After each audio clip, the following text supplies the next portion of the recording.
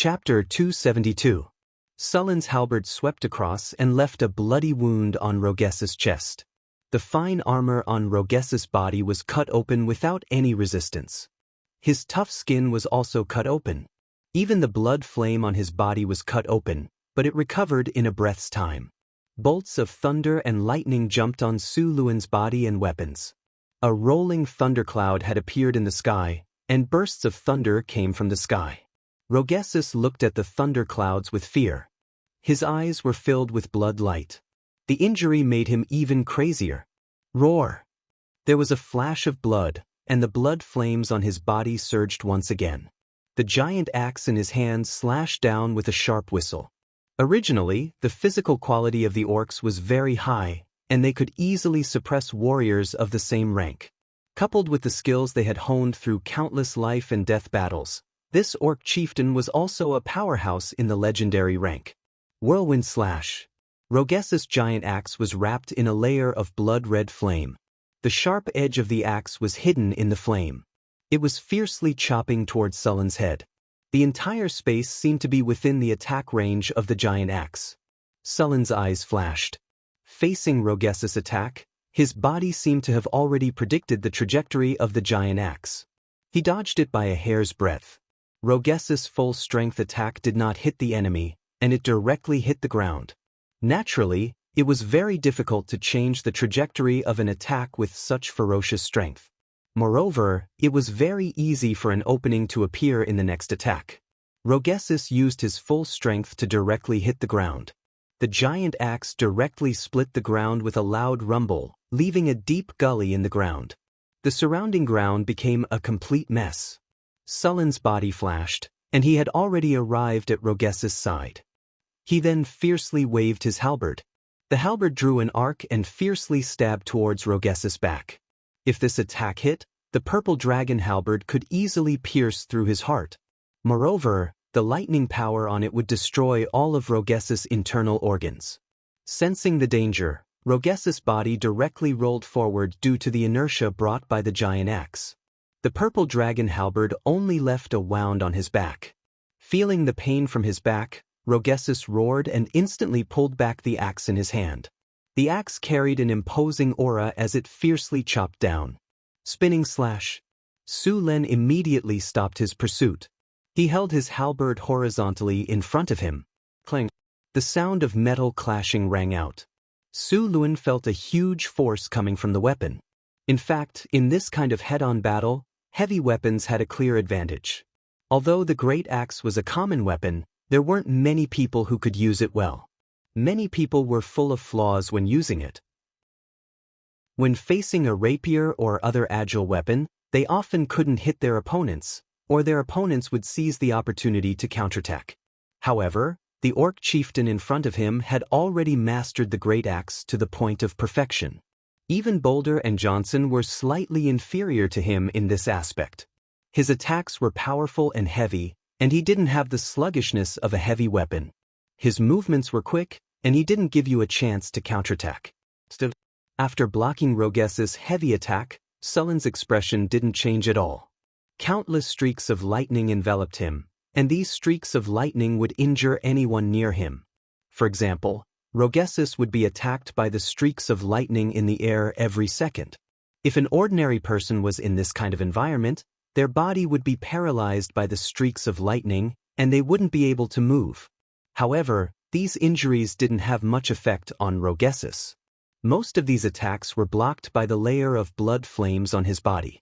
The purple dragon halberd pierced towards Rogesis with a streak of lightning. The orc chieftain raised his great axe like a shield, and the broad surface of the axe directly blocked half of his body. Sparks flew everywhere as the purple dragon halberd and the great axe collided. A huge force was transmitted, and the two of them couldn't help but retreat.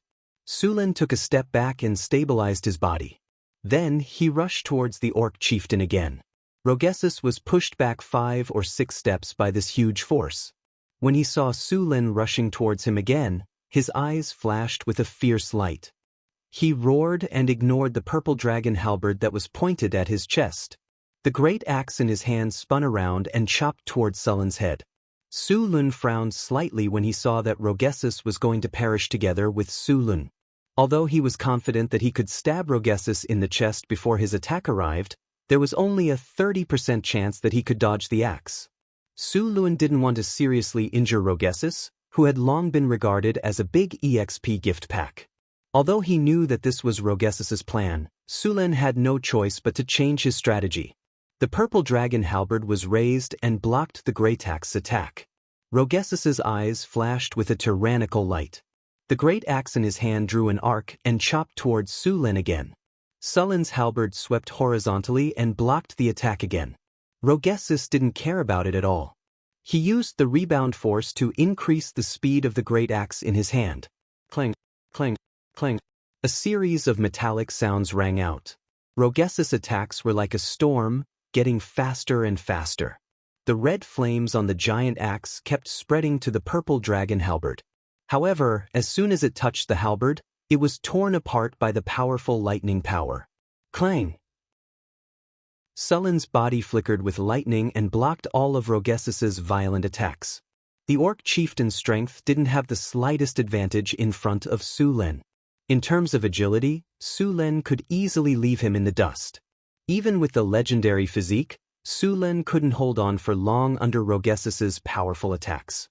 Soon, Su Lun felt that the strength in his hands had weakened, and the frequency of his attacks was no longer increasing. Sensing the weakening of his attacks, Sullen's pent-up anger instantly exploded. Just a moment ago, he was suppressed by Rogessus, who had gone berserk. After a short burst of power, he became weak. Rogessus's attack just now could seriously injure a legend with lower strength. If they were unlucky, it wouldn't be surprising if they were killed. Heroic! Powerful lightning instantly burst out from Sullen's body. The purple dragon halberd in his hand became a weapon made of lightning. The lightning swept across and directly sent Rogessus flying. It also left a charred wound on his chest. Countless lightning snakes burst out from his body. It was as if he was being pierced by thousands of steel needles. Damn human! The great pain made Rogessus's body tremble. Although Rogessus had already gone berserk, this state couldn't block out the pain. Surin's cold eyes didn't change in the slightest. The battlefield was filled with the desperate roars of the orcs. At this time, the whole camp had completely turned into a sea of fire. Barbarian warriors and heavy armored spearmen surrounded the whole camp. All the orcs that rushed out were killed by them. The archers in the back were constantly lighting arrows and then throwing them in. From afar, the orc camp looked like a huge bonfire. The roars of the orcs before they died made Rogessus even angrier. The blood flames on his body became more and more vigorous. This showed that he was burning more of his life force. In order to defeat Su Lun, Rogessus didn't care about anything else. If this continued, even if he defeated Su Lun, he would die because of the exhaustion of his life force at the end of the battle. But at this time, Rogessus had no other choice. Just when he was about to burst out again, Sullen's figure flashed and rushed up. Rogessus waved his axe and used the same move again. He wanted to use the same move as before. But this time, Su Lun was already prepared. His body quickly moved around his attack and continued to attack from the side. Facing Sullen's sudden change of move, Rogessus also changed his move. But his speed was far from Sullen's rhythm. The sky was filled with lightning constantly flashing around Rogessus. The powerful electricity gathered and pierced through the blood flames on his body. Under the constant attack of the lightning, the blood flames on Rogessus' body were constantly scattered. Blood kill cut. In the face of Surin's rapid attacks, Rogessus was completely exhausted. He naturally understood that if he continued, it wouldn't be long before he would be exhausted to death. Seeing this situation, Rogessus made up his mind and once again used the move he used to kill Marquis Winter. A bloody light suddenly appeared. Rogessus completely ignored Sullen's attack. His body was like a red lightning bolt as he quickly rushed toward Sun. How could Su Lun, who had already seen this move, not be unprepared? Although the attack was sudden, he seemed to have predicted it in advance. His body instantly dodged. Sixth sense. The sixth sense that he had just obtained not long ago once again worked.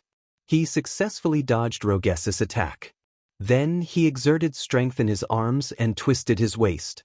The purple dragon halberd swept towards Roges's chest. Although Bloodkill Cut was fast, it was more of a straight-line attack.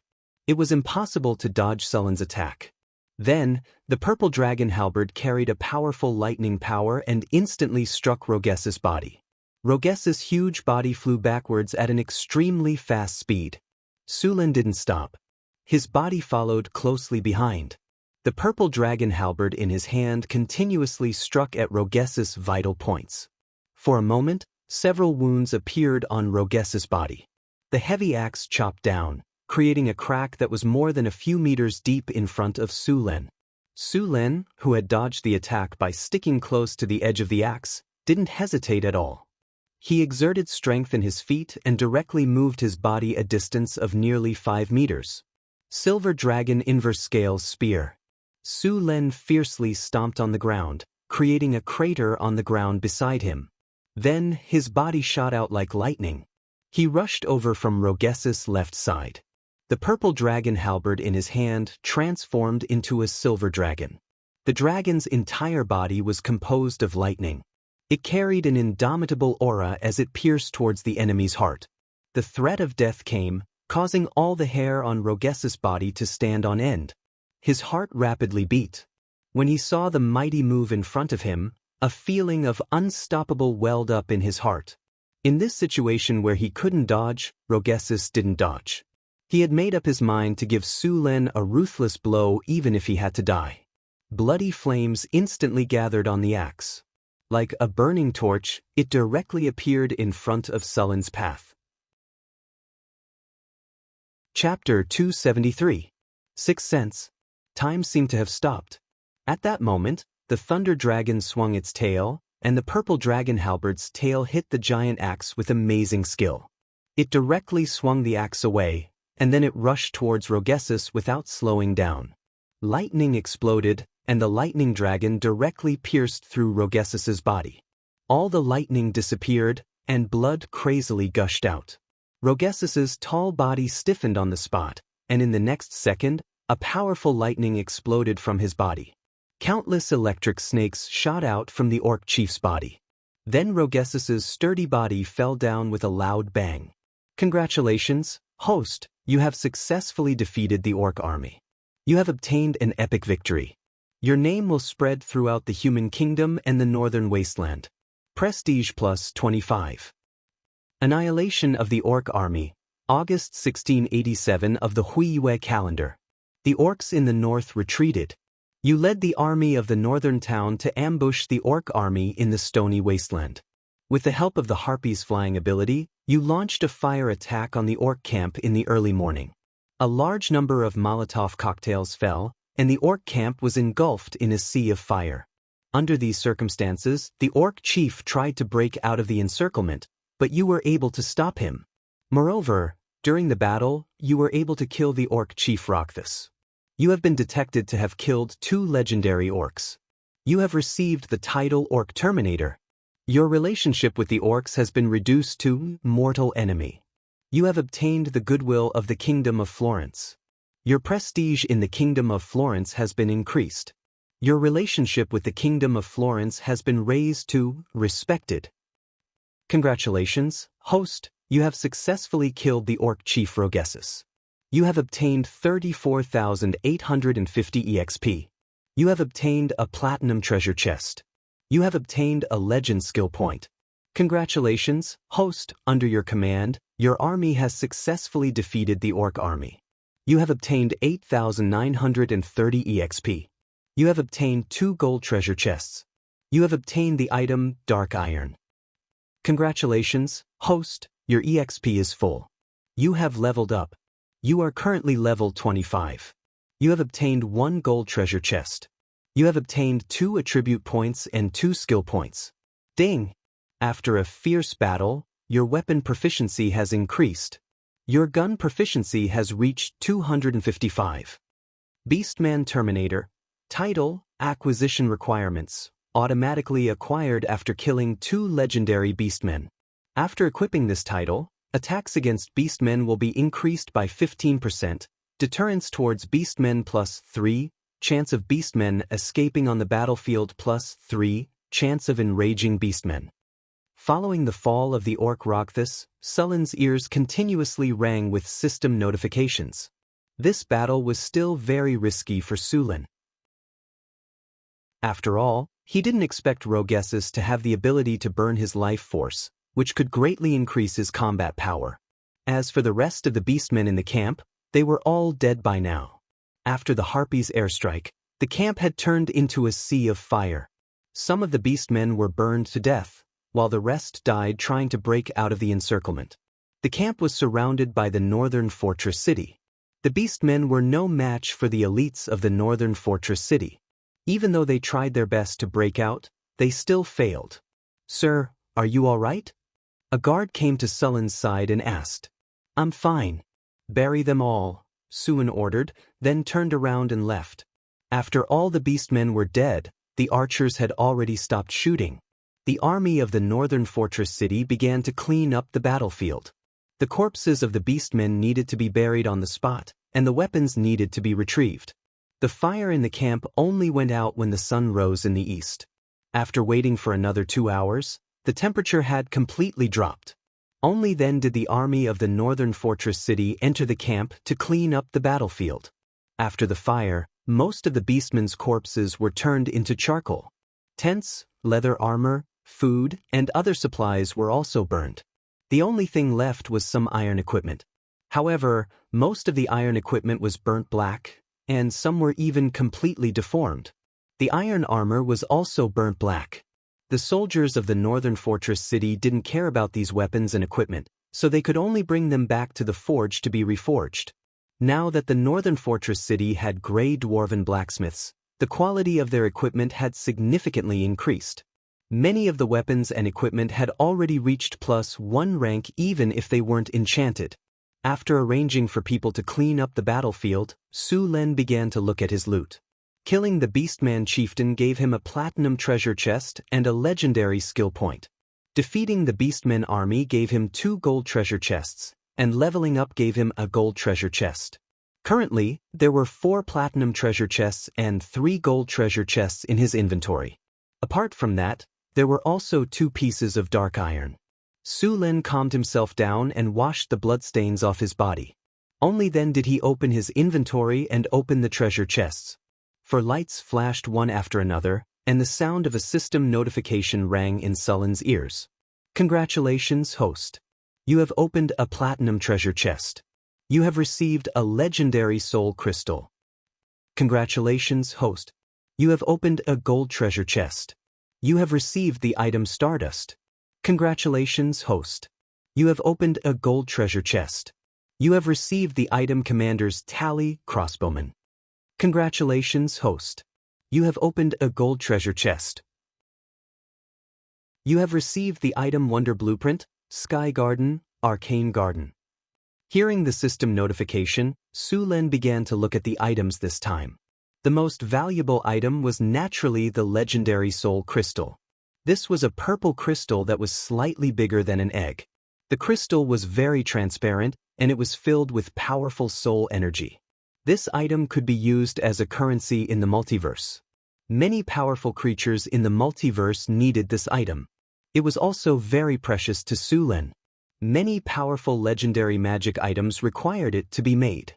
However, Su Len did not plan to make any legendary items now. He planned to use this soul crystal on the Sorcerer Tower. Hathaway's Sorcerer Tower was still under construction. Although there was still a long time before it was completed, it was time to put the tower spirit on the agenda. Whether a Sorcerer Tower was strong or not depended on the tower spirit. In a legendary sorcerer's Sorcerer Tower, a legendary tower spirit was the standard. A Sorcerer Tower may have several tower spirits. These tower spirits were the managers of the Sorcerer Tower. They helped the sorcerer manage the Sorcerer Tower and assisted the sorcerer in various experiments. At the same time, they could command the Golem army or the Sorcerer Tower's weapon system to fight back against the enemy when the sorcerer was not around. The tower spirit was directly related to the strength of the Sorcerer Tower. Making a tower spirit required at least a high-grade soul crystal. However, this kind of tower spirit was only a low-grade tower spirit. Its ability was limited. Even during the Arcane Empire, This kind of tower spirit was not recognized by the arcanists at all. Only the legendary tower spirit made of a legendary soul crystal was a true tower spirit. The tower spirit made of a high-grade soul crystal was more used to make the golem auxiliary system. During the Arcane Empire, the golems could be loaded with abilities such as precision strike, defensive defense, and so on. The sorcerers did not understand this technology, so the golems now did not have the special abilities of the ancient golems. Su Lin naturally did not intend to use a low-grade tower spirit. Otherwise, it would be a waste to build such a legendary sorcerer tower. Now that he had a legendary soul crystal, he was naturally ready to use it. It was said that during the Arcane Empire, the tower spirit of the floating space city required a demigod tower spirit to operate. After putting away the soul crystal, Su Lin picked up the rest of the things. Stardust sand was a kind of material from the astral world, which was very valuable. After all, this thing could only be collected in the astral world, or found a space crack to take the risk of collecting it. Stardust sand was an essential item in the production of many magic props. Now that Su Lin did not have the strength to go to the astral world, this thing was naturally very precious. In addition to the Stardust sand, this time Su Lin once again got a commander's seal. This commander's seal was a crossbowman. The crossbowman could be said to be a very powerful and fragile troop. The reason for its strength was that once a large number of crossbowmen formed a crossbow formation, they were completely a killing machine on the battlefield. Even the heavy cavalry would suffer heavy losses. The fragile side was that a single crossbowman or crossbowman was very easy to be restrained. Once close, the crossbowman's lethality was even worse than the archers. However, these shortcomings still did not change the fact that crossbowmen were a powerful troop. After using the commander's seal, Su Lin got a complete crossbowman training method and also the method to make crossbows. Of course, now he only had the most basic method to make crossbows. In fact, crossbows could be upgraded on this basis. The range and power of crossbows could be improved, or it could be upgraded and transformed into a repeating crossbow. However, unlike other troop classes, the upgrade of crossbowmen was more about the upgrade of the crossbow. To upgrade the crossbow, he also needed to establish a weapons bureau dedicated to the study of crossbows. At the same time, this weapons bureau could not only study crossbows, but also large ballistas. After understanding the recruitment conditions of crossbowmen, Su Lin decided to start training crossbowmen when he returned to Northern Town and set up a weapons bureau. Compared to archers and spearmen, crossbowmen were easier to train and form a fighting force. As long as there was a crossbow, even a militia trained for a week could form a strong fighting force. Of course, crossbowmen had many shortcomings. The most obvious one was that they were expensive. It cost 100 kinar to train a crossbowman, most of which was the cost of the crossbow. Another problem was that crossbows were slow to fire. Su Lin was also surprised by the blueprint he got from the last chest. This blueprint recorded all kinds of information about building the Sky Garden of Wonders. The Sky Garden was also known as the Arcane Garden. This kind of building required mana and was very difficult to build. Su Lin looked at the materials needed to build it and was shocked. This thing required a lot of magic crystals, magic gems, high-quality marble, and obsidian as raw materials. However, after it was built, it would gain a lot of attribute bonuses. The most obvious one was that it increased the chances of newborns in the territory having the potential to become a wizard. Just this attribute alone made its value double. Chapter 274. It was not easy to become a wizard. Only one out of hundreds or thousands of humans had the potential to become a wizard. Based on this probability, there were only a few people in North Town City who had the potential to become a wizard. Once the wizard tower was built, the northern town would need many wizards. Wizards recruited from the outside would not be as useful as those he trained himself. The cost of building the Sky Garden was very high. Moreover, he was still missing some key materials. He could only slowly collect them in the future. After putting away the items in the treasure chest, Su Lin casually added the 2 free attribute points he obtained from leveling up to Vitality. After his attribute points reached 50, he needed 3 attribute points to increase 1 attribute. He still needed one attribute point to increase his strength. Therefore, Su Lin planned to increase his other attributes first. After adding the attribute points, Su Lin's vitality reached 38 points. Apart from the attribute points, he was left with 5 skill points. After looking at the skills, Su Lin spent 4 attribute points to upgrade morale, beginner, to advanced. The effect was simple and brutal. It directly increased the morale of an army by 30 points and temporarily increased their strength by 10% for 6 hours. With the remaining skill points, Su Lin spent 100,000 Kinar to purchase the Half Moon Slash skill from the shop. He then learned the skill. Half Moon Slash. Release your energy according to a special technique. Release a crescent-shaped energy slash, dealing great damage to the enemy. Maximum range is 500 meters. Level requirement, 25. Half Moon Slash could be upgraded to 3 Sun Moon Slash and 5 Moon Slash. The effect of this skill was to summon 3 or 5 Half Moon Slashes respectively. If this skill was learned to a certain level, it would be extremely useful on the battlefield. Su Lin had just met the requirements to learn the Half Moon Slash. After using up all of his skill points, Su Lin only had 1 legendary skill point left. However, he did not have any suitable skills or talents to use. If he wanted to level up forbidding magic, he would need 2 legendary skill points. It was not worth it to level up his other talents. Legendary skill points could only be used once the talent reached a certain level. Some talents were in a state where they could not be leveled up. He could only wait until the next time he killed a legendary powerhouse to upgrade his forbidden magic skill. It was not easy to kill a legendary professional. Su Lin had successfully killed him several times on the battlefield. If it was a lone legendary master, even if he could not defeat him, there was still a high chance that he could escape. Legendary spellcasters, for example, could teleport away if the situation was not good, unless they used dimensional anchor or spatial imprisonment in advance.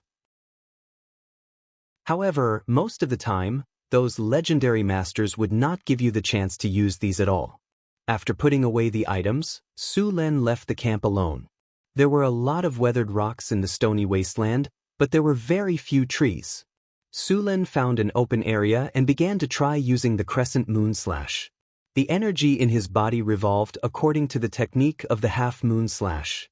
Soon, a crescent-shaped energy slash flashing with lightning appeared in front of him. In the next second, this energy blade flashing with lightning flew forward at an extremely fast speed. Wherever the energy blade passed, everything in front of the crescent-shaped energy blade was cut in half. The energy blade flew for a distance of 500 meters before slowly dissipating. Su Lin came to the side of a rock that had been cut in half. The cut in the rock was smooth and neat, like a mirror. Even a weapon with sharpness enchantment could not achieve this kind of power.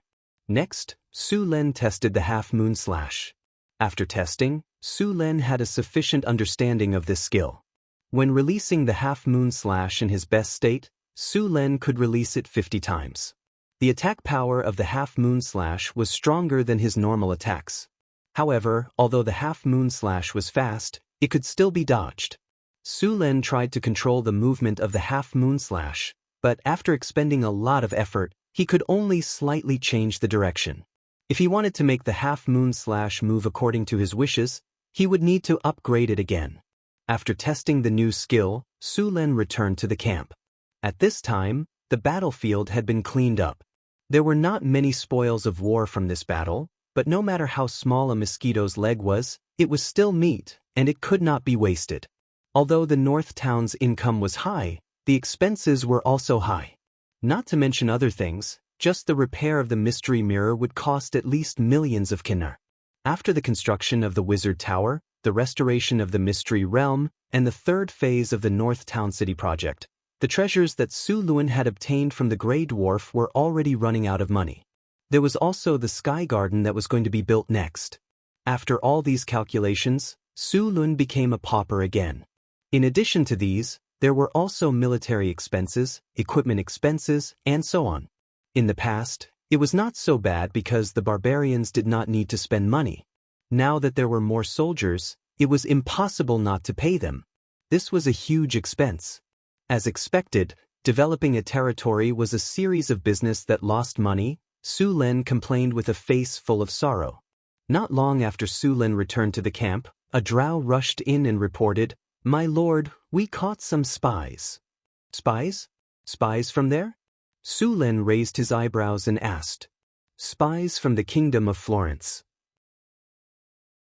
They found the fire here last night and sent someone to check it out today," the drow explained. Su Lin thought for a moment and said, "Bring them here." Soon, a few human soldiers with swollen faces wearing the red and blue military uniforms of Florence came to the camp. "Which army are you spies from?" Su Lin glanced at these people and asked. "We belong to the Silver Lion Legion under Marquis Lancelot." When these guys were caught, they were taught a lesson by the drows. With the training skills of the drows, they were very obedient now. Marquis Lancelot. Su Lin nodded. He had heard of Marquis Lancelot. This marquis was not a feudal noble. He belonged to the palace noble and could be said to be one of the most trusted people of King Henry.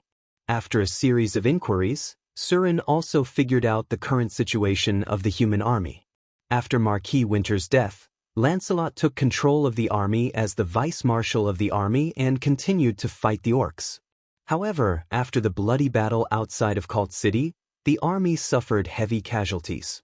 Now, they were in a state where they were afraid of the orcs and the orcs. Therefore, the human army did not press on, and the northern nobles wanted to drive the orcs out as soon as possible. However, not long ago, they were taught a lesson by the orcs and suffered heavy losses, so they could only rely on Marquis Lancelot. Su Lin thought for a moment and let these spies go. Then, he asked them to pass on a message to the nobles of the Kingdom of Florence. After all, he had helped them so much. These people should at least express their gratitude. After sending a soldier to follow these people to the human camp, Su Lin was not in a hurry to leave. Instead, he let the army continue to rest. After receiving Sullen's invitation, Lancelot still had some doubts, especially when he heard that Su Lin had killed the orc chief. Fortunately, Su Lin asked someone to bring the giant axe used by the orc chief. Only then did these nobles believe that Roxas was dead. After all, for a legendary figure, a weapon was something that they valued as much as their life.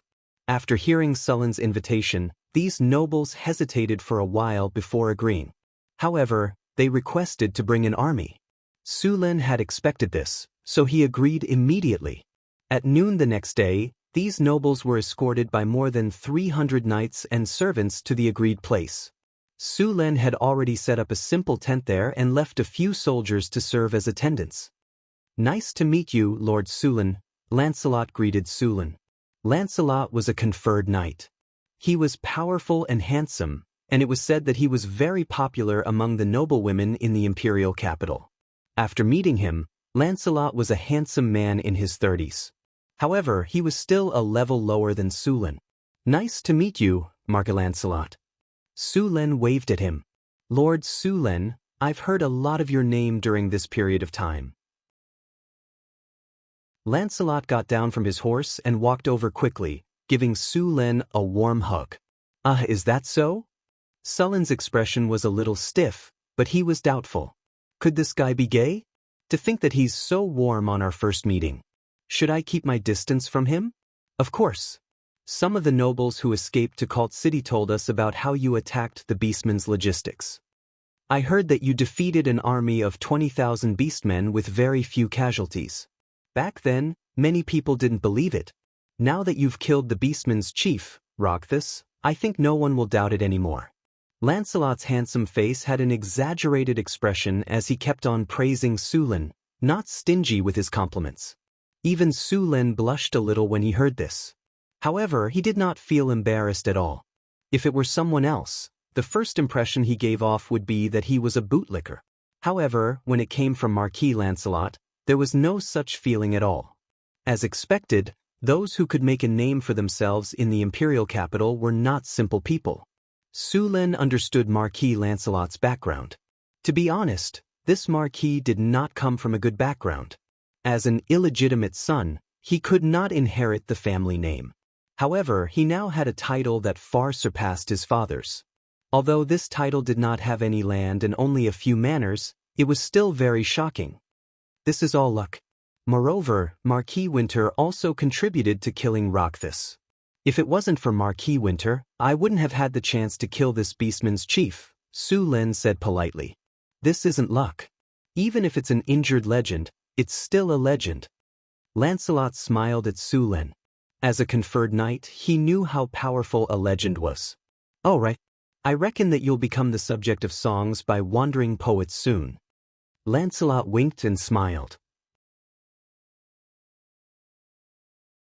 Chapter 275. Think about it.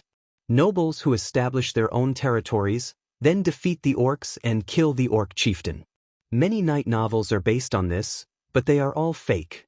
Yours is the real deal. I think it won't be long before many knights come to you. Su Lin was not interested in this. As for the knights who came to him, most of them were either powerful or the second son of a small noble family. Basically, they all wanted a piece of land. He had no intention of accepting these knights. After all, the knights in Northern City were not ranked. Give them a piece of land? Su Lin would be an idiot if he did that. Alright, let's not talk about this. Come in and eat, Su Lin said with a wave of his hand. I'm also very interested in the food in Northern City. Su Lin led Lancelot and the other nobles into the tent. The food was already prepared. Although they were in a military camp, the food prepared by Su Lin was quite good. The cooking skills of the military camp's chefs were also trained by the halfling Frodo. Although they were not as good as the halfling, they were much better than most human chefs. Su Lin also prepared a barbecue. He hunted a gazelle in the wilderness and marinated its tender parts with spices. When it was time to eat, he directly barbecued it. Soon, the aroma of the meat filled the tent. Finally, when the barbecue was served by the chefs, some green vegetables were placed on a silver plate as accompaniment. On the silver plate, the red meat was wrapped in a layer of sauce. The edges were slightly burnt, but the meat inside was fresh and tender. There was also a layer of cumin sprinkled on top. With a gentle bite, the sauce from the barbecue filled one's mouth. It was slightly hot, but it tasted great. It's delicious. The chefs here are as good as His Majesty's. Also, what spices did you sprinkle on it? Lancelot's eyes lit up as soon as he took a bite. He immediately discovered the key. Cumin was a spice that was naturally very compatible with barbecue. This is cumin, a spice that can only be found in the northern wasteland. It's very rare, Su Lin said with a smile. It's delicious. This spice is amazing. The other nobles exclaimed in admiration. Several nobles grimaced in pain from the heat, but their swallowing speed did not slow down at all. I'm going to sell this spice to the public. If you like it, you can buy it in the northern town. I'll give you a 20% discount, Su Lin said with a smile. I'll ask the servants to buy some from the northern town, Lancelot said. After lunch, everyone finally got down to business. To put it bluntly, it was about the distribution of merits. Su Lin did not intend to take these merits. He did not intend to become a part of the Kingdom of Florence, so these merits were prepared to be used in exchange for benefits. After a series of exchanges, Su Lin gained a lot of benefits from these nobles, and the nobles also divided up Sullen's contributions. Both sides were very satisfied.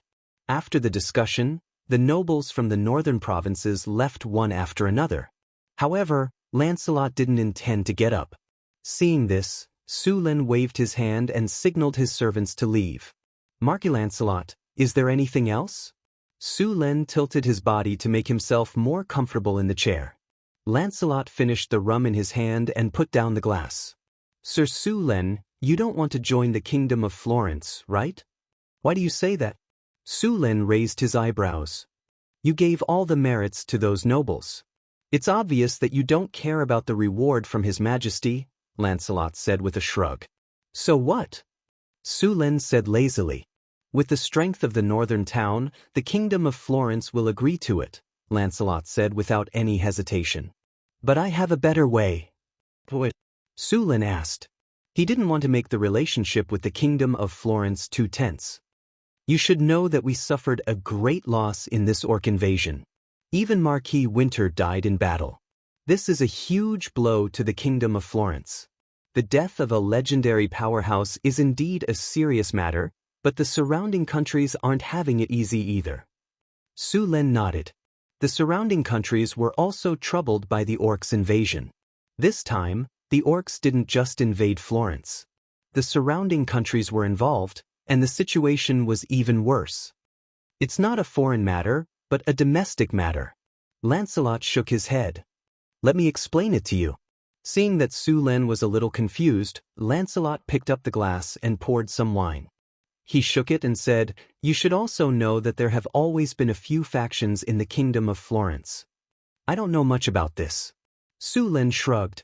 After all, he wasn't in a high position in the kingdom of Florence, so he didn't have access to the news of the highest level.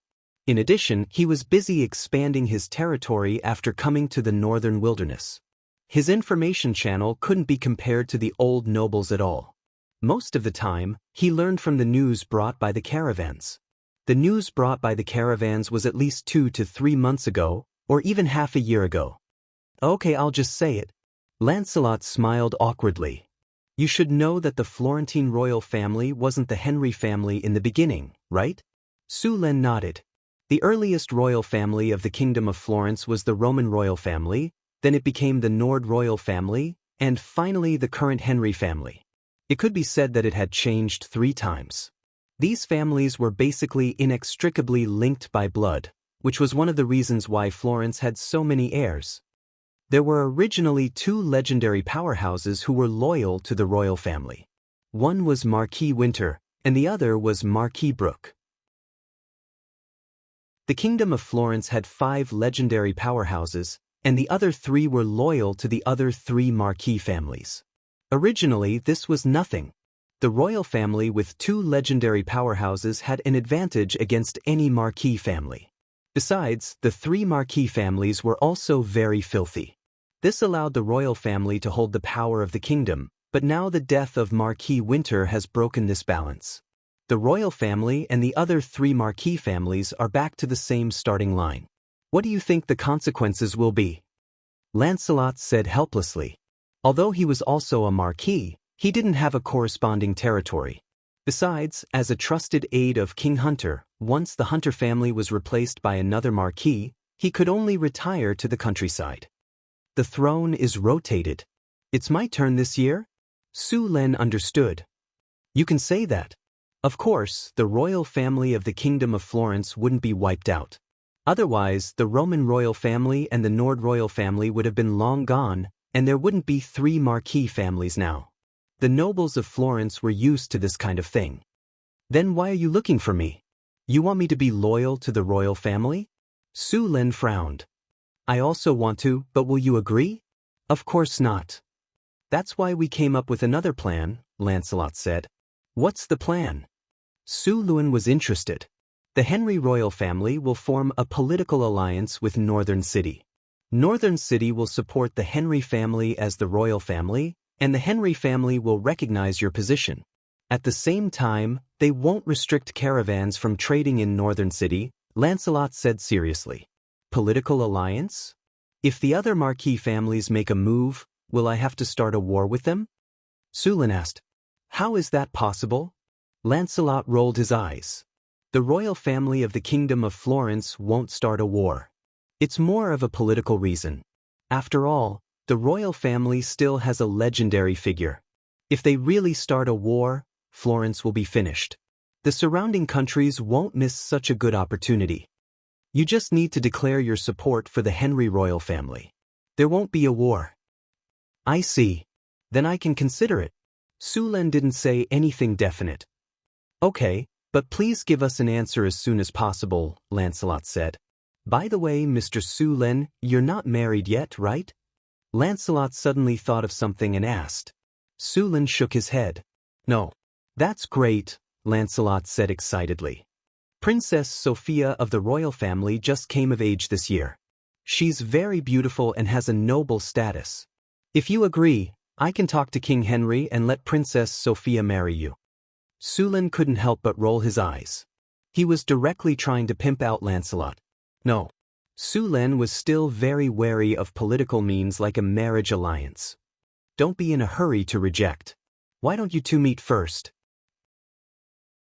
Lancelot continued. Sulin didn't agree. In the end, the marriage alliance was put on hold. However, judging from Lancelot's expression, he didn't seem to have given up. After the two finished their discussion, they left separately. They had only reached an agreement about the political alliance. Since Henry's royal family wanted to borrow Sulin's power, Sulin naturally wouldn't let it go. He wouldn't agree without enough benefits. After Lancelot and Sulin's discussion, Lancelot returned to the barracks and immediately took out a fist-sized crystal ball. This crystal ball was an expensive sound transmission tool. Using this crystal ball, one could directly contact the capital. Now, he was discussing with the royal family about Sulin. After all, although Lancelot was the king's favorite, many of his conditions had to be agreed by the king. A crystal ball was worth about 10,000 kinnar, and it could only be used for a limited number of times. Only these big nobles had the money to use it. After staying here for 2 days, Sulin and Lancelot finally discussed various things. Sulin also agreed to form a political alliance with Henry's royal family. Of course, they had to pay a lot. For example, they had to pay taxes. The caravans of North Town City would be treated the same as them when trading in Florence. For example, the Kingdom of Florence couldn't stop North Town City from recruiting refugees in the kingdom. After the two sides finished their discussion, they still needed to sign a formal agreement. The agreement needed the king to sign and stamp it. It would take some time. Sulin didn't continue to wait here. He led his army back to North Town City. P.S. The last chapter updated the main character's latest attributes. Chapter 276. After wiping out the orc rearguard, Surin led the army back to the northern city. By this time, the remaining orcs had basically all evacuated to the northern wilderness. The kingdom's allied army had pursued the orcs for a while and had achieved some results, but the orcs' main force had retreated. Su Luan originally wanted to see if there was a chance to keep the high priest of the orcs, but now it seemed impossible. When he left, Su Luan also took the refugees he had gathered in the wild with him. But this time, the number of refugees he gathered was much smaller, only more than 3,000 people in total. It took Su Len 4 days to return to the northern town. At this time, the northern town had become a large construction site. Because of the skyrocketing population, the northern town was now overcrowded. In just 2 months, Su Luan had immigrated more than 100,000 people from all the provinces in the northern region. The third phase of the northern town was currently under construction. According to Sulin's blueprint, the third phase of the northern town's walls would be 8 kilometers long. If it was completed, the northern town could easily accommodate more than 100,000 people. It would be one of the largest cities in the entire Kingdom of Florence. It wasn't that Su Len couldn't build a bigger city.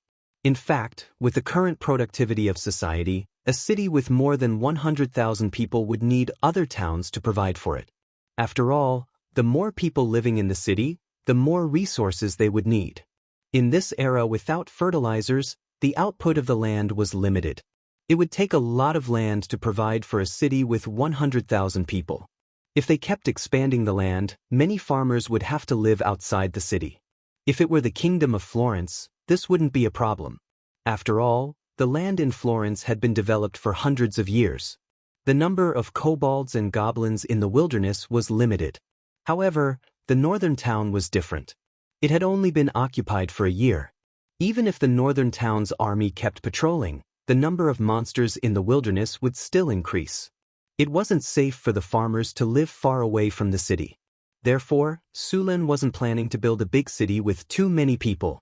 Since the northern town had fertilizer and the harvest altar, the land here had a lot of production. It wouldn't be difficult to provide for a city with 100,000 people. However, Su Len did not plan to build such a large city. He planned to build another city to the west of North Town City. So far, Sulin's territory had 3 cities. Aside from North Town City, there was also Mirror Lake City and Centaur City. However, Mirror Lake City and Centaur City did not have a large population. After several migrations, Mirror Lake City's population had reached 10,000, while Centaur City's population was even lower, only around 4,000. Su Luan planned to leave 60,000 people in the North Town, 20,000 in the Mirror Lake City, 5,000 in the Centaur City, and the remaining 15,000 in the new city to be built. More than 20 gathering points of various sizes had been set up outside the northern citadel. Each gathering point had 2,000 to 5,000 people, which added up to more than 50,000 people. These people were currently working on the construction site.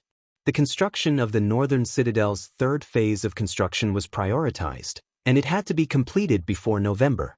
This was because it would start snowing in North Town City in November. If there were no houses by then, these refugees and slaves would freeze to death. It was already August, and there were only 3 months until November.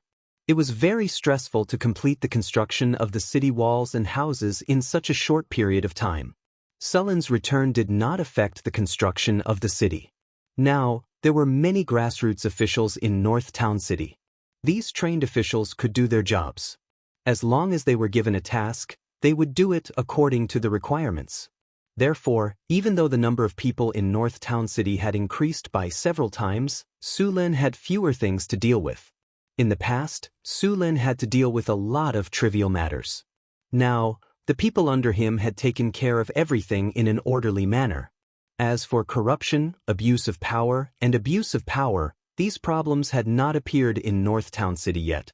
It did not mean that the officials in North Town City had high ideological awareness. In fact, these people also had their own selfish desires. To prevent this from happening, North Town City had set up a special monitoring department. Apart from the monitoring department, the most important thing was the prison in North Town City. Su Lin had spent a lot of effort to build the prison, and the results were surprisingly good. After the grassroots officials received their training, they had to come to the prison for their last ideological and political lesson. After experiencing the special treatment here, all the grassroots officials became respectful and fearful of this place. They also worked diligently and did not dare to cross the line. In order to deepen the memory of these grassroots officials, Su Lin had set a rule that every 6 months, all the officials had to go to the prison for ideological and political re-education. As for the results, it seemed to be quite good so far. As for the jailers and wardens in the prison, because they worked here, the effects here were ineffective unless they were no longer working in the prison. Of course, there was also a monitoring system for the prison staff. Su Lin had hired a sculptor to carve 2 statues of mythical creatures according to the myths and legends in his previous life. These 2 statues had no other functions. Tao Wu, lifelike plus 33, intimidating plus 34, indestructible plus 30, distinguishing between loyal and traitorous plus 34, questioning heart plus 32. With these, the governance of North Town City had reached a level that was unattainable even in his previous life. Of course, Su Lin still had a lot of benefits for the officials. In addition to the basic salary, there were extra benefits every month. It could be said that the living standards of the grassroots officials were quite good. Su Lin did not calculate the salaries of the officials accurately like Zhu Hongwu did. The salaries were so low that the officials could barely feed their families. Although Su Lin did not advocate high salaries for honest people, it was unacceptable to let the horses run and not eat grass. How could there be such a good thing in the world? After all, there were only a few people like Hai Rue in the entire Ming dynasty. The benefits of the grassroots officials in North Town City were quite good. Although they could not be rich, they could still live without worrying about food and clothing. Moreover, Su Lin promised them that when schools were built in North Town City, their children would be able to enroll directly. Although Su Lin had less work, the number of grassroots officials was starting to decrease. Su Lin did not have a good solution at the moment. He could only choose some refugees from the slaves. When these people were transported to North Town City, all of them were divided into small teams. Some of the grassroots officials were selected from these people. Those who did a good job and cooperated well during the migration were all promoted to grassroots officials. They were then allowed to learn from the previous grassroots officials for a period of time. Once they learned enough, those who passed the internship were sent to the grassroots officials' training base in batches.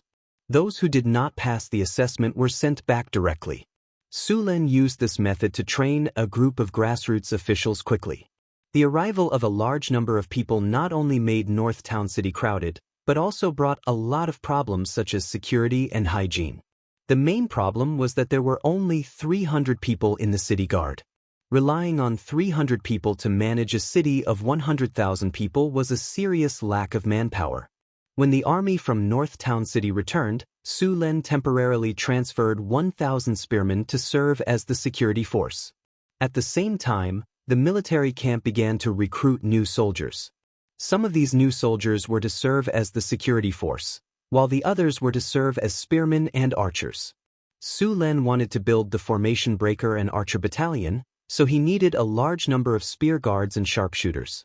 Due to the probability of advancement, these two special forces would not be full for a long time.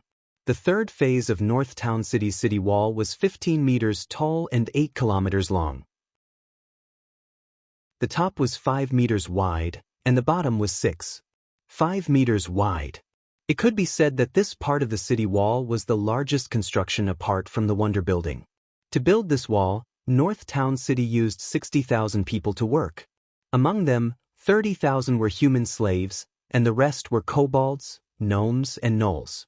The 60,000 people were assigned to the construction site that was 8 kilometers long. The brick kiln factory in North Town City also began to produce bricks in large quantities. Because the residential buildings were also being built, the demand for bricks in North Town City skyrocketed. There was already a lack of supply. Su Len allowed the brick kiln factory to expand production while transporting rocks from the quarry. Even so, the supply of bricks was still tight. Faced with this situation, Su Len had to use the previous method of building houses, which was to use mud and straw to build houses.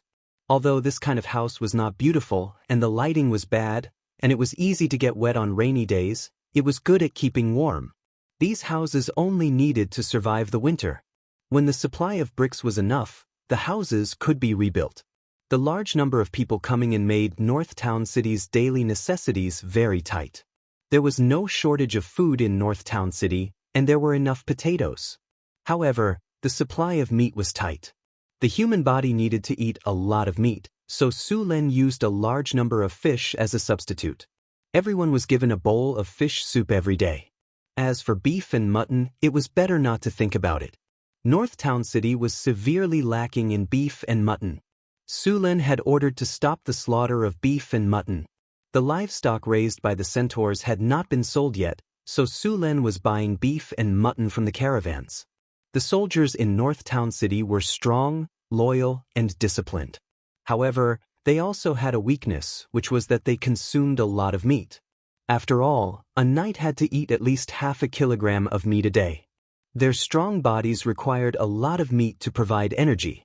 The army in the North Town could be said to be all gluttons. The amount of meat they consumed every day made Su Luan's liver ache. A meal would consume at least dozens of cows and hundreds of sheep. Now, there were only some cattle and sheep left in the farms in the North Town.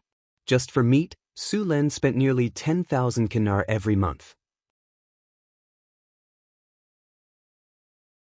Chapter 277. With the development of the northern town, Su Len was preparing to establish a principality. A duchy was the smallest country in the world, and the king was usually called a Grand Duke. Above the duchy were the kingdoms, empires, and of course, there was also the city-state alliance, such as the city-state alliance in the south of the Kingdom of Florence. It was a loose alliance formed by more than 20 prosperous free cities or noble territories. There was no subordinate relationship between the city-states, and each was in a state of autonomy. However, if you underestimated this alliance, you would suffer a great loss. Although this city-state alliance only had 1/5 of the land of the Kingdom of Florence, its population was 1/3 of the Kingdom of Florence. No matter how you looked at it, the Kingdom of Florence could suppress this city-state alliance.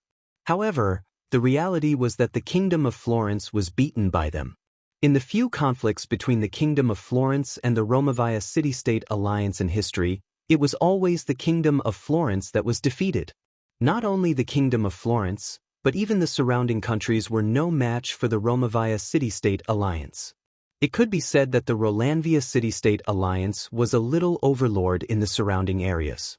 If it were not for the fact that they were not keen on invading, the surrounding kingdoms and duchies would have been unified by them. The reason why this city-state alliance was so powerful was that the wizard civilization here was prosperous. It had the largest wizard academy on the continent. Even the Rolanvia city-state alliance was said to be formed by the Starry Sky Council.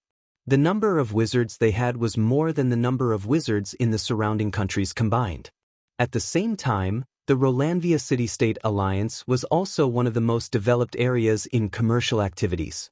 Sulen wanted to establish a duchy, but it was still a little lacking. After all, although it now had a population of 120,000, it only had one city.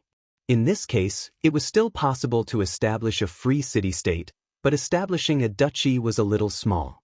Fortunately, with the continuous construction of the northern citadel, other cities were also rapidly building. It would not take long for the northern citadel to have 4 cities. By then, it would be easy for other forces to recognize the establishment of a duchy. For the construction of the city, the northern citadel once again began to go to the wilderness to capture slaves. Now that the northern citadel had enough military force, it was better to let them go through actual combat than training. After Su Lin had finished dealing with some important matters, he began to build a training camp for the shooting camp. This training camp was also placed in the outer city, right next to the formation breaker. Su Lin specially mobilized a construction team and used 3 days to build this camp. After the construction of the camp was completed, Su Lun began to gather all the archers who had been upgraded to the level of marksman. There were a total of 4 archers who had reached the level of sharpshooter, one more than the last time he checked. 2 of the 4 archers were war spirits. After all, the earliest archers under his command were war spirits. If they wanted to be promoted to a soldier of the sound shooting battalion, they had to go through a cruel training. After completing the training, they had to merge with the light ball of the soldiers of the sound shooting battalion. Only then could they be considered to have successfully advanced. Because of his experience in the capture barracks, Su Lin also had some experience in training the archery camp. After the camp was established, he let these master archers enter for training. Su Lin had not been paying attention to them because in addition to the sound shooting battalion, the continuous battle with the orcs had allowed some long spears to advance to the spear guard. Naturally, Su Lin did not waste time. He directly gathered these newly advanced spear guard. This time, there were 11 spear guards who participated in the advancement. Among them, 5 were war spirits, and the rest were ordinary humans. After such a long time, the first batch of war spirits that Su Lin had summoned, except for these, had all died in battle. The war spirits that were recruited after that were still of low levels. 11 spear guards participated in the trial of the formation breaker. Su Lin could not help but feel nervous now. This time, he did not know how many of the 2 elite soldiers would be able to successfully advance. The trial of the formation breaker and the sound shooting battalion lasted for a week. Su Lin arranged for people to continuously supply these 2 camps. Then, in addition to coming here every day to treat the injured soldiers, he would check the progress of the Secret Realm's repair and the Wizard Tower's construction. The progress of the restoration of these 2 places was very slow, especially the Wizard Tower. In this era, building a 120-meter tall tower was an impossible task if one did not have supernatural powers. Because of the war, the trade routes were not smooth. The price of obsidian had risen, and the supply had decreased a lot. In order to obtain enough obsidian, Su Lin began to send the gray dwarfs to find obsidian veins in the underground world. According to the wizard's research, the formation of obsidian was related to the activity of magma. There were no volcanoes in the northern wilderness, so there were very few obsidian reserves. The underground world was rich in mineral resources, but the amount of obsidian was also limited. The gray dwarfs found some scattered obsidian veins. The production of obsidian was very low, and some of the obsidian's quality was poor. Su Lin also needed to use spells to remove the impurities. There were not many obsidian, but some iron ore, crystal, and copper ores were found. Su Lin drew a mineral map of these discovered veins in the underground world. When there were enough people, they would slowly excavate them. "Lord," Just as Su Len finished his daily training and returned from the formation breaker and sniper camp, a servant hurried to him. "What's the hurry?" Su Len glanced at him and asked. "The Grey Dwarves in Orlando City have just sent word that they have found an obsidian vein," the attendant said respectfully. "Great, tell them to hurry up and excavate." Su Len said happily. "The Grey Dwarfs are ready to excavate, but what?" "The obsidian vein is in the territory of the Taurens. The Grey Dwarfs wanted to excavate the vein, but the Taurens refused. They also captured some Grey Dwarfs," the servant said quickly. "Taurens? Who gave them the courage to capture my people?" Sullen's eyes flashed coldly, and the temperature in the room dropped a few degrees. "Do you have information about the Taurens? How many of them are there? How strong are they?" After a while, Su Len continued to ask. "According to the Grey Dwarfs, this Tauren tribe has at least 200 people. The specific strength is not clear, but the Grey Dwarfs found that there is a Tauren shaman among them. The Taurens were not a widespread race on the continent. They were large humanoid monsters, and in fact they were called minotaurs. Minotaurs were strong and usually very warlike creatures. These creatures had high physique and strength. Usually, an adult Tauren strength could reach twice that of a human. They were stronger than ogres and more intelligent. Furthermore, they were proficient in forging. Although they could only forge their own axes, armor, and shields, they were much stronger than ogres. A qualified Tauren warrior was at the level of a Grand Knight. These 3-meter-tall, muscular monsters had very strong destructive power. As for the Berserk Taurens, their strength was at the level of a Knight Commander. Although the Minotaurs had limited intelligence, they were very talented in some aspects. For example, they wouldn't get lost in a maze, and their sense of smell allowed them to track their enemies through smell. These various aspects made the Minotaurs famous in the underground world for being difficult to deal with. The Taurens believed in the Tauren king, Buffett. Although they were both dark creatures, the Taurens and Gnolls often fought because the Tauren king, Buffett, and the Gnoll king, Yeenagu, were mortal enemies. 200 Minotaurs were not something that the Duergar of Orlando could deal with. At this time, a scene of a Duergar fighting with a Minotaur suddenly appeared in Su Luan's mind. The 3-meter-tall Minotaur was tall and mighty, while the Duergar, who was only 1.5 meters tall at most, looked like a child standing next to them. The difference in height was so obvious. How could they fight? Jump up and hit their knees? At this thought, Su Luan wanted to laugh. Soon, Su Luan came back to his senses. These Minotaurs were definitely going to attack them. Regardless of whether they attacked the Grey Dwarf or not, he still understood the principle of allowing others to sleep soundly beside him. This underground world had been regarded by Su Len as his territory. These Taurens were going to fight sooner or later, but now it was a little earlier. However, there was not enough information about these Taurens. Su Len was going to send the Drows to investigate. He asked Aten to send people to collect information, and Su Len began to gather soldiers. 200 Taurens with the strength of at least a knight were not easy to deal with, especially in an area with a complicated environment like the underground world. Without full confidence, Su Len would not act rashly. They were different from all the enemies Su Len had encountered before. These Taurens knew how to forge armor and weapons, so their equipment was very good. In addition to their strength and physical strength, they were very difficult to deal with. In addition to the soldiers in the northern city, Su Len also sent people to invite Alex. This battle also required the help of the Harpies. Although these Taurens were wearing heavy armor and the effect of throwing stones was limited, the damage of throwing kerosene would not be reduced.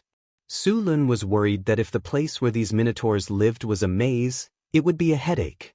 In a maze, it would be difficult to use human wave tactics, and the environment of the maze was not friendly to the Harpies.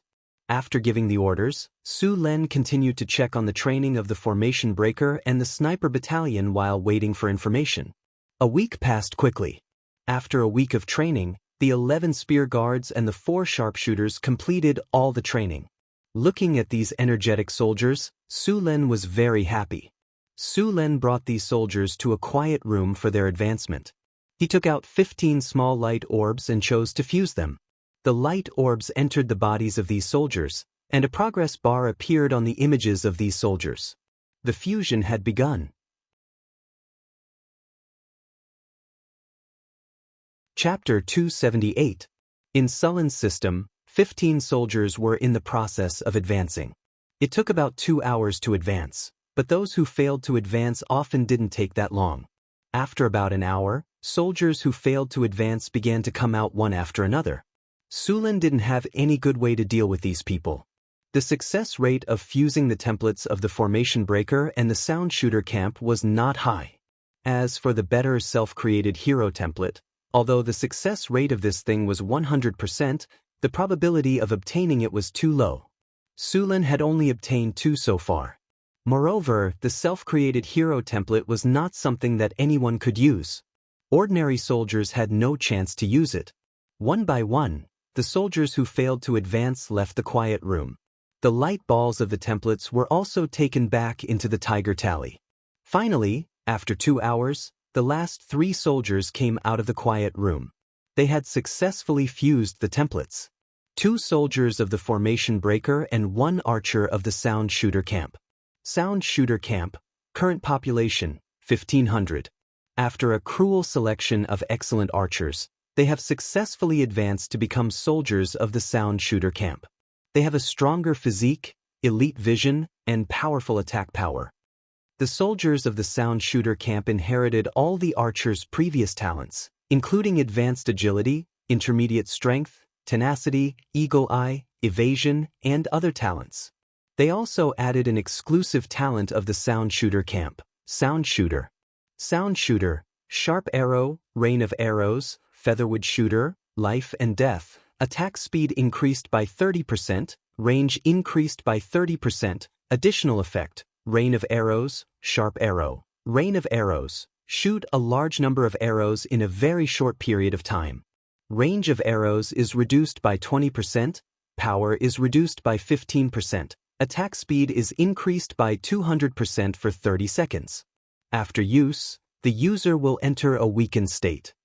Sharp arrow, shoot at a target with great effort, attack distance increased by 50%, arrow speed increased by 100%, additional effect, armor break.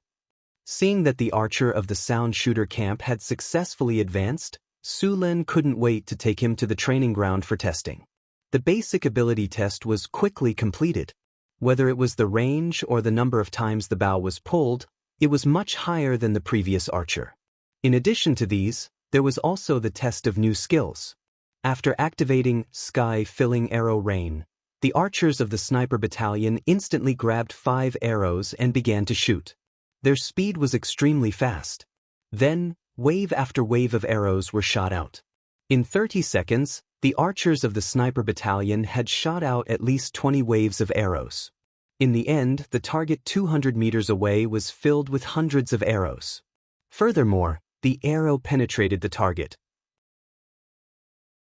This kind of attack power could already penetrate ordinary iron armor. In other words, a single archer from the Sound Shooting Battalion could wipe out a group of 100 soldiers in just 30 seconds. Sullen's eyes lit up when he saw this. However, even though the skill Sky Rain of Arrows was powerful, it would cause the player to enter a weakened state after using it. They would need to rest for a period of time to recover. During this period, the shooting speed, range, and power of the archers would decrease by 50%. After the archery battalion recovered, they began to test out the skill, Great Precision. Compared to the dazzling arrows that filled the sky, Great Precision was only an ordinary arrow. However, this arrow was no less stunning than the previous arrows that filled the sky. A flash of light could be seen on the arrow. Then, the arrow streaked across the sky like a bolt of lightning and instantly hit the target. The center of the target was directly pierced by the arrow. After piercing the target, the arrow continued to penetrate the rock wall behind it. In the end, nearly half of the arrow was buried in the rock wall behind it. Seeing such exaggerated power, Sullen couldn't help but inwardly click his tongue. Even dwarf plate armor couldn't block this power. Moreover, the shooting range was 400 meters. The effect of this arrow was already comparable to a ballista, and its accuracy far exceeded that of a ballista. Although a ballista could also shoot 500 to 600 meters, after 100 to 200 meters, the accuracy was very low. This skill was very useful for sniping enemy generals on the battlefield. Although Sky Rain of Arrows didn't cause one to enter a weakened state after using Sky Rain of Arrows, it still couldn't be used continuously. Moreover, using this skill consumed a lot of energy. Even if one was at full strength, they could only use it 3 times. The archers of the Sound Shooting Battalion were unexpectedly powerful. If 500 archers of the Sound Shooting Battalion were to release their skills together on the battlefield, it was possible to directly wipe out an army. However, when he thought about the success rate of the advancement, Su Lin couldn't help but scratch his head. Of course, after seeing the power of the archers of the Archery Battalion, Su Lin also had some expectations for the ultimate class of half-elf archers. However, the half-elf archers required too much EXP to advance, and there was still a long way to go before they could advance into phantom magic archers.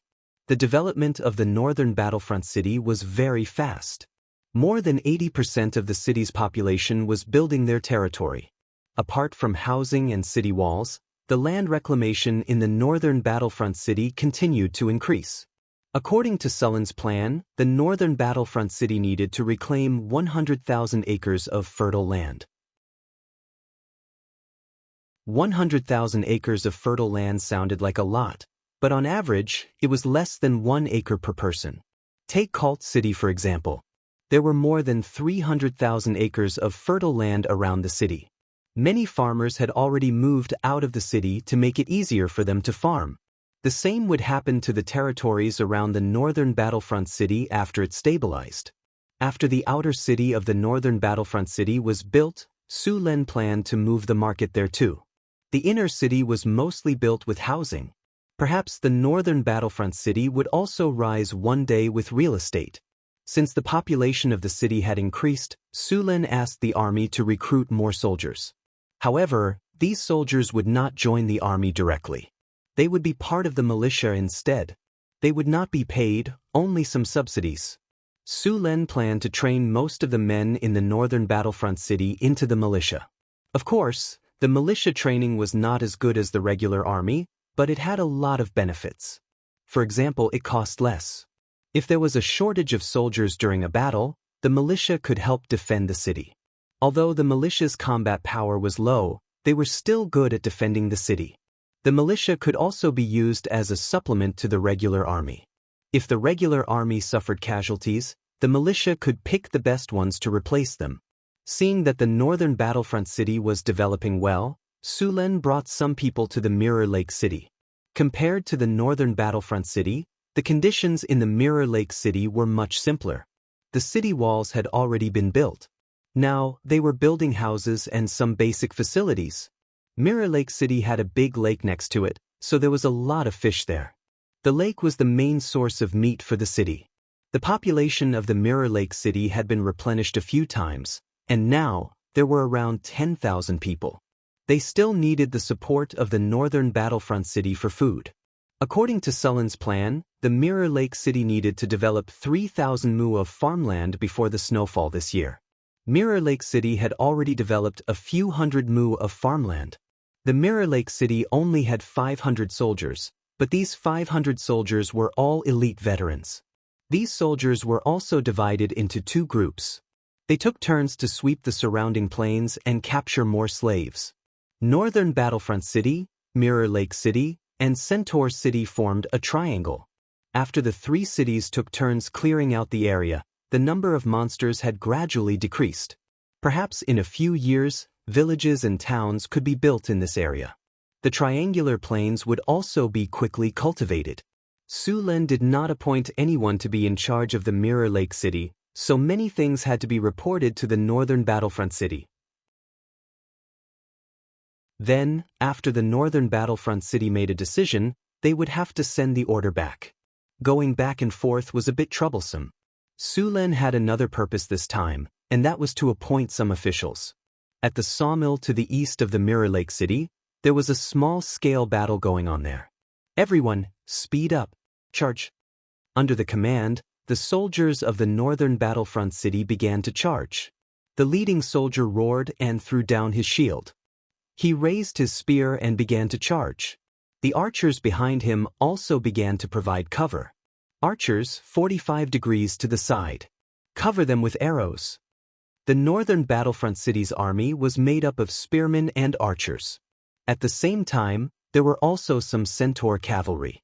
However, the Mirror Lake city did not have such equipment.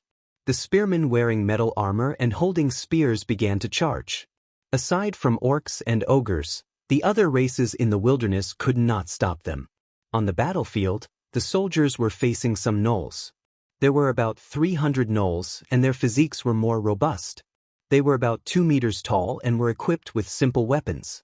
The workers of the sawmill were hiding behind fences. In front of them were some spearmen defending. Many areas outside of the Mirror Lake city were being harassed by these monsters. The rain of arrows covered the area, and a large number of gnolls were turned into hedgehogs. The vanguards suffered heavy casualties, and their formation was instantly disrupted. The charging spearmen took advantage of this opportunity to speed up, and their 3-meter-long spears pierced through the gnolls. The spearmen's charge did not slow down, and they continued to charge forward. Following that, more gnolls were pierced by the spears. Basically, every spear had 2 to 3 gnolls skewered on it. At this point, the spearmen's momentum had been exhausted. It was time for the spearmen in the front row to drop their spears and draw their swords from their waists, continuing to fight the jack-o'-lanterns. The spearmen in the back row weaved through the gaps and began to push the gnolls back. Charge! Just as the gnolls were being forced back, an angry roar sounded out. 20 barbarian warriors charged from the flank. Compared to the spearmen's charge, the barbarians' charge was even more unstoppable. Although there were only 20 of them, they gave off a feeling that the sky was falling and the earth was splitting apart. They were unstoppable. Bang, bang, bang. After a series of muffled sounds, the gnolls standing at the outermost edge were sent flying by the barbarians. When they landed, their bodies were clearly twisted. It was obvious that many of their bones had been broken.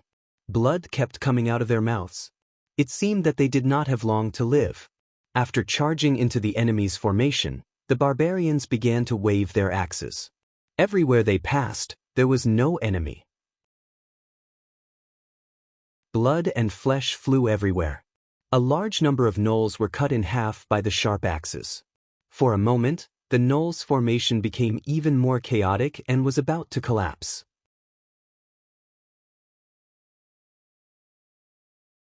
Chapter 279.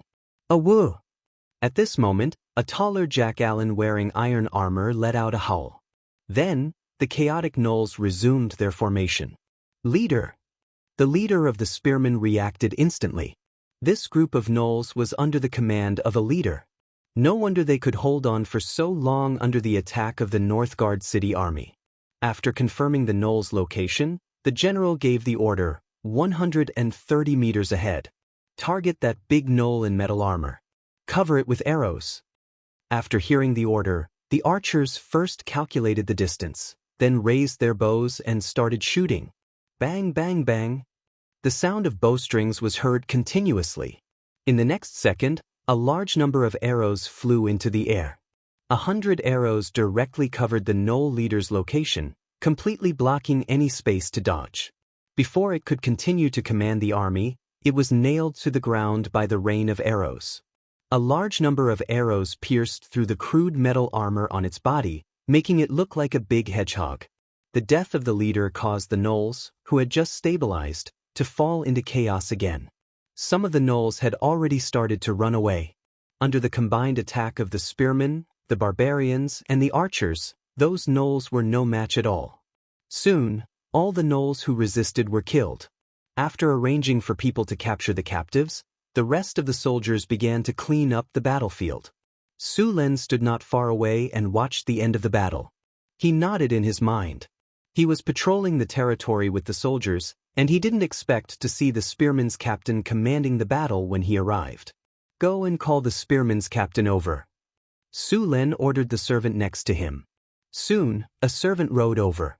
After about 10 minutes, a burly spearmen's captain with a scar on his face came in front of Su Len and bowed.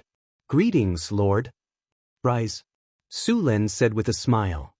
You were the one commanding the battle just now? Yes, Lord. The soldier nodded and said. Although he had seen it with his own eyes, Su Len was still surprised. One had to know that Su Len didn't train these soldiers to command. This soldier was completely self-taught. Thinking of this, Su Len used the system to check the soldier's information. The system prompt sounded in Sullen's ears, and what surprised him was the content of the prompt. Ding. Congratulations, host. You have discovered a hero among your subordinates. A new hero? Su Len was shocked when he heard the system notification. After all, the chances of a soldier becoming a hero were extremely low. He did not expect to be so lucky to encounter one here. Su Len seriously sized up the spearman in front of him. He was tall and muscular and looked very well proportioned. His expression was solemn, and his gaze was firm.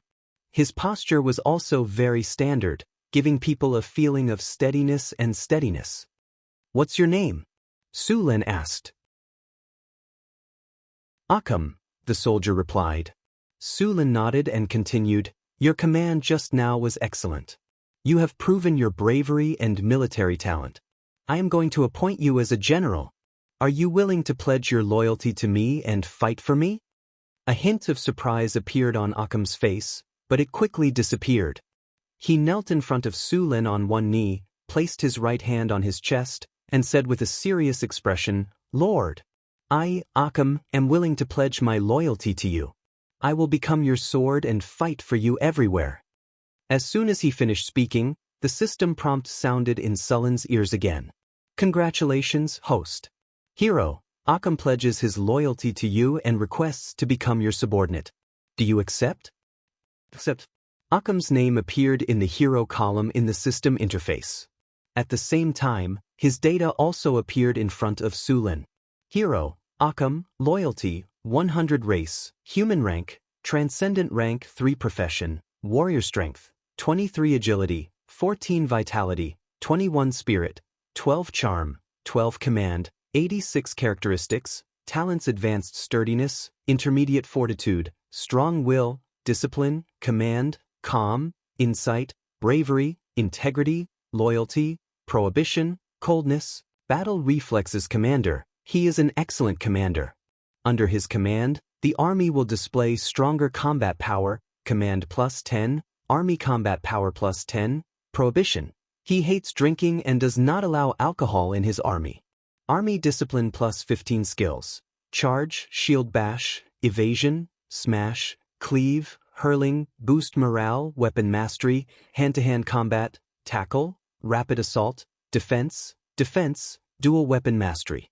Weapon proficiency, gun mastery 182, sword mastery 165, hurling 130, horsemanship 107. Looking at Akam's attributes, Su Len was quite satisfied. Although a rank 3 transcendent was not considered high among the heroes, as long as he worked hard and participated in a few battles, he would be able to advance to rank 4 very quickly. Moreover, Akam's attributes were different from Boulder's and Johnson's. He was a commander-type hero. Although Boulder and Johnson were stronger than Akam, they were the kind of heroes who charged into battle. Although these heroes were strong, they didn't know how to deploy troops or fight a war. The only hero in Northern Citadel that could hold her own was Succubus Chrissy. Moreover, Succubus Chrissy wasn't familiar with battle formations. Akam was a commander-type hero, which was very beneficial for the expansion of Northern Citadel. Su Len pulled out his sword and placed it on Akam's shoulder. He followed the knight's way of swearing loyalty in this world. Very good. After the ceremony, Su Len gave his sword to Akam, who was kneeling on one knee, and said in a deep voice, From today onwards, you are the military commander of Mirror Lake City. The army of Mirror Lake City will be under your command. At the same time, you will be the governor of Mirror Lake City and will be responsible for the construction of Mirror Lake City. Yes, sir. Akam replied when he heard Sullen's appointment. Appointing Akam as the governor of Mirror Lake City was only a temporary measure. In Sullen's mind, the military and administrative forces of a city were two completely different lines. The military was only responsible for training troops and fighting, while the administrative forces were responsible for developing the city. The two sides cooperated with each other or restrained each other to form a balance. This separation of civil and military was very necessary. If there were no such restrictions, when there were more territories and more generals, there would be no restrictions. Those generals might very well become local tyrants. Although these people had declared their loyalty to Su Lin, their descendants might not. In order to prevent the emergence of such separatist forces, Su Lin had banned them from the route. However, the situation now was a bit special. Su Lin did not have enough manpower. When the officer training base in Northern Citadel was upgraded, a better training system would be established. Then qualified officers would be trained. When that time came, Occam's power would be taken back and his position would be changed.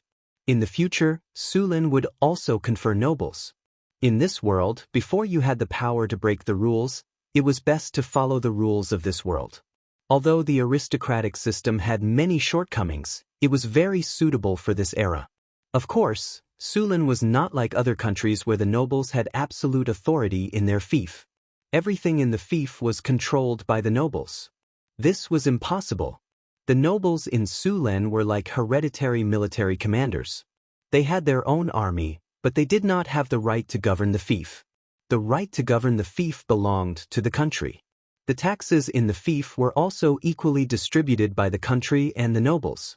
Although the fief was nominally ruled by the lord of a city, the lord did not control all the wealth in the city.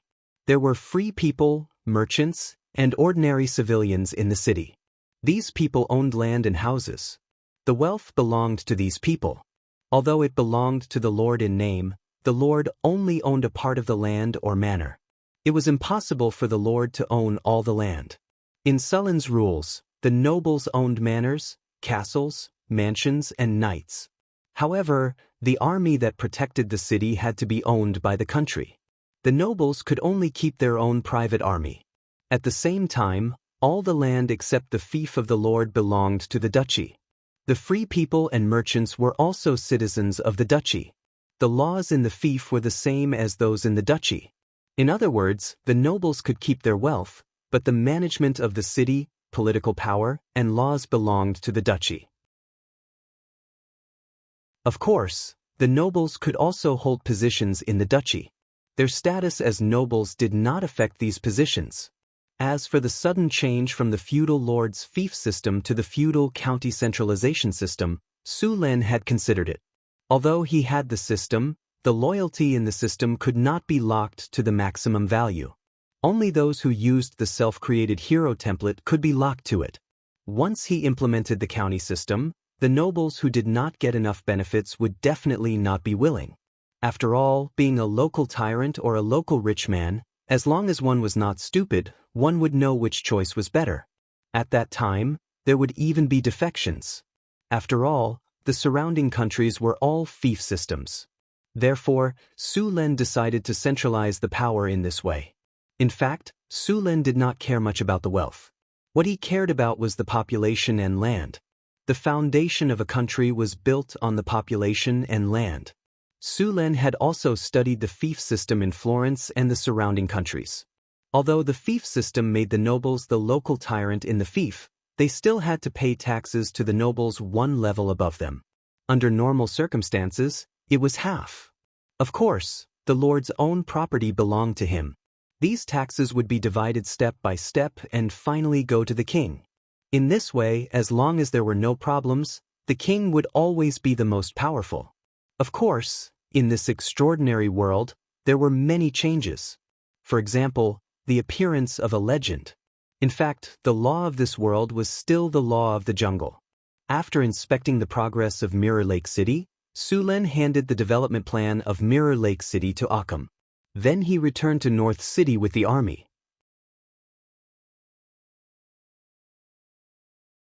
Chapter 280.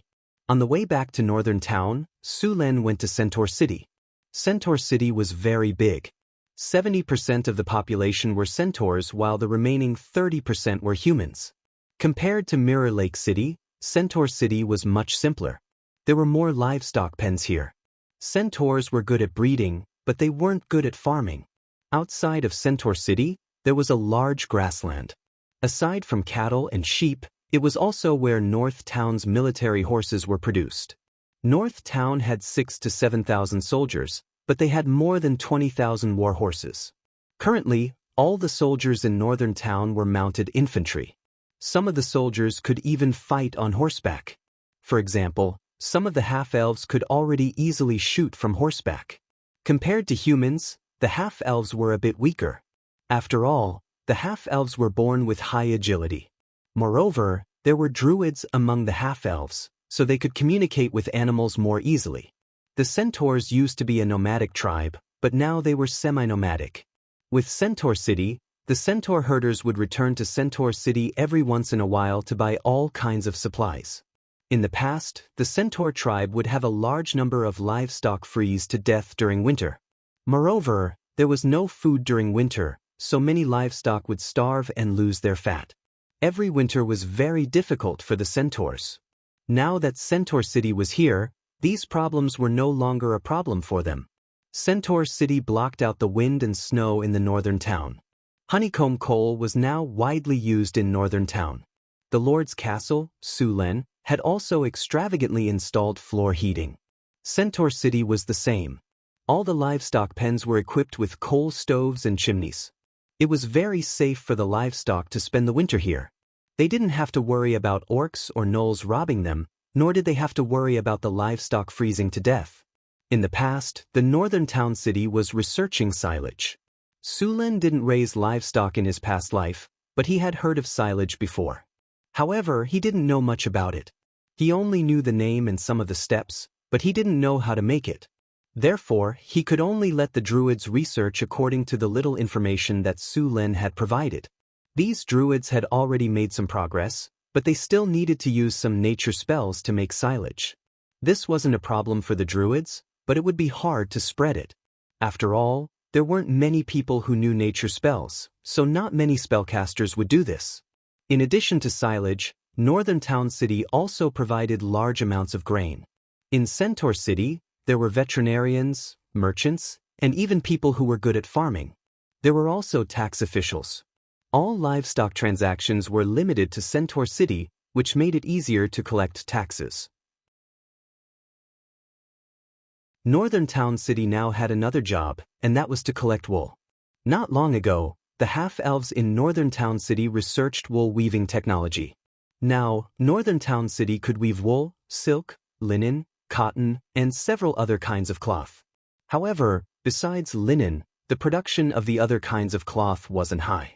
The centaurs' annual income from raising livestock was very good, so the centaurs' lives were much better than before. After all, in the centaur tribe, only the centaur chieftain could enjoy a good life. The other centaurs were no different from the orcs. Salt, clothes, weapons, tea, pottery, wine, and sugar were all things that the centaurs couldn't produce. Now that they had joined the northern battlefront city, these things could be easily bought with a bit of money. Although the centaurs still had a lot of power, it would be very difficult to make them betray the northern battlefront city. The centaurs at the bottom of the hierarchy didn't want to go back to their previous lives. It was easy to go from frugality to extravagance, but it was hard to go from extravagance to frugality. This wasn't just a saying. In the past, no one had enjoyed a city that sheltered them from the wind and rain. They had delicious food, warm clothes, and their own property. This was simply impossible in the past. Now that the centaurs were asked to give up on this life and go back to their previous life, the centaurs at the bottom wouldn't agree. This was also done deliberately by Sulen. His method was completely open. Even if the centaur chieftain knew about it, they couldn't blame him or stop him. Using this method, Sulen firmly tied the centaur tribe to Northern Town City. Sulen didn't have the intention to completely annex the centaur tribe. He just wanted the centaurs to become a vassal of Northern Town City. Looking at the current results, it was quite good. Mission was still supportive of the centaur tribe's change. Before this, the centaur tribe liked to rob. They had 4 legs and could run very fast. Their arrows were very accurate, and they were very powerful. This made the centaurs the most famous robbers in the wilderness. At that time, the centaurs didn't want to trade at all. Later on, they had a conflict with the beastmen tribes. Under the pressure of the beastmen tribes, the centaurs began to trade on a small scale. In fact, if it weren't for the fact that they traded with the humans and received all kinds of supplies, the centaurs would have already declined in the conflict with the beastmen tribes. Of course, the centaurs suffered heavy casualties because they were too careless. When Sulin arrived at Centaur City, the city was in the middle of a cattle and sheep trade. The centaur tribe's cattle and sheep were currently monopolized by Northern Town City. Of course, when the number of cattle and sheep was increased, it would gradually be opened to other caravans. This time, there weren't many cattle and sheep to be traded. It wasn't the season for cattle and sheep to be sold. "Welcome, Lord." The little mare mission led many centaurs to greet him and gave him a warm hug. "How are you living here?" Sulin asked after he broke away from the two towering balls. "We are living very well. Just last week, the tribe welcomed a few new lives." The little mare mission said happily. "Thank you again for your help." Sulin waved his hand and said, "No need to thank me. After all, the centaurs are now part of Northern Town City. As the Lord of Northern Town City, I have the obligation to make the lives of my people better." "You are the best, Lord." Led by mission, Sulin arrived at the largest house in Centaur City. The centaur tribe did not have a chief yet. A group of centaurs sat on linen and straw mats. In the middle of the room was a huge bonfire. Several chefs were roasting lambs. Drops of fat dripped from the roasted lambs, creating clusters of flames. While the chefs were roasting the lambs, they were constantly brushing sauce on them. This method was improved by Frodo. After all, the centaurs would only dip their meat in salt before eating it. Sulin and Mission sat in the main seats. In addition to a dozen centaurs, there were also some humans. These humans were tax collectors and merchants sent by Northern Town City. Although the banquet was very simple, the atmosphere was very good. These centaurs were very satisfied with their current life. The purpose of Suluan's inspection was to see the life of the centaurs. On the other hand, he was ready to officially appoint the governor of the Centaur City. Centaur City was different from Mirror Lake City. The residents here were mainly centaurs. It was impossible to appoint a centaur to be the governor.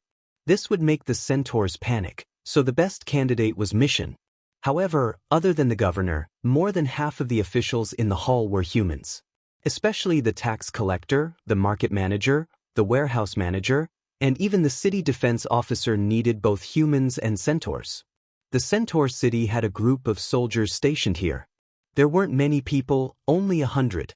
These people were usually responsible for maintaining the security of the territory. With these people, the Centaur City wouldn't be completely controlled by the centaurs. The centaur tribe was now under the elder system.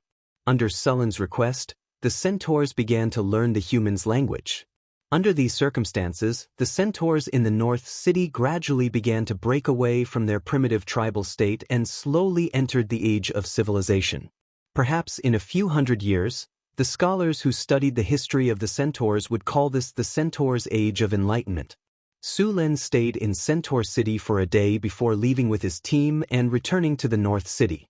The construction of the North City was still progressing steadily.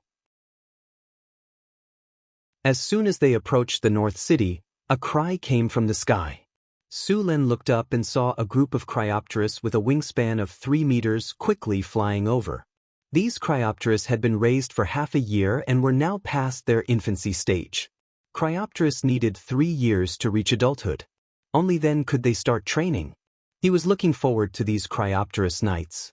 In the last battle with the orcs, he saw the power of the orc wyvern knights.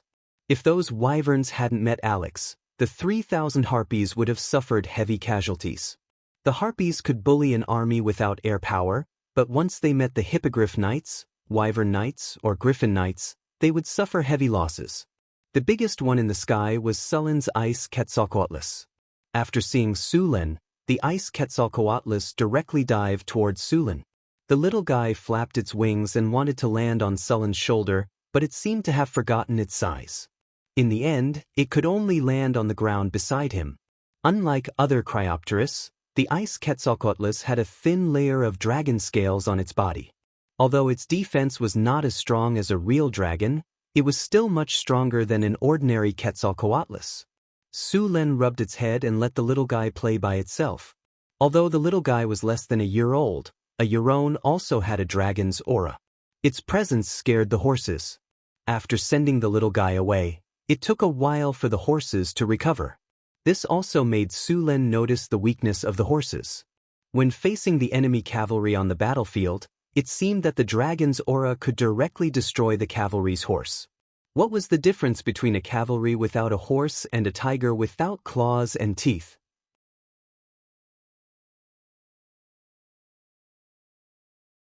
Chapter 281. The advantage of coming to Northern Battlefront City was obvious. The knights in Northern Battlefront City were all centaurs. As intelligent beings, although they would be affected by the dragon aura, the effect was minimal. Of course, the warhorses in Northern Battlefront City would be affected as well. Su Len planned to train the warhorses accordingly so that they could slowly get used to the dragon aura. Warhorses were actually very timid animals. It would take a long time for them to get used to the dragon aura. However, Su Len was not in a hurry. After all, the warhorses in Northern Battlefront City were mostly used for quick advance or retreat. After returning to Northern Battlefront City, Su Len immediately received news from Aten. Su Len had asked them to collect information about the Minotaurs. They had completed their mission. There are more than 300 Minotaurs in the tribe? Su Len looked at the Drow scout in surprise. Yes, sir. After careful investigation, we finally confirmed their exact number. There are about 350 of them, the Drow said respectfully. Su Len nodded. A tribe of 350 people. Are there any Minotaurs in it? Minotaurs were the name of the Minotaurs after they advanced into the legendary level. They were powerful and evil creatures. They liked to build mazes and lure their enemies into them to kill them one by one. Minotaurs were powerful and immune to mazes. Wizards' mazes were ineffective against them. They were good at using giant axes as weapons. They were cunning and evil. They were one of the monsters that adventurers did not want to encounter the most. Minotaurs were powerful and had mazes that could make people dizzy. They were very difficult to deal with. Most importantly, the rewards were very low. Unlike dragons, the Minotaurs did not like to collect treasures. Therefore, killing these monsters was often a loss. We didn't find any Minotaurs. Seems like we're in luck. This Minotaur's tribe did not give birth to such powerful creatures. Su Len held his chin with one hand and leaned back in his chair. Sir, this is the map of the Minotaur's territory. We've investigated it. There are no powerful creatures nearby. After understanding the Minotaur's strength, Su Len began to prepare to wipe out the Minotaurs. After all, not only did the Minotaurs occupy the obsidian mine, but they also captured his people. If he did not rescue them, the Grey Dwarves' loyalty would decrease. Following Sullen's orders, the war machine of Northern Battlefront City began to move. Since they were going to fight in the underground world, human spearmen were not suited for the environment. Su Len planned to use Duergar, half-elf archers, centaurs, and harpies. Humans did not have night vision, so fighting in a place like the underworld was very inconvenient. In addition to these troops, Hathaway, Chris, Karina, and Alex would also go on this expedition. Without the help of spellcasters, the Taurens would suffer a lot of casualties. Adult Minotaurs could reach the level of knights. The Minotaur warriors were generally Transcendent Tier 2, and the Berserk Minotaurs were Transcendent Tier 3. The army of Northern Battlefront City gathered quickly. There were 200 centaurs, 400 dwarven defenders, 300 half-elf archers, 100 barbarian warriors, and 3,000 harpies forming a huge team. Su Len led the army into the underground world through the connecting tunnel. This was not their first time in the underground world, so they quickly adapted to the environment. Under the lead of the Drow scouts, the army of Northern Battlefront City advanced through the tunnels toward the Minotaur's tribe. The Minotaur's tribe was northwest of the dwarf city of Orlando. They had to pass through 5 tunnels and 3 underground caverns. The underground world's terrain was complicated, so the army moved slowly. Many of the tunnels were limited in width, so only 5 people could walk side by side. The army of northern Battlefront City was stretched into a long line. The movement of thousands of people was not small, so it naturally alerted many underground creatures. As soon as they entered the tunnel, a group of hook horrors fell from the sky. However, they could never imagine how powerful the enemy they were facing this time was. The 2-meter-tall hook horrors were shot to death in the air before they could even attack. The half-elf longbow's power could easily penetrate the armor of the dwarves at close range, so these hook horrors could block it. Moreover, the soldiers Su Len brought this time all had night vision, so those hook horrors in the dark tunnels had already been discovered by Su Len. Other than the hook horrors, there was also a group of lion-scorpion beasts living in the underground caverns. When these lion-scorpion beasts noticed the army, they immediately hid. The lion-scorpion beasts were very intelligent, so they naturally knew how to avoid danger. Su Len recorded the positions of these lion-scorpion beasts. He was prepared to see if he could tame these lion-scorpion beasts in the future. The lion-scorpion beasts were also flying mounts. Although they couldn't compare to the pterosaur, they were not any worse than the hippogriff knights and griffin knights. However, taming the lion-scorpion beasts was very difficult.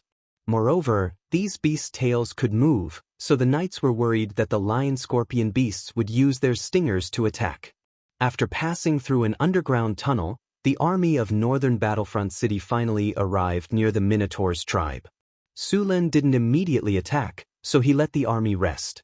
He took out the sky-illuminating lamp and released a group invisibility spell. A gray energy barrier enveloped the army of northern Battlefront City, and in the next second, the army of northern Battlefront City disappeared without a trace. All the soldiers began to rest. Traveling for a long time was very tiring, not to mention in a place like the underground world. The army didn't light a fire and they were very close to the Minotaur's tribe. If they lit a fire to cook, it would attract the attention of the Minotaurs. The army had brought rations with them. These rations were made by Su Len from his previous world. He used dried meat, flour, potatoes, salt, sugar, vegetable oil, and diced vegetables to make stir-fried noodles before processing them into biscuits. It can be soaked in water or eaten directly. These rations had a rough texture and the taste was not bad. Of course, according to Frodo, this was a complete waste of food, but for the army, this kind of food was very convenient. The biscuits made from stir-fried noodles were very convenient to eat. There were vegetables, salt, and diced meat inside. Not only could it fill one's stomach, it could also provide vitamins. Of course, only northern Battlefront City would spend so much effort on rations. The rations of other countries in this world were a mess. Black bread was the norm, and sometimes they didn't even have this kind of black bread mixed with wood shavings and stones. Of course, the treatment of the elite army was very good. Northern Battlefront City's rations were not cheap, and only Su Len was rich enough to add diced meat, sugar, and vegetable oil. The cost of a single serving of rations was 2 gold nars. The army set up camp in the invisibility barrier and quietly ate the rations. After eating the rations, the army quickly took the time to rest. After the army set up camp, the drows all left to investigate the surroundings. There was no difference between day and night in the underworld. The creatures here slept according to their unique method of timing. The drows used magic pillars. Every day, the magic pillars would slowly light up from the lowest point, which meant the beginning of the day. When all the pillars lit up, it meant the end of the day, and then the magic pillars would begin to extinguish from the bottom to the top. The dwarves used mechanical timing, and at the same time, they also had magic pillars similar to the drows.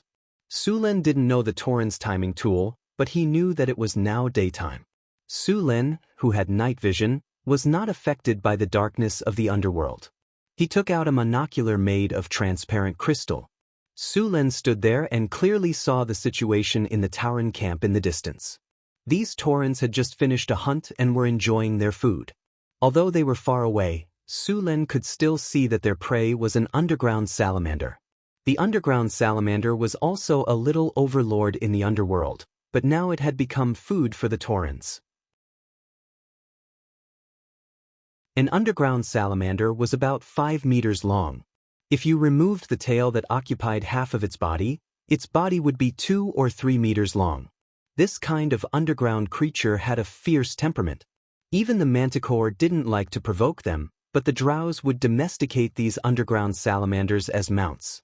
The strongest drows were the petrifying lizard knights, but they were rare. Generally, a petrifying lizard knight would lead a small team of underground salamander knights to form a patrol team. The underground salamanders were slightly smaller than the petrifying lizards, but they didn't have the petrifying light of the petrifying lizards. Seeing the Taurens barbecuing food, Su Lin didn't continue to pay attention. When he returned to the tent, Su Lin, Hathaway, Chris, and the others also began to enjoy the food. Time passed by, and soon it was night in the underworld. At this time, many animals began to come out to look for food. The camp in the northern city was still silent. A few wildebeests quickly disappeared after approaching. The Tauren tribe in the distance also quieted down. Only the tall totem pillars were still shining. Su Lin waited until midnight before he began to move. 3,000 harpies flew into the sky, and Hathaway cast 2 spells to remove sound and smell. Then the group of harpies began to approach the Tauren tribe. Su Lin led the dwarves in formation and began to quietly approach the camp. The half-elf archers behind him were ready.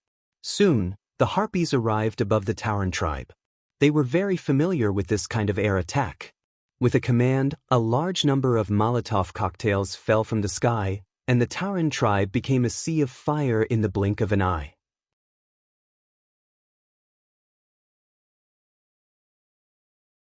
Chapter 282. Roar. A tyrannical roar echoed, followed by even more roars. With the light of the Molotov cocktails, Su Lin was able to clearly see the situation of the Tauren camp. The Molotov cocktails weren't as effective as Su Lin had imagined. Although they had ignited quite a few houses, the casualties of the Tauren were limited. Moreover, when the Molotov cocktails ignited the camp, a burst of ice energy suddenly appeared. Ice storm. A whirlwind made of ice and snow suddenly appeared, quickly suppressing the burning flames and extinguishing many of them. Su Lin frowned. The flames of the Molotov cocktails were a lot stronger than ordinary flames, but the materials that Su Lin had made were still quite different from real Molotov cocktails. Kerosene couldn't compare to gasoline, and charcoal couldn't compare to aluminum powder or rubber. Whether it was burning or sticking, it was much worse. Last time, they had succeeded in bullying the Beastmen army because there were no casters among them. Moreover, they were living in tents. Now that they had encountered a caster spell, it was normal for it to be barely effective. The harpy retreated after throwing the Molotov cocktails. There weren't many Molotov cocktails in Western Town's northern city, mainly because kerosene was hard to find. This kind of war preparation material could only be produced in the Desert Kingdom, and it was sold in limited quantities. Su Lin had saved up a lot of kerosene for a long time. He had used most of it last time when he had set fire to the Beastmen camp, and the rest had been thrown out today, so the effect was limited. With the help of the flames, Su Lin saw the appearance of the Tauren. Speaking of which, this was the first time he had seen a Tauren outside of some books. Taurens weren't commonly seen on the surface, and most of them were underground creatures. Their appearance was very unique, looking like a bull that walked upright. The Tauren had a human body and was 3 meters tall. Their muscles were bulging and they looked very powerful. They wore fine iron armor and held a shield in one hand and an axe in the other. Their axes were even bigger than the barbarians' axes. They were 2 meters long, and only these Taurens could wield them. Although they were called Taurens, they didn't inherit the gentle nature of bulls. Instead, they inherited the tyrannical side of bulls. These minotaurs were cruel and tyrannical. They loved war and killing. In fact, minotaurs had inherited a trace of demon blood. They worshipped demons and liked to capture other weak creatures as slaves. The minotaurs worshipped the Minotaur King Buffet, the Lord of the Abyss' 600th floor. These minotaurs, who were over 3 meters tall and weighed close to 1,000 pounds, could be said to be the best heavy infantry. After putting out the fire, these minotaurs rushed out of the camp. Looking at the tall Taurens in heavy armor and weapons, the earth trembled when they ran, and then looking at the gray dwarfs who were less than 1.5 meters tall, wearing iron armor and standing in neat rows like a group of gas tanks, Su Lun felt that they were not very reliable. How do you plan to deal with those minotaurs? Su Lin looked at the gray dwarves suspiciously. When they decided to deal with the Taurens, the gray dwarves had strongly requested to participate. Although Su Lin didn't think highly of the gray dwarves had clashed with the minotaurs in the underworld before. Until Su Lin took action, these gray dwarves had been doing well. They still had experience in dealing with the minotaurs. The minotaurs look tall and mighty, but they're just for show. When we fight them, we just roll under their legs and jump up to chop off their hind legs. The gray dwarf's commander, Barton, patted his chest and said. However, Su Lin didn't think this tactic was reliable at all. Seeing Sullen's expression of disbelief, Barton continued to explain, those big guys are too big. They turn very slowly and are not as agile as us. Also, it's very inconvenient for them to attack us because we're short. We may be short, but we're agile. In order to deal with the minotaurs, we even developed a slide kick. When the minotaurs attack, we just slide under their legs and use our axes to attack their private parts. If we're lucky, we can even castrate them. Su Lin originally thought that these gray dwarves had some kind of ultimate move to deal with the minotaurs, but it turned out that this was it. If they were lucky, they could castrate them, but if they were unlucky, wouldn't they become snacks delivered to their doorstep? Would they be able to crush gas tanks with a single stomp of their hooves? Su Lin wasn't optimistic about the gray dwarves' plan. According to what they said, if they were facing a single minotaur, they might be able to pull it off. However, they were facing a group of minotaurs. Sure, they might be able to dodge the first minotaur with a slide kick, but there would be more minotaurs behind. The minotaur's hooves alone could trample the gray dwarves to death. After figuring out the gray dwarves' plan, Su Lin didn't have much hope for them. If he let them go, they would definitely suffer heavy losses. Su Lin still needed these gray dwarves to help him mine and forge equipment. How could he bear to see them die? If they were all dead, who would forge equipment for him? Where are the ballistae? Prepare to load them. Su Lin ordered. All gray dwarves, fall back and get into formation. My lord, please believe in our strength. We dwarves will completely crush these idiots. Barton quickly said when he saw Sullen's stance, strongly urging them to fight. However, Su Lin didn't think much of it and forbade them from acting on their own. Against the minotaurs, Sullen's plan was to use the ballistae to attack first, then let the barbarian warriors and centaur heavy cavalry charge. Most of the barbarian warriors had leveled up to barbarian berserkers, and normal minotaurs were no match for them. Only the berserk minotaurs could contend with them.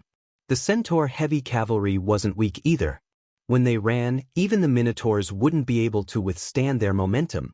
First, use the ballistae to disrupt the minotaurs' formation, then use the barbarian warriors and centaur heavy cavalry to launch a surprise attack.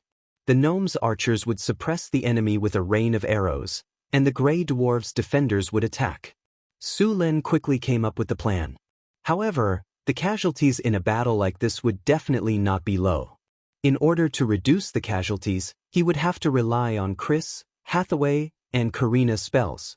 Hathaway, prepare your spells. Release them when the minotaurs get close. Su Lin called Hathaway and the others over and had them prepare their spells. Don't worry, we'll treat those minotaurs well. Hathaway said excitedly. She was very interested in the minotaurs right now. She planned to find a few minotaurs' corpses and bring them to the lab for research after the battle. The underground world was very dim. Even with the fire still burning in the camp, it still looked a little hazy. Muffled sounds echoed in the underground cavern. The ground under their feet trembled slightly. The minotaurs rushed over with a violent aura. Their 3-meter-tall bodies made them look like little giants. Even the barbarian warriors, who had been on the battlefield for a long time, stopped underestimating them. Their expressions became very serious. The centaur heavy cavalry also had the same expression. The whole army was excited. Boost morale, advanced. Advanced group haste. AoE magic weapon. Reduce enemy defense. Rays of light flashed from Sullen's body. In an instant, all the northern citadel troops were buffed with all kinds of spells. The morale of the northern citadel troops soared. Their eyes were filled with fighting spirit as they looked at the minotaurs in the distance. Seeing that the minotaurs were about 400 yards away, Su Len directly cast a silence spell on the minotaur shaman. The shaman was about to buff the minotaur shaman when he suddenly felt a strange membrane surrounding his body. The originally active elemental energy was also blocked by this membrane. All of his spells couldn't be cast at this moment. The minotaur shaman was directly crippled. After losing the shaman, the minotaur's combat power was reduced by at least 20%. The minotaurs in their berserk state began to charge. Several hundred minotaurs in heavy armor charged forward with great momentum. The sound of their hooves hitting the ground was like muffled thunder. Ballistae fire! Bang bang bang! With Sullen's order, 30 ballistae immediately fired. 33-meter-long spears with powerful momentum shot towards the Minotaur's army. One of the Minotaurs at the front was directly hit by a spear. Their high-quality heavy armor couldn't block the ballistae's attack. An ear-piercing metallic sound echoed. In the next second, that Minotaur's body was pierced by a ballista. Blood crazily gushed out of his body. Even the Minotaurs with powerful constitutions couldn't resist being hit by a ballista. Seeing the state of their companions, these Minotaurs became even more furious. Their chests were fiercely heaving up and down as they kept breathing out white mist from their nostrils. The hot breath they exhaled condensed into steam in the air. Their muscles bulged and their veins bulged like earthworms. Their eyes were bloodshot. The ballistae kept firing, but the quality of the Minotaur's shields was clearly very good. After piercing through the shields, the ballistae lost their penetrative power. The centaurs on the side stamped their hooves a few times and prepared to charge. Charm! At this time, Chrissy took the initiative to make a move. A pink light flashed from Chrissy's body and then swept across the Minotaurs. Immediately after, many of the Minotaurs who were charging suddenly stopped. Their originally bloodshot eyes became blank. But after a mere breath, these Minotaurs suddenly swung their axes and attacked the other Minotaurs around them. The Minotaurs who were attacked reacted quickly and raised their weapons to counterattack. In an instant, the charging Minotaur's army became chaotic. Seeing this situation, Su Len naturally wouldn't let go of this opportunity. He directly led the barbarians and centaurs to charge. The distance of 300 meters only took a few breaths. Su Len led the barbarians and centaurs to fiercely crash into the chaotic Minotaurs.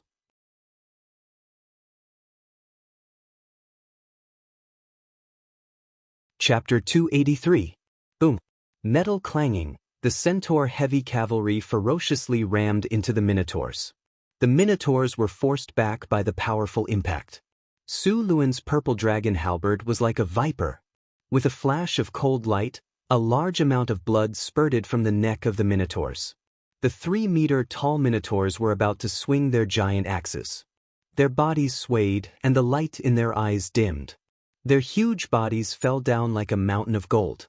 The Minotaurs opened their mouths and spat out a string of red bubbles. Large amounts of blood stained the ground red. Their bodies twitched for a bit before they stopped breathing. Although the barbarians weren't as tall as the Minotaurs, their attacks were much fiercer. Their giant axes cut through the air and viciously slashed at the Minotaur's armor. Even the well-forged armor couldn't withstand the barbarians' strength. A terrifying gash was torn open, and hot blood gushed out. The Minotaurs suffered heavy losses under the combined attack of the northern battlefront city soldiers and the Minotaurs controlled by Crazy. Seduction. Just as Su Len was about to continue and kill the Minotaurs, a pink light flashed again. The Minotaurs that were fighting suddenly stopped. Everyone stop. Move back 3 meters.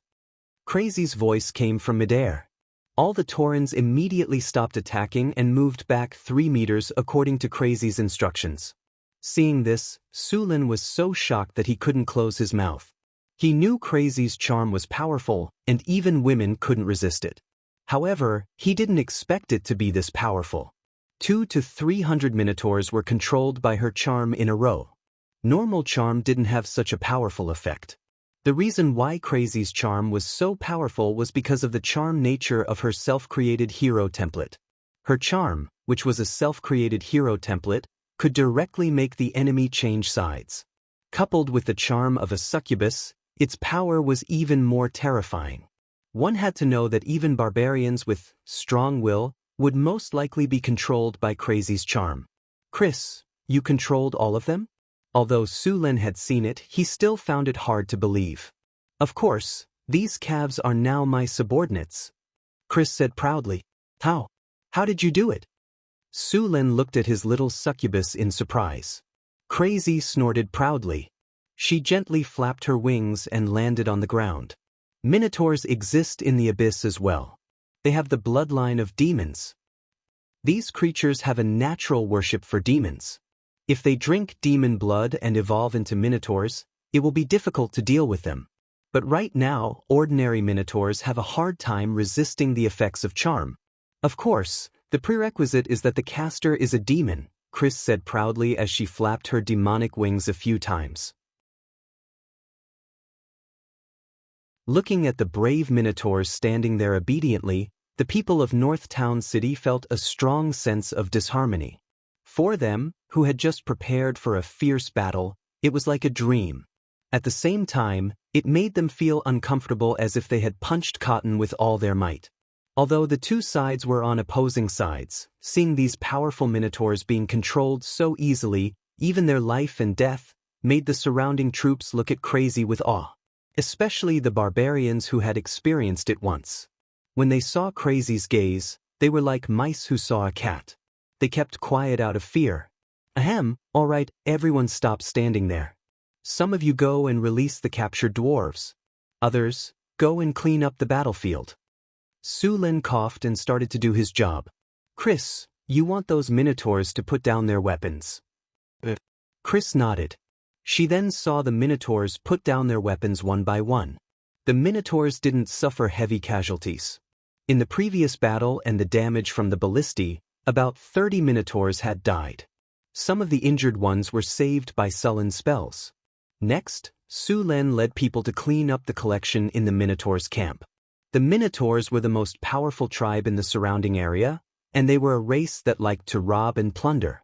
They had a very rich collection. Su Lin found a lot of high-quality gems and some precious metals. The minotaurs didn't care much about gold and silver. They mostly just robbed for the sake of looting, not for the sake of looting. The members of the chaotic evil faction didn't care about other things, so the probability of strange things appearing was the highest. Su Lin wasn't surprised by anything they did. In addition to these things, there was also a lot of iron ore. The minotaurs knew how to smelt iron and forge equipment. These things were left behind by them when they were forging equipment. There should be a lot of veins around this camp. The imprisoned gray dwarves were also rescued. These gray dwarves seemed to be good people. In addition to the gray dwarves, there were many other underworld races imprisoned in the Minotaurs' camp. The Minotaurs liked to enslave slaves. Basically, all the underworld races liked to do this. In addition to the gray dwarves, there were also bugbears and earth goblins. As for the weak ones, they were directly killed by the Minotaurs. The Minotaurs didn't care about the weak ones at all. Now, these slaves and the Minotaurs had all become the spoils of war of the northern town city. Su Lin asked the others to clean up the battlefield. He then asked the gray dwarves to explore the ore veins and organize people to mine the obsidian. The wizard tower required a lot of obsidian, and the previous stockpile was almost used up. Looking at the Tauren camp, Su Lin found that the location was pretty good. Although he hadn't finished exploring it, as far as he was concerned, the minerals here were still very rich. Su Lin was going to build a city here and then mine the surrounding mines. After arranging other things, Su Lin began to look at his harvest. The harvest this time was not bountiful. Defeating the Minotaurs only gave him 3,000 experience points. What surprised Su Lin was the 2 gold chests. He casually opened the 2 gold chests. A light flashed, and a system notification sounded in his ears. Congratulations, host. You have opened a gold chest. You have obtained the item Mount Horse tag. Congratulations, host. You have opened a gold chest. You have obtained the item 100/steal. Su Lun took out the mount plate. He had gotten one before, but it was the most common black-maned horse, which was not much different from an ordinary warhorse. But this time, the mount plate he got was the Pegasus. Su Lun looked at the mount horse tag in his hand. It looked ordinary, and the material was smooth. It seemed to be a type of jade, but it felt warm and comfortable. There were some cloud patterns on one side of the mount horse tag, and the other side was a Pegasus. The Pegasus was lifelike, as if it was going to jump out at any moment. Pegasus mount horse tag. After use, summon a majestic Pegasus as a mount. After riding, it can greatly increase movement speed and attack power. It can also fly. Speed plus 15. Fly. The Pegasus has the ability to fly. Space travel. Can quickly escape from battle and is not affected by dimensional anchor, space imprisonment, and other spells. Looking at the attributes of the Pegasus mount horse tag, Su Lun was so surprised that his jaw dropped. He was still wondering what kind of mount he would get this time. He didn't expect to get such a big surprise. Su Lun still didn't have the ability to fly. Of course, with the help of the Wind Dragon flag or the Thunder Domain, he could fly for a short period of time. However, the speed was not very fast, and it would consume a lot of energy. With this Pegasus, Su Lun could fly freely in the sky. The Pegasus was much cooler than a wizard's flying broom. Compared to the adepts who rode on flying brooms and flying tools, riding a Pegasus was like comparing an Audi to an Alto. In addition to flying, the Pegasus also had a very powerful ability to travel through space. It could actually ignore the effects of spells like dimensional anchor and spatial imprisonment and directly travel through space to escape.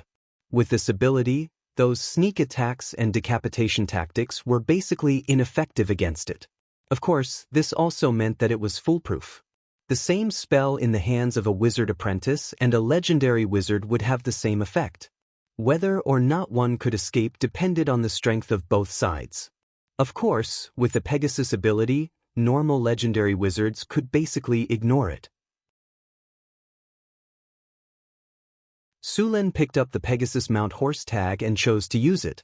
The tag turned into a ray of light and merged with Su Lun's body. In the next second, a portal appeared next to him, and a horse's neigh sounded. A white light flashed in front of Su Lun's eyes, and a handsome horse suddenly appeared next to him. This horse was completely white, and there was not a single trace of color on its body. Its body was tall, and its limbs were long. Its steps were light, and its muscles were well proportioned. Its eyes were bright. Even people who didn't know anything about horses could tell it was a good horse. This horse was lowering its head and rubbing Su Lun's face. Su Lun reached out his hand and stroked its mane. It was smooth and soft. It was very comfortable. After a while, Su Lun got on the horse. The Pegasus neighed and stood up like a human. Then, it dashed forward with a whoosh. The northern fortress city soldiers in the camp only saw a white shadow fly past them. Before they could react, the shadow had already disappeared in front of them. Su Lun could only feel the scenery in front of him quickly passing by, but he didn't feel any bumps. Even the wind in front of him didn't change. The Pegasus was running very fast. After running for a while, a pair of pure white wings suddenly appeared on its side. The Pegasus that was running directly soared into the sky.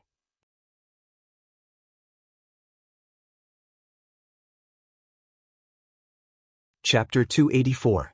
Su Lun only felt another force enveloping him, and then the draconic horse under him soared into the air. The heavenly horse quickly traveled through the air, and its 4 hooves were covered in clouds. The heavenly horse moved through the air as if it was walking on flat ground. Its speed increased once again, and its figure flew past the dome of the underground world like a bolt of lightning. After riding the Pegasus for 2 laps in the underground world, Su Lun returned to the camp of the Torrents. The height of the underground world was limited, so the Pegasus needed to control its altitude when flying. When returning to the camp, it was still a little grumpy. Obviously, the Pegasus had not enjoyed itself enough just now.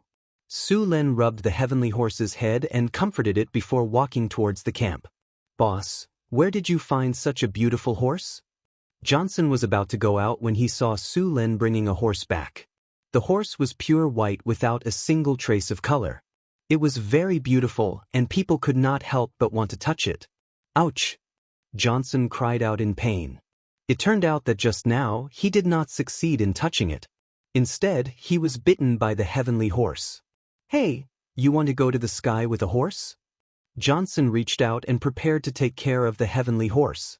Su Lin looked at Johnson with a playful expression. The heavenly horse was not an ordinary horse. After the system merged with the rules of this world, it became more suitable for the growth of this plane, and the heavenly horse was the same. Sulin's heavenly horse was actually a heavenly creature. According to the division of the Magi, it should belong to the 7 hills of paradise. It was the same type of creature as the unicorn, and its strength was not weaker than the unicorn. It could be considered a type of divine creature. Although it did not have the strength of a legend rank, if you underestimated them, you would suffer a great loss.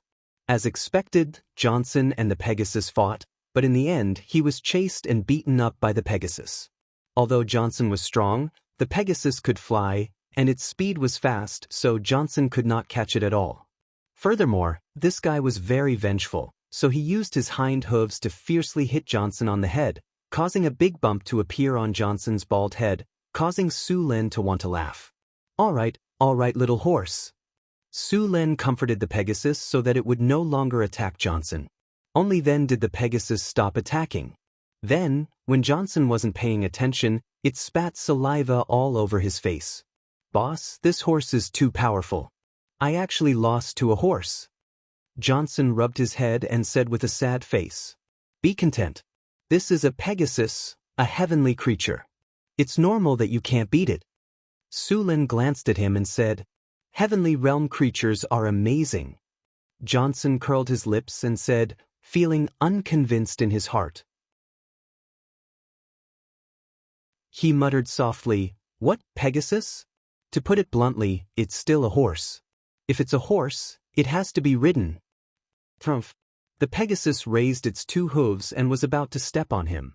Good horse, don't lower yourself to his level. Su Lin stroked the mane of the Pegasus and comforted it. At the same time, he quickly sent Johnson away. This guy had a big mouth. If he stayed for a while, he would definitely be beaten again. Bringing the Pegasus back to the camp, Hathaway, Chris and Karina were all very interested in the Pegasus. They were all spellcasters, so they could naturally feel that the magic energy contained in the Pegasus's body was not any weaker than theirs. Su Lin, what's going on with this horse? Hathaway looked at the Pegasus in surprise. Su Lin patted the back of the Pegasus and said proudly, This is a Pegasus. I met it by accident. It was impressed by my wisdom and strength, so it took the initiative to ask to be my mount. Hearing Sulin's shameless words, the Pegasus could not help but roll its eyes. This is a Pegasus? Hathaway automatically filtered out the information in Sulin's words and stared at the Pegasus with shining eyes. As a wizard, Hathaway knew that the Pegasus and the unicorn were both heavenly creatures. Divine creatures were very rare in the material world. The unicorn was still okay. In the past, when the elf forest was not closed, there were many unicorns living there. However, since the elf forest was closed, unicorns were very rare. Another reason why there were so few unicorns was that they were often hunted by others. It could be said that every part of a unicorn's body was a treasure. The horn on its head was a very important magic material that had very special uses. Its blood also contained magic power, and many evil gods liked unicorns as sacrifices. Although unicorns were powerful, those who dared to hunt unicorns were not mediocre. Each and every one of them was naturally powerful. This was also why unicorns were so rare in the outside world. In fact, even with the protection of druids and elves, unicorns were still an endangered species in the material plane. According to a wizard who did not want to be named, there were at least a dozen magic items made from unicorns in this world. For thousands of years, the number of unicorns in the prime material plane had been in a state of slow decline. Pegasi were even rarer in the prime material plane. Su Lin's Pegasus could be said to be the only one that had appeared in the prime material plane in the past few hundred years. Didn't you see it? Su Lin said proudly. Can I take some of its blood? Hathaway pulled Su Lin and asked, "Just a little. It won't hurt." Suddenly, the Pegasus spat at Hathaway. Seeing Hathaway's embarrassed look, Su Lin couldn't help but laugh. "Don't think about it. The Pegasus can understand you." Su Lin saw Hathaway's angry look and said, "The Pegasus is a divine creature. Its intelligence is not inferior to humans. If you want its blood, you can talk to it yourself." Su Lin shrugged. Although he could force the Pegasus to cooperate, it would definitely make the Pegasus uncomfortable. Therefore, Su Lin did not care and let them talk on their own. After hearing Sullen's words, Hathaway could only give up for now. However, she made up her mind to find a way to get the Pegasus's blood. "Can I try riding it?" Chris, who was at the side, looked at the Pegasus with shining eyes. It was obvious that she also liked this Pegasus. However, as an abyss demon, she was at odds with a heavenly realm creature. It was already good enough that the two of them did not fight when they met. "It's okay. I'll talk to it later. It shouldn't be a problem." Su Lin looked at the little succubus's eager expression and couldn't bear to refuse. "Really?" The little succubus Chris hugged Sullen's arm. The pair of D+ peaks on her body kept rubbing against him. Sullen's anger was immediately aroused. As if sensing the change in Su Lin, the little succubus gently blew into his ear. Then, before Su Lin could fire, she ran away. "You can hide for a while, but can you hide for a while? I'll use the plasma cannon to deal with you tonight." Seeing the little succubus running away, Su Lin had already made a decision in his heart. Su Lin let the Pegasus roam around the camp by itself and then returned to his room. There were still some things he needed to deal with. The first was the problem of the Minotaurs. After the previous battle, there were still 302 Minotaurs alive. They were powerful heavy infantry, and their charge was not inferior to heavy cavalry. If he could subdue them, there would naturally be many benefits. However, the problem was that these Minotaurs were all controlled by the little succubus's charm. If they broke free from the charm, they would definitely rebel. Although the probability was very low, it could not be ignored. Su Lin still had no way to control them. Perhaps the concentration camp that he built to imprison the dwarves would have some effect. He planned to imprison these Minotaurs when he returned and test the effect. In addition to the problem of the Minotaurs, there was also the problem of building a city here. To be honest, with the current strength of the northern citadel, it was already very difficult to carry out multiple large-scale projects at the same time. Building a city here would be more difficult in terms of manpower and other resources. However, just now, he had read the report and map of the nearby mineral veins that the Grey Dwarves had just reported. He had decided to build a city here. It was not that he did not know that there was a shortage of manpower and resources, but there were too many good things here. Not to mention the obsidian mine, there were also mana crystals, fire copper, iron, gold, gem, silver, Kana's iron, and more than a dozen other minerals. Although he did not know the output of these mineral veins, the current minerals were enough for Su Lin to build a dungeon here. There were not many other creatures in the area where the Minotaurs lived. If he wanted to build a city, he would need a lot of manpower. Su Lin did not plan to transfer manpower from the surface world. After all, the northern citadel was already very busy. He planned to capture slaves in the underworld. The first batch of slaves were the ones that they had just rescued from the Minotaurs. As they were saved from the evil Minotaurs, the slaves were very grateful and wanted to repay Su Lin. Since they were so enthusiastic, Su Lin had no choice but to reluctantly accept them. Therefore, these people became the new city's first batch of slaves. Of course, to build a dungeon, it was not enough to rely on these people. He had to capture more slaves from the surrounding areas. Although the population of the underworld was far less than that of the surface world, there were still many options for capturing slaves. The most common ones were the Houndhead men and gnomes. These two creatures were very common both on the surface world and in the underworld. Su Lin also controlled a Houndhead men tribe with thousands of people. He just needed to bring those Houndhead men to build the dungeon. Other than the Houndhead men, there were also many gnomes, cavemen, goblins, gnomes, and orcs living in the caves. Other than the information about the mineral veins, most of the surrounding topographic maps had been drawn. In the maps, Su Len found an underground lake. This was the main water source of the Tauren tribe. Other than the underground lake, the Grey Dwarves also found some broken underground ruins. However, there were some monsters around the ruins, so they did not get close. On the other side of the camp, there were a few tunnels that led to unknown places.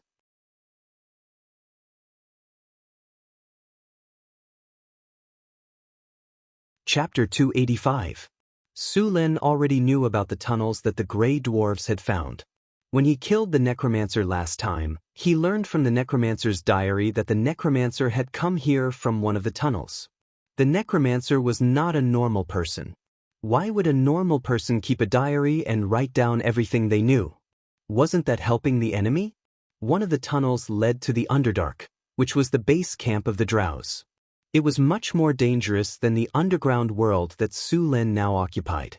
Su Len had no plans to go there for the time being. Besides, he had to guard against the enemy's sneak attack. After looking at the surrounding topographic map, Su Len was very interested in the ruins that the Grey Dwarves had found. He sent someone to summon the Grey Dwarves who had found the ruins. A few minutes later, 2 Grey Dwarves were brought in by the guards.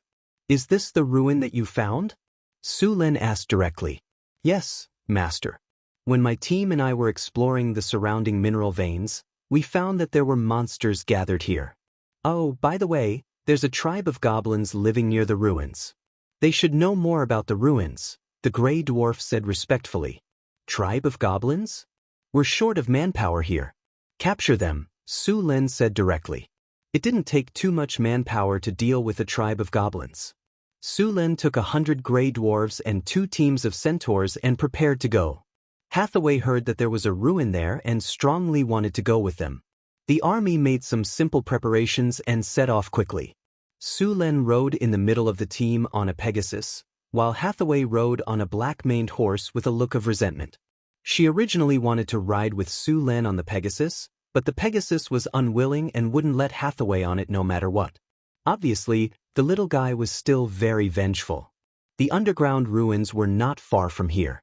After passing through 2 tunnels and an underground cave, the group arrived near the underground ruins. "Master, there are the underground ruins. The goblins living here are in the northeast direction," the Grey Dwarf who acted as the guide said. "Lead the way. Let's capture the goblins first before exploring the ruins," Su Len said with a nod. The group continued to move forward under the lead of the Grey Dwarf. The underground cavern was huge, and they could vaguely hear the sound of an underground river flowing. Moss and mushrooms grew on the ground, and on the other side of the underground cavern was a large stalactite cave. Flutter! At this time, the sound of wings flapping suddenly came from the karst cave. It seemed to be approaching here. Su Len looked up and soon saw a black cloud flying out of the dark karst cave. At the same time, there was a squeaking sound. "It's a vampire bat." Upon hearing these noises, the Grey Dwarves immediately reacted. As underground creatures, they were very familiar with the sounds of vampire bats. Vampire bats were notorious in the underground world. Individually, they weren't strong, but there were too many of them. Every time they moved out, there would be tens of thousands of them. Furthermore, they liked to swarm the enemy when they attacked. These palm-sized bats were extremely ferocious. Even an elephant would be sucked dry of blood in less than a minute. Due to their large numbers, small size, and agile bodies, they were very difficult to deal with for ordinary creatures. As soon as he finished speaking, the thousands of vampire bats quickly flew over. At the same time, these vampire bats continuously emitted strange sound waves. Although these sound waves couldn't be heard, they made people feel dizzy and uncomfortable. Ice storm, thunderstorm. A tornado formed by ice blades suddenly appeared. Along with the sharp ice blades, large numbers of vampire bats were cut into pieces and fell to the ground. For a moment, the surrounding air was filled with the smell of blood. Then a dazzling flash of lightning appeared. Accompanied by the roar of thunder, large numbers of lightning snakes jumped and swam in the sky. The vampire bats that had just flown over were immediately turned into charcoal by the lightning snakes and fell to the ground. Soon, the ground was covered with a layer of vampire bat corpses. After clearing out the vampire bats, the army continued forward. After more than an hour, Su Lin finally saw the underground ruins. The gnome tribe was about 2 to 3 kilometers away from the ruins. Without stopping, the army launched an attack on the gnome tribe. There were many bugbears and earth goblins in the tribe. These bugbears were about 1.6 meters tall and were much stronger than their cousins, the green goblins. Moreover, they were very disciplined. After discovering that someone was attacking, they quickly formed a simple spear formation. Although most of their weapons were bone spears or rusted metal, it wasn't easy to form a formation in such a short time. However, the gnomes were still gnomes. Although their neat formation made them look threatening, under the superior weapons and armor of the dwarves and the arrows of the centaurs, the bugbears were quickly scattered and captured. Seeing that the battle was over, Su Lin stepped forward and asked, "Which one of you is the leader?" The gnomes looked at each other, but no one answered his question. "Sir, the gnomes don't speak the surface language," a gray dwarf whispered to Su Lin. Su Lin was a little embarrassed. Fortunately, the light was dim, so no one could see clearly. "Ahem, Hathaway, cast language proficiency on me." Su Lin coughed. Hathaway held back her laughter and cast language proficiency on Su Lin.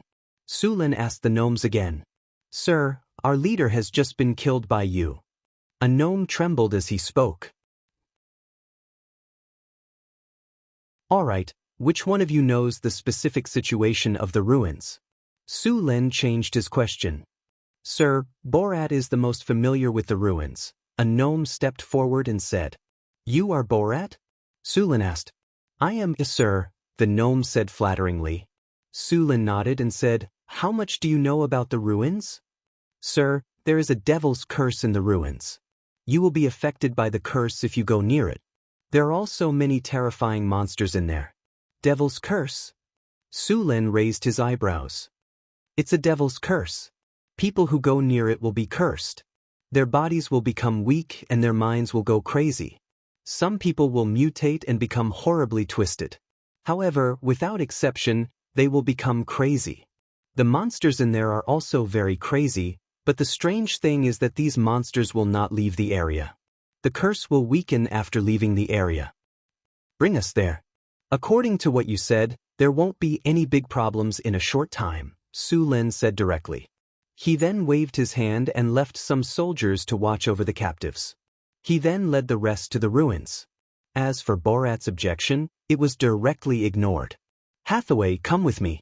I keep feeling that there is something wrong with the devil's curse." Soon, the group was divided into 2 groups again. More than half of them stayed in the gnome tribe to watch over it. Su Lin led 2 groups of gray dwarves and a group of centaurs to the ruins.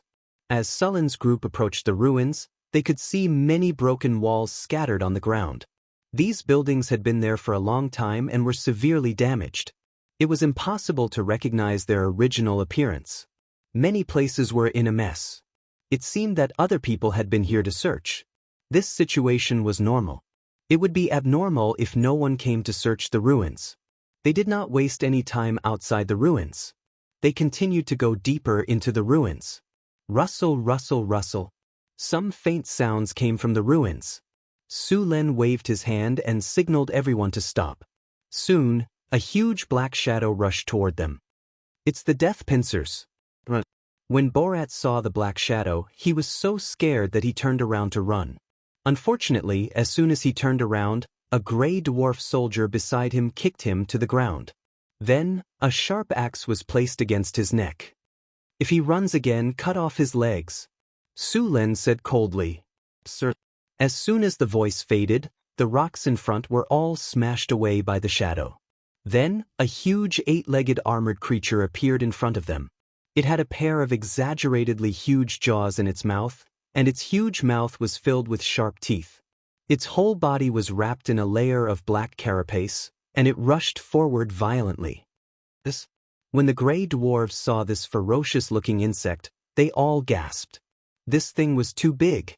It was even bigger than an elephant. The Death Pincers. Mutated creature, challenge rating 12+. The huge monster in front of them was actually a type of mutated insect. It had mutated because of the mana pollution radiation. Its huge jaws could easily bite a dwarf's armor in half. At the same time, its body had a strong defense. Its carapace had a layer of metallic luster, and its vitality was also very strong. For the gray dwarves, this type of mutated monster was still a big threat. However, it was unlucky to encounter Sulin. A monster of this level would only give him some extra loot. Lightning Spear. A spear made of lightning suddenly appeared. A large amount of lightning gathered, and in the next second, the lightning spear instantly hit the charging Death Pincers. The huge Death Pincer worm's body instantly stiffened, and a fist-sized hole appeared in its hard carapace. Then, its entire body was covered in lightning, and its 8 legs twitched a few times before it collapsed with a loud bang. A large amount of blood gushed out. The Death Pincers was done for. He waved his hand and asked a few gray dwarves to drag the body of the Death Pincers over. The meat of this kind of beetle was inedible, but its carapace was still a good material. It was suitable to be used to make shields or armor.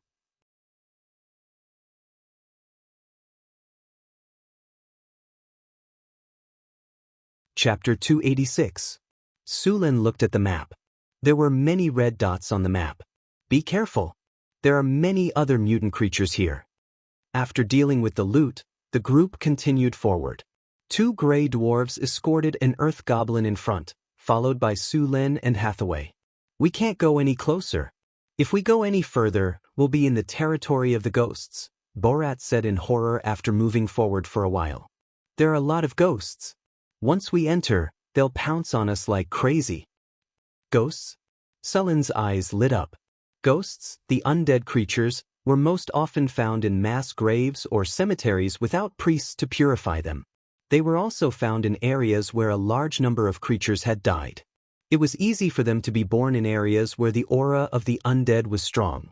Ghosts usually appeared at night, but there was no sun in the underground world. They could appear at any time. There were many types of ghosts, but they all had one thing in common. They had something that they couldn't let go of. It was called obsession or resentment. It was said that if you helped a ghost fulfill its obsession or resentment, you could get a reward from the ghost, such as a high-grade soul crystal. Of course, it was very difficult to fulfill the obsession of a ghost. After all, after turning into a ghost, they had basically lost their rationality. It was not easy to know their obsession and fulfill it. Sulin needed a lot of soul crystals now. Now that he encountered a ghost, he naturally wouldn't let it go. He ignored the earth goblin's cries and directly led him into the territory of the ghosts. As soon as he entered, Sulin felt the obvious difference. The temperature here was a few degrees lower than outside. There was a sudden fog in the surroundings.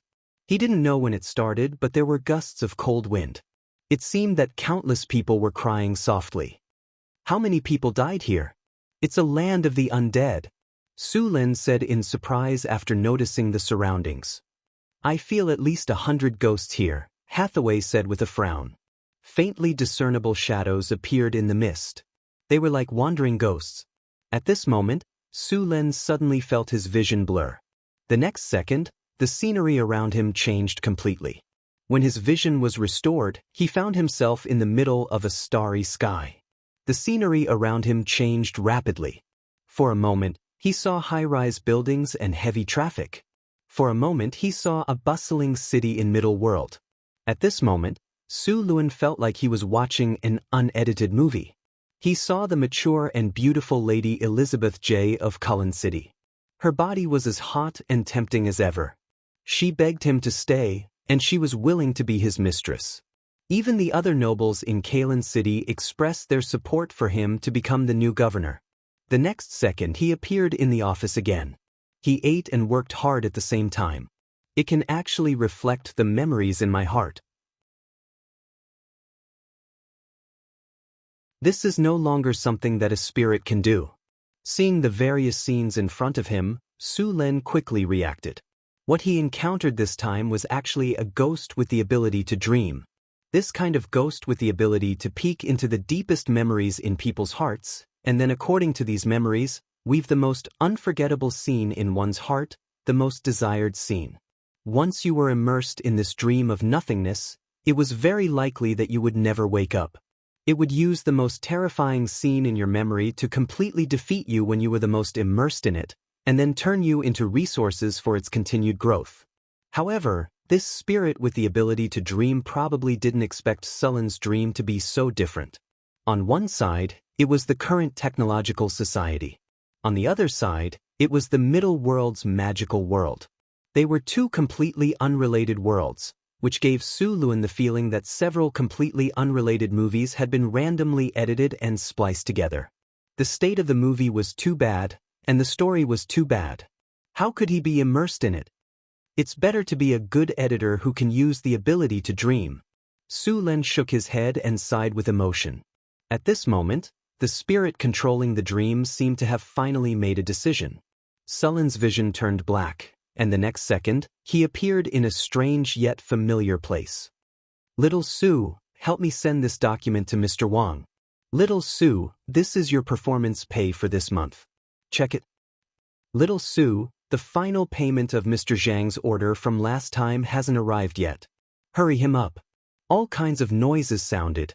Sullen's eyes were a little confused. Little Su, what's wrong? Are you too tired? A woman in her 30s patted Sullen's shoulder. Nothing, I was distracted, Sister Li, Su Lun said casually. After a busy day, Su Lun dragged his tired body back home. Sullen's house was in an old neighborhood. It was a neighborhood built by the textile factory in the 80s of his previous world. Although it was old, when he stepped into the house, his heart was filled with warmth. Mom, I'm back, Su Lun shouted. Little treasure, you're back. I'll heat up the food for you. Mrs. Su took off her reading glasses and stood up from the sofa. When she saw her son's smiling face, she turned around and prepared to go to the kitchen. Mom, don't bother. I'll do it myself. Why aren't you asleep at this hour? Where's Dad? Su Lun quickly asked. Your Uncle Zhang asked him to go over and help. He'll be back in a while. Su Lun skillfully heated up the food and started eating. It was still that familiar taste. As always, it was disgusting. Su Lun, who had eaten this dish for more than 20 years, habitually complained. Soon, Mr. Su returned from outside. I've told old Zhang that I'll go to work with him tomorrow. Dad, you're already 60 years old. Why are you still going to work? Can't you just rest at home? Su Lun put down the bowl and said, Boris, you've been retired for half a year.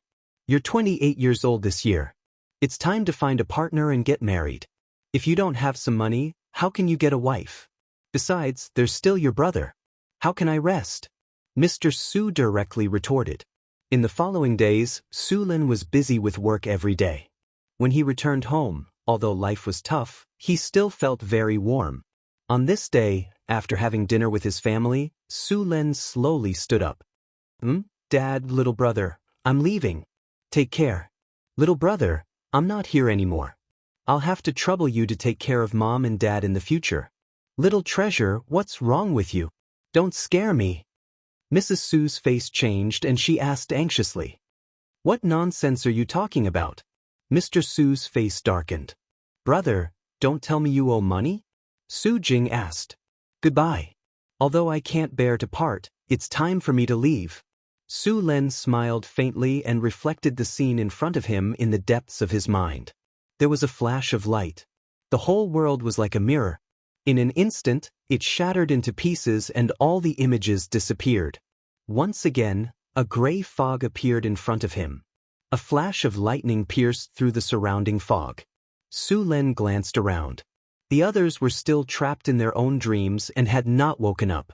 Su Lun only broke the dream that trapped him. If the others wanted to come out, they had to break the dream themselves or get rid of the person who created the dream. I should thank you for letting me see them again. Now it's time to end it. Faintly discernible shadows appeared. In the next second, these shadows quickly gathered in the middle.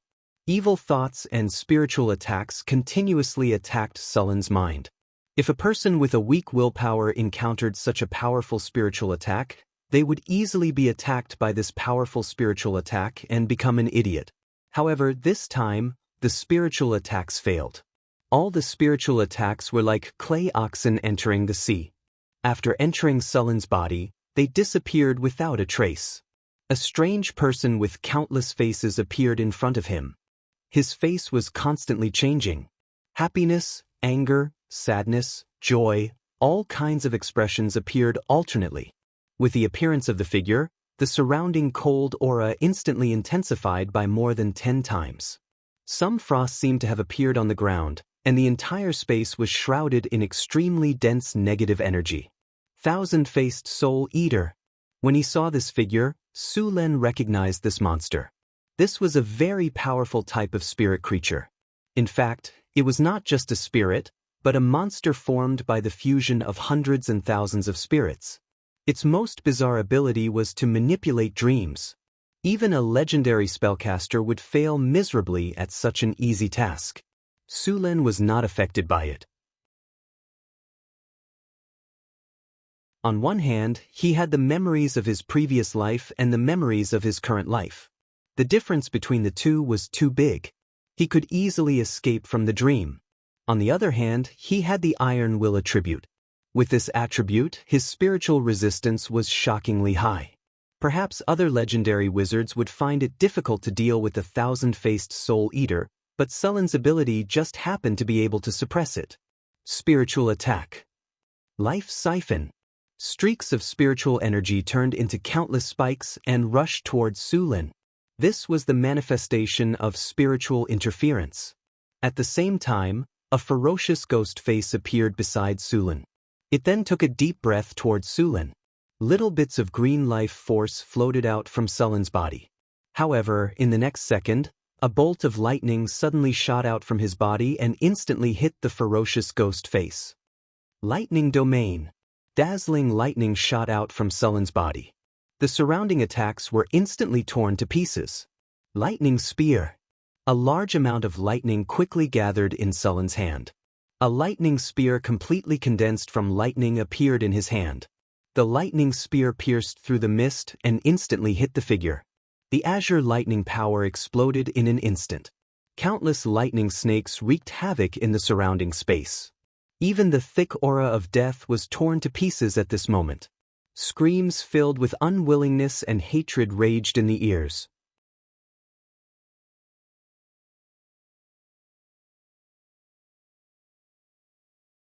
Chapter 287. Death Gaze. A black ray of light suddenly appeared and hit Su Len directly in the next second. Su Len only felt a chill in his body, and the power of thunder in his body instantly burst out, directly dispersing the energy with the aura of death. Feeling the aura of death, Su Len also broke out in a cold sweat. Death Gaze was a very dangerous ability that completely ignored defense. It only had one effect, which was instant death. The enemy hit by this ability would go through a judgment of death. If the judgment failed, then even if the enemy was a giant dragon, they would die immediately. Of course, the probability of this judgment of death was very low, but its effect was also very scary. It was impossible to gamble with one's life every time. The probability of the judgment of death was related to the level of both sides, as well as spell resistance, physique, and many other factors. Su Len did not expect that the thousand-faced Soul Eater in front of him would have this skill. Of course, there were also many creatures that were immune to Death Gaze, such as gods and demigods who only had divinity. They were immune to this skill, and there were also undead, golems, and elemental creatures that were immune to the instant death effect. After seeing this skill, Sullen's vigilance increased greatly. Lightning flashed. Thunder prison. A thunderbolt as thick as a bucket fell from the sky and instantly hit the thousand-faced Soul Eater. The thunderbolt turned into thunder and lightning, enveloping the entire area in it. The thousand-faced Soul Eater suddenly let out a painful howl, and a large number of ghosts flew out of its body. Then, they were instantly enveloped by the surrounding power of thunder and lightning. The undead aura on these ghosts quickly disappeared under the power of thunder and lightning. After opening the thunder and lightning domain, The surrounding space had completely turned into a world of thunder and lightning, with countless bolts of lightning swimming in the air. The thousand-faced Soul Eater noticed that its power was getting weaker and weaker. According to this process, it would not be long before it was directly purified. Faced with such a crisis, the thousand-faced Soul Eater naturally would not wait for death.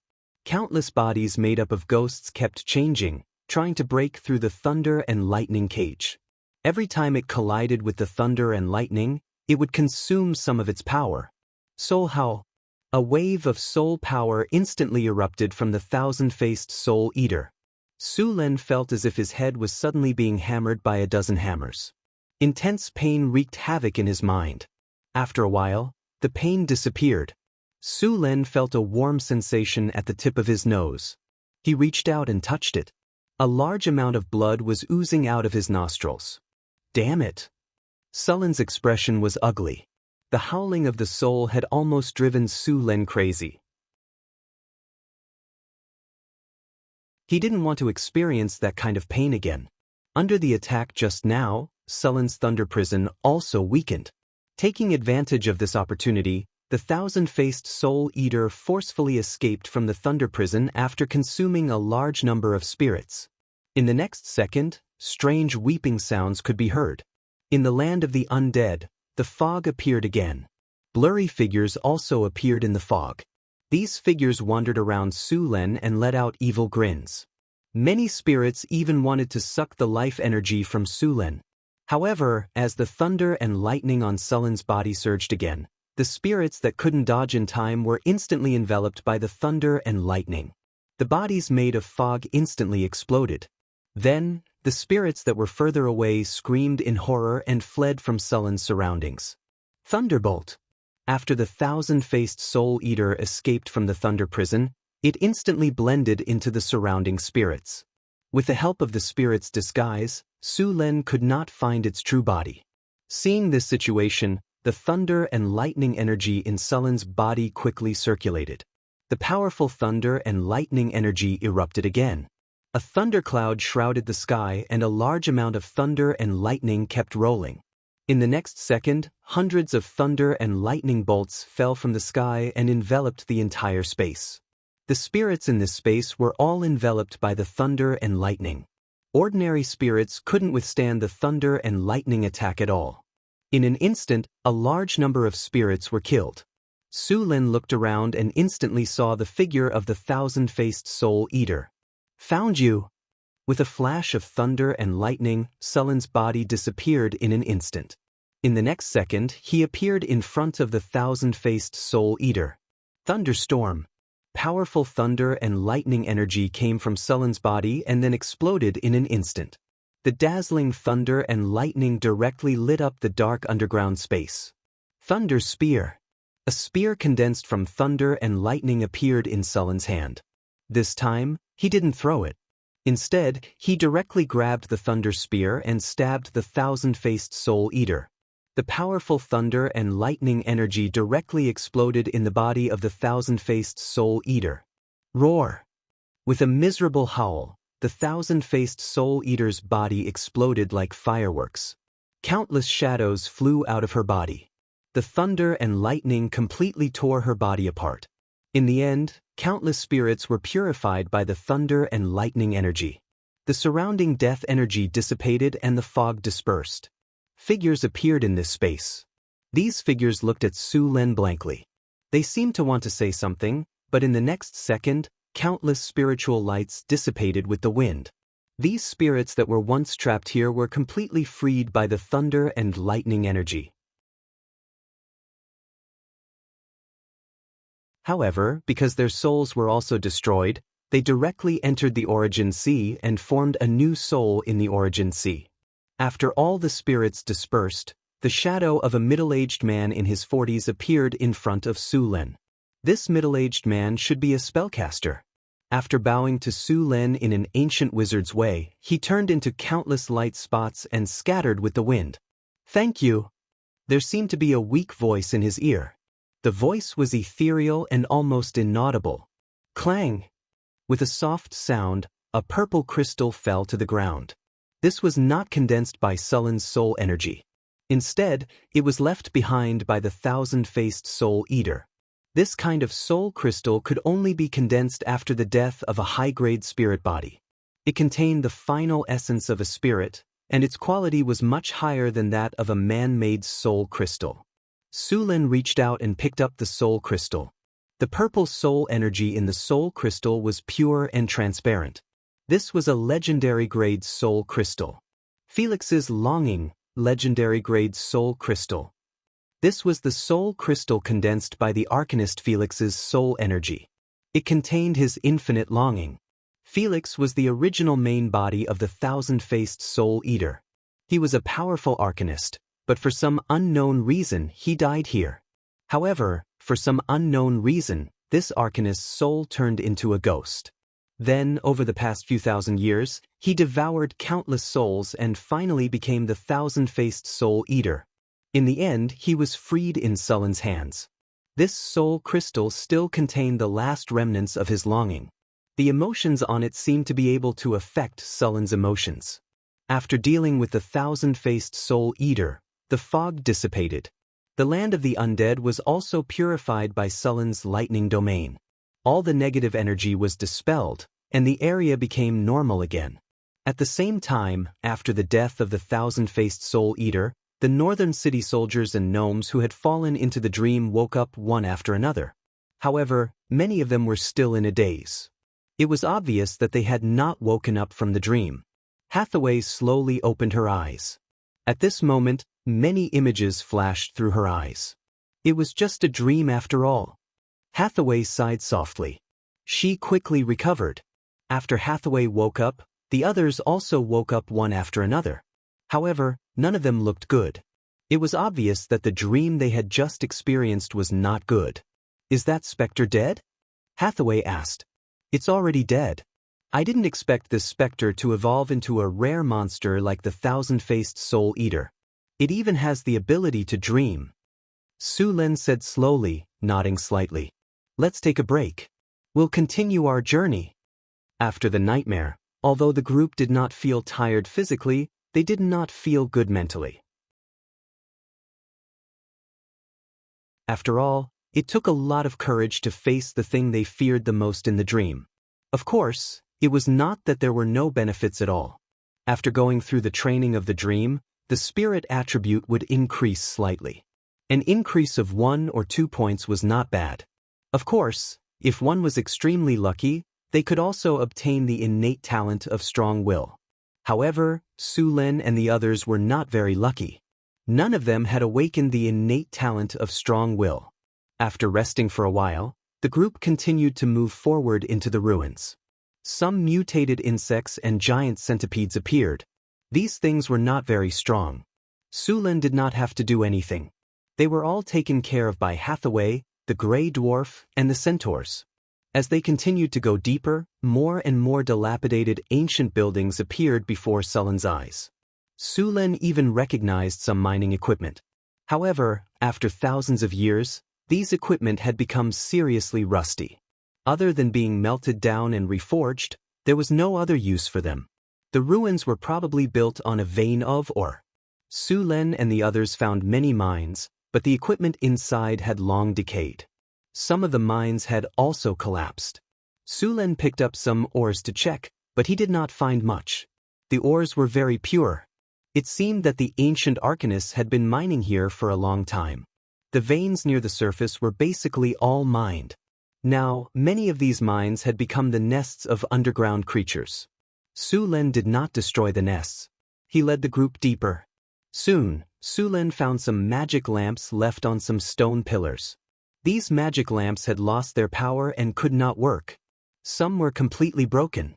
There were some damaged walls and machinery around. This seemed to be the mine's factory. There were many traces of battle in this area. It was unknown who left them behind. There was a big explosion on the side. Many of the factory's walls were blown up, but they could still see the magnificence of this building. After arriving here, Su Lin also felt the energy that shrouded this place. It made him feel a little depressed.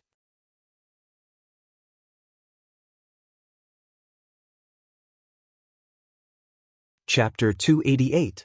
The area of the ruins was very large, and the periphery was a mining area. Su Lin found a lot of railroad tracks and mining equipment, but they had all been abandoned. Su Lin and the others did not stay there and continued to move deeper into the ruins. What's this? Su Lin suddenly saw a flash of metal on the ground next to him. A gray dwarf next to him was very perceptive. He went up the wall and picked up the piece of metal from the rubble. The metal was a fragment of something unknown. Although it was damaged, there was no rust on the surface. The color was somewhat like gold, but the color was a little dim. This is arcanite, an alloy made in the era of the Arcane Empire. It can be used to replace adamantine. Of course, its effect is still not as good as adamantine, but its price is very low compared to adamantine, so it was widely used in many places in the Arcane Empire. Hathaway took a look and immediately identified the material of the metal. But this is because the ancient arcanists were rich. Now this arcanite is traded at the Wizard Fair for 500 kinar per pound. The piece of arcanite found by Su Lin was the size of a fist and weighed about 2 pounds. We just came in and we already have such a harvest. It seems that this secret realm is going to be rich. After passing through the ruins, everything around them was quickly displayed in front of them. This was a very large plaza. Behind the plaza was a dilapidated adept tower. The tower had been broken, and only a dozen meters high was left. The upper part was completely destroyed, and the square was full of broken walls. There were still some passages near the plaza, and there were many buildings in the surroundings. However, most of these buildings had already collapsed, and only a few of them were still relatively intact. These relatively intact buildings were not simple. Unsurprisingly, there were traces of arcane spells here. Intruders detected. Intruders detected. Reserve energy activated. Defensive magic-powered guards activated. A cold mechanical voice sounded. Suddenly, a dull sound came from the wall in front of them, and then several tall shadows appeared. There were not many of them, only 6 of them, but their aura was quite amazing. The whole ground trembled slightly. What are these? Several gray dwarves looked at the golems that came out and swallowed unconsciously. These are puppet golems from the era of the Arcane Empire. Su Lin explained. Be careful, these guys aren't easy to deal with. Su Lin was very surprised by the technology of the Arcane Kingdom. After thousands of years, the golem puppets passed down from the era of the Arcane Kingdom could still move. Target locked. Execute the attack order. After the golems locked onto Su Lin and the others, they picked up their weapons and charged at them. These golems were different from the steel golems they had seen in the ruins of the secret realm. They were yellowish-green in color and looked like they were made of bronze. The 6 steel golems rushed up, and the dwarven defenders immediately raised their shields and rushed over. Clang! There was an ear-piercing sound of metal clashing, and the dwarf warrior's axe hit the leg of the steel golem and bounced off. Not a single mark was left on the golem's body. Be careful, attack their joints. Sullen's figure flashed and rushed up. The purple dragon halberd drew an arc and instantly hit the chest of a puppet golem. The chest of the puppet golem was directly pierced, and at the same time, a powerful force of thunder and lightning broke out in an instant, destroying the runic array in the puppet golem. The eyes of the 3-meter-tall puppet golem flickered a few times and then dimmed. A gray dwarf rushed up, but before he could attack, he was kicked out by the puppet golem. Fortunately, the dwarves were all wearing heavy armor. Although they looked a little embarrassed, in fact, their lives were not in danger. Although these steel golems were strong, they were naturally not enough to face Su Lin, a legendary strongman. After a while, the 3 puppet golems stopped moving. Although it seemed easy for Su Lin to deal with these puppet golems, in fact, if ordinary adventurers encountered these golems, they would be in big trouble. The alloy steel craftsmanship of the era of the Arcane Kingdom could not be damaged by ordinary weapons. In many cases, even if the weapons were scrapped, they might not be able to destroy the golems. If one had to find an adjective to summarize it, it would be to use cold weapons to dismantle a tank. Golems were very resistant to spells and could ignore most of the negative states. To deal with them, in addition to blocking them, they could only break them down. Stone to mud. Hathaway's hand flashed, and then she gently pointed. The foot of another puppet golem that was attacking suddenly softened, and the originally hard rock turned into a muddy swamp. In a breath, the puppet golems sank into the swamp. Although the puppet golems were powerful, they had no place to borrow strength in the swamp and could only slowly descend. If they had enough energy, they could use energy to get out of here. Unfortunately, after thousands of years, it was a miracle that these golems could be activated, let alone have enough energy. Then Hathaway flashed a few more spells, and the remaining 2 golems were all trapped. The 3 puppet golems kept struggling in the swamp, but it was to no avail. After a while, these golems should have run out of energy and were completely motionless. These golems were brought back when we left. Many of the steel golems from the era of the Arcane Empire were lost in craftsmanship. I want to try and see if I can find the answer from them, Hathaway said after dealing with a few golems. Well, when we go back, we'll fish them out. Sulen nodded and said, Let's go. Let's see what's in this ruin. Sulen was still in a good mood after dealing with these golems. Sulen had already felt that the ruins were shrouded in a strange energy. He didn't know what it was that the ancient arcanists had built, but it was still effective until now. After entering the houses that were relatively well preserved, they didn't find anything valuable. After thousands of years, very few things could be preserved in good condition. There were a few pieces of armor that seemed to be well preserved, but when they were picked up, they were rusted beyond recognition. A gentle poke would leave a hole. After coming out of these houses, Sulen walked to the wizard tower next to him. In fact, he didn't have much hope. The wizard tower was even more damaged, and there were even fewer valuable things. Walking into the broken wizard tower, Sulen saw a large number of strange bottles and jars.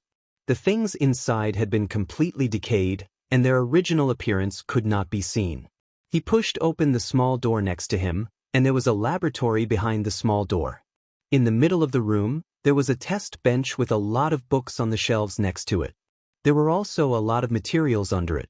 Although these materials looked intact, they instantly turned into a cloud of dust with a gentle touch. Some strange organs were sealed in some crystal vessels next to it. He didn't know what kind of creature they belonged to.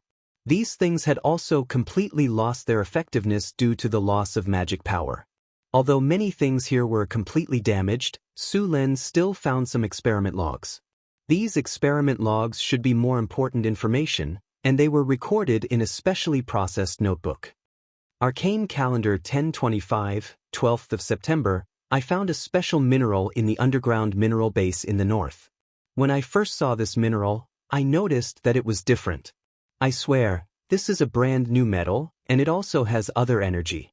Arcane Calendar 1025, October 3rd, I extracted 3 kilograms of metal from a ton of ore.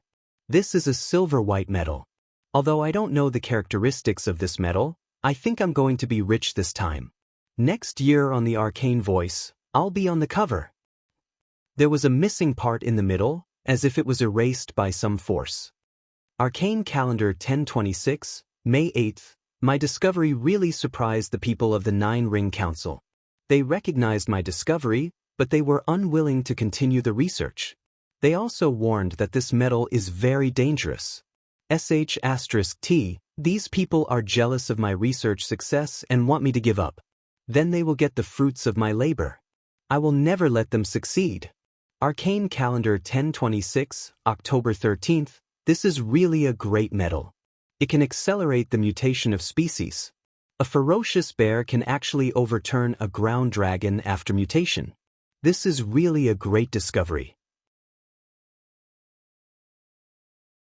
If we use it to cultivate our warriors, we will easily gain a lot of combat power. Year 1027 of the Arcana calendar, 2nd of March, my first experiment failed. Although Bane's body had strengthened a lot, there were problems with his mind. He became manic and irritable, and his body after the mutation was not as perfect as I thought it would be. Well, I admit that it is very imperfect. Arcane Calendar 1027, April 7th, the experiment failed again. Bane's body also has problems. His body began to age rapidly and even deformed. Arcane Calendar 1027, May 2nd, the Nine-Ring Tower sent people to investigate. Fortunately, I was prepared in advance. They did not find out about my research. This group of stubborn old people should have been in their coffins long ago. Arcane Calendar 1027, August 6th. Why is this? I experimented on insects. Those insects successfully broke through the limit and became bigger and stronger, but why did it fail on humans? Year 1027 of the Arcana Calendar, December 23rd. I'm a genius. I've succeeded. I've succeeded in making a slave strong. It won't be long before my experiment will make those people's jaws drop. Year 1028 of the Arcana Calendar, February 4th. My experiment seems to have succeeded. That slave has started to change. Today was really dangerous. There was actually a slave who wanted to escape. I killed that slave and made him into a specimen to scare the other slaves.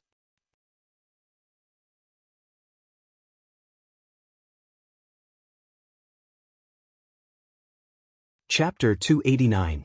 Sulin was very satisfied after looking at the stats of the item. This weapon was tailor-made for him. The power of thunder combined with Sulin's own thunder territory made him even more powerful. Next, he would have to face the troll tribe. To Sulin's surprise, Xian brought the caravan back. The snow that fell 2 days ago did not cover the entire northern wasteland. At least, Xian and the caravan did not encounter it. As for why they were late, it was because there were too many people in the caravan. They spent too much time arranging the caravan. This time, the caravan spent 15,000 kinar and brought back more than 2,000 slaves. In addition to the normal slaves, Xian also bought more than 300 artisan slaves with various skills. They were only able to buy so many artisan slaves with the help of the caravan that cooperated with the northern fortress.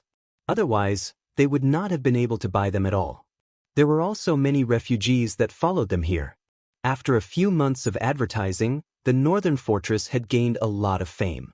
Many refugees that could not survive were willing to follow the caravan to the northern fortress. The anti-theft chapter will be changed in 10 minutes. Please support the original version. Go to Chidian or QQ bookstore to view it. Writing is not easy, please understand. It will automatically refresh after 10 minutes. The anti-theft chapter will be changed in 10 minutes. Please support the original version. Go to Chidian or QQ bookstore to view it. Writing is not easy, please understand. It will automatically refresh after 10 minutes. The anti-theft chapter will be changed in 10 minutes. Please support the original version. Go to Chidian or QQ bookstore to view it. Writing is not easy, please understand. It will automatically refresh after 10 minutes. The anti-theft chapter will be changed in 10 minutes. Please support the original version. Go to Chidian or QQ bookstore to view it. Writing is not easy, please understand. It will automatically refresh after 10 minutes. The anti-theft chapter will be changed in 10 minutes. Please support the original version. Go to Chidian or QQ bookstore to view it. Writing is not easy, please understand. It will automatically refresh after 10 minutes. The anti-theft chapter will be changed in 10 minutes. Please support the original version. Go to Chidian or QQ bookstore to view it. Writing is not easy, please understand. It will automatically refresh after 10 minutes. The anti-theft chapter will be changed in 10 minutes. Please support the original version. Go to Chidian or QQ bookstore to view it. Writing is not easy, please understand. It will automatically refresh after 10 minutes. The anti-theft chapter will be revised in 10 minutes. Dear readers, please support the original version. Head to Chidian Reading or QQ bookstore to view it. Writing is not easy, please understand. It will be refreshed in 10 minutes. The anti-theft chapter will be revised in 10 minutes. Dear readers, please support the original version. Head to Chidian Reading or QQ bookstore to view it. Writing is not easy, please understand. It will be refreshed in 10 minutes. The anti-theft chapter will be revised in 10 minutes. Dear readers, please support the original version. Head to Chidian Reading or QQ bookstore to view it.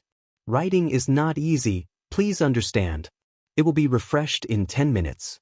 The anti-theft chapter will be revised in 10 minutes. Dear readers, please support the original version. Head to Chidian Reading or QQ Bookstore to view it. Writing is not easy, please understand.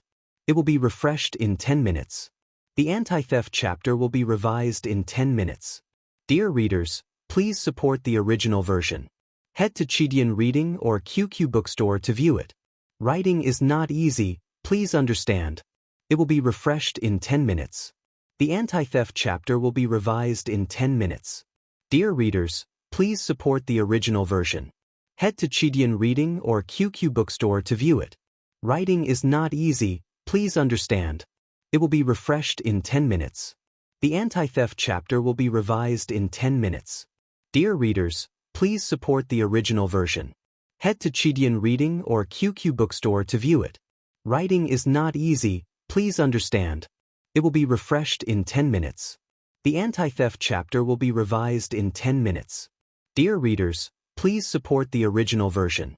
Head to Chidian Reading or QQ Bookstore to view it. Writing is not easy, please understand. It will be refreshed in 10 minutes. The anti-theft chapter will be revised in 10 minutes. Dear readers, please support the original version. Head to Chidian Reading or QQ Bookstore to view it.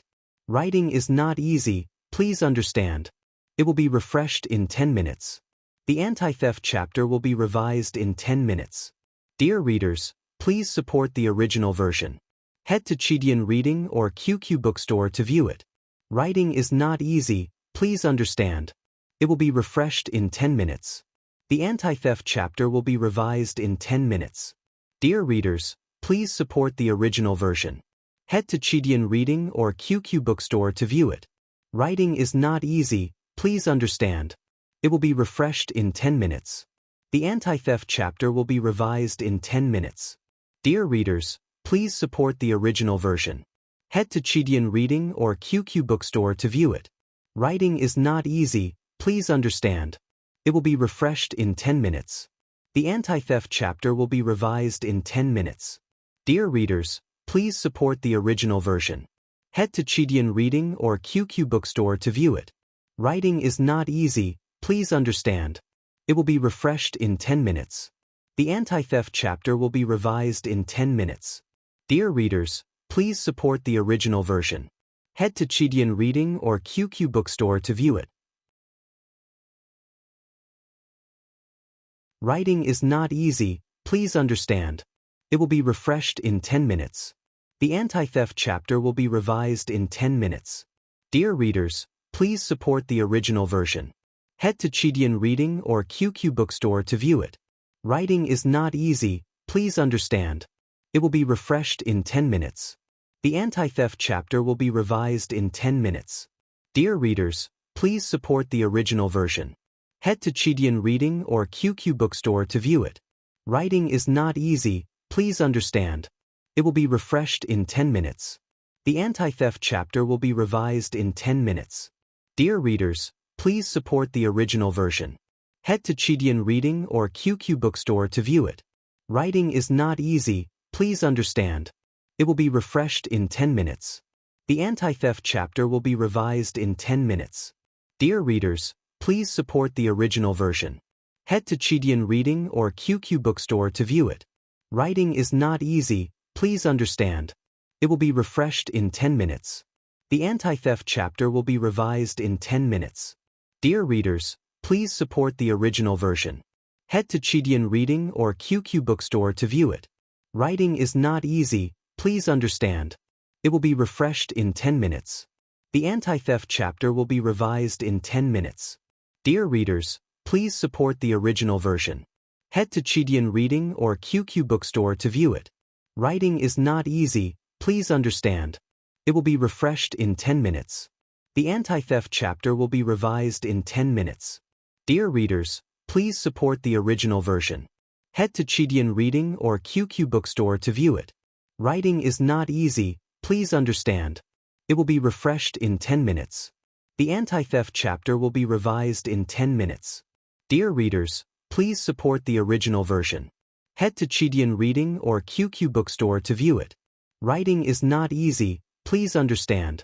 It will be refreshed in 10 minutes. The anti-theft chapter will be revised in 10 minutes. Dear readers, please support the original version. Head to Chidian Reading or QQ Bookstore to view it. Writing is not easy, please understand. It will be refreshed in 10 minutes.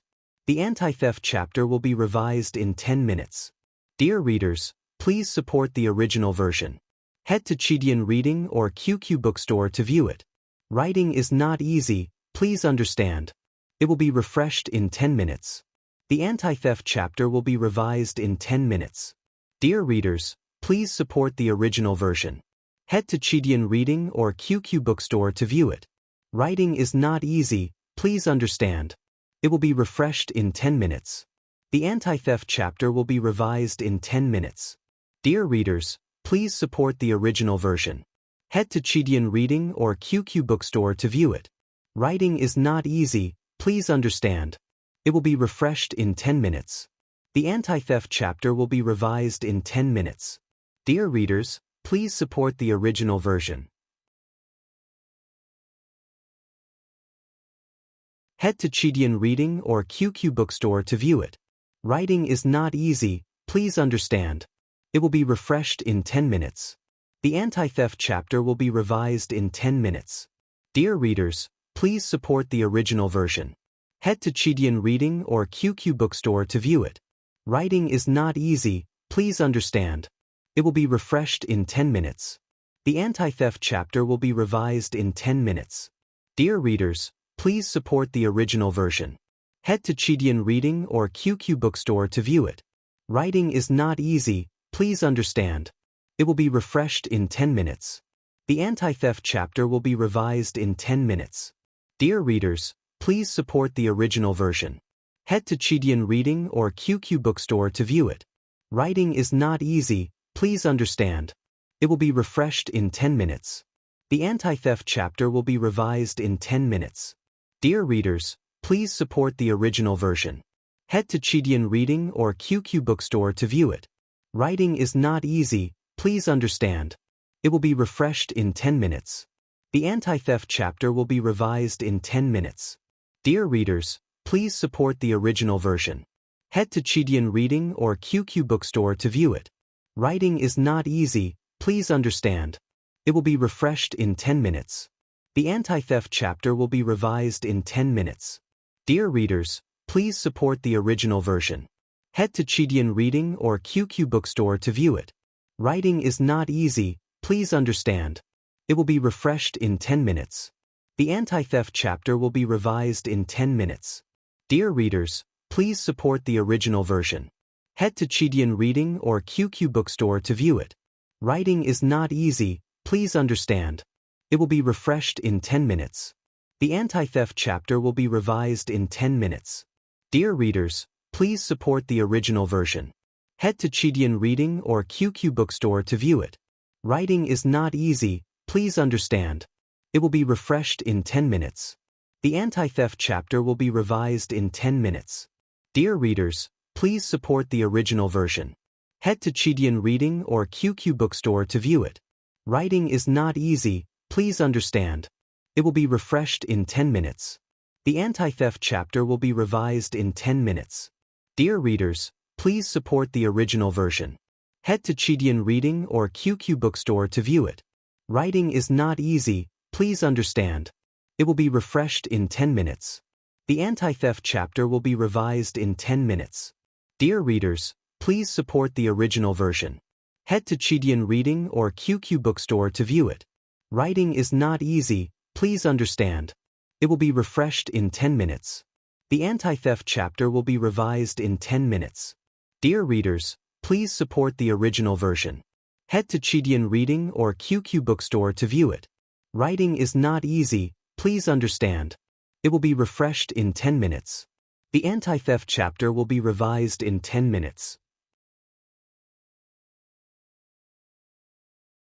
Dear readers, please support the original version.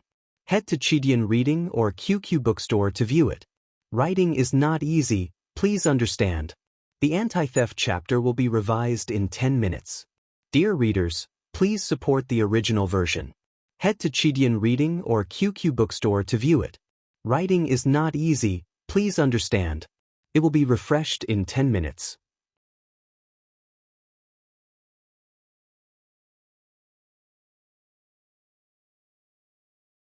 Chapter 290. Move this body over. This creature doesn't seem to be that simple, Hathaway suddenly said just as the Duergars were about to skin the monsters. 2 Duergars carried the body over. Hathaway threw the monster's body directly on the workbench, then took out a space bag, took out a knife, pliers, tweezers, and a bunch of professional tools for dissecting, and then put on a protective suit. The whole process took only 2 minutes to complete. You want to dissect them? Su Len asked in surprise. Yes, this creature is a newly discovered creature.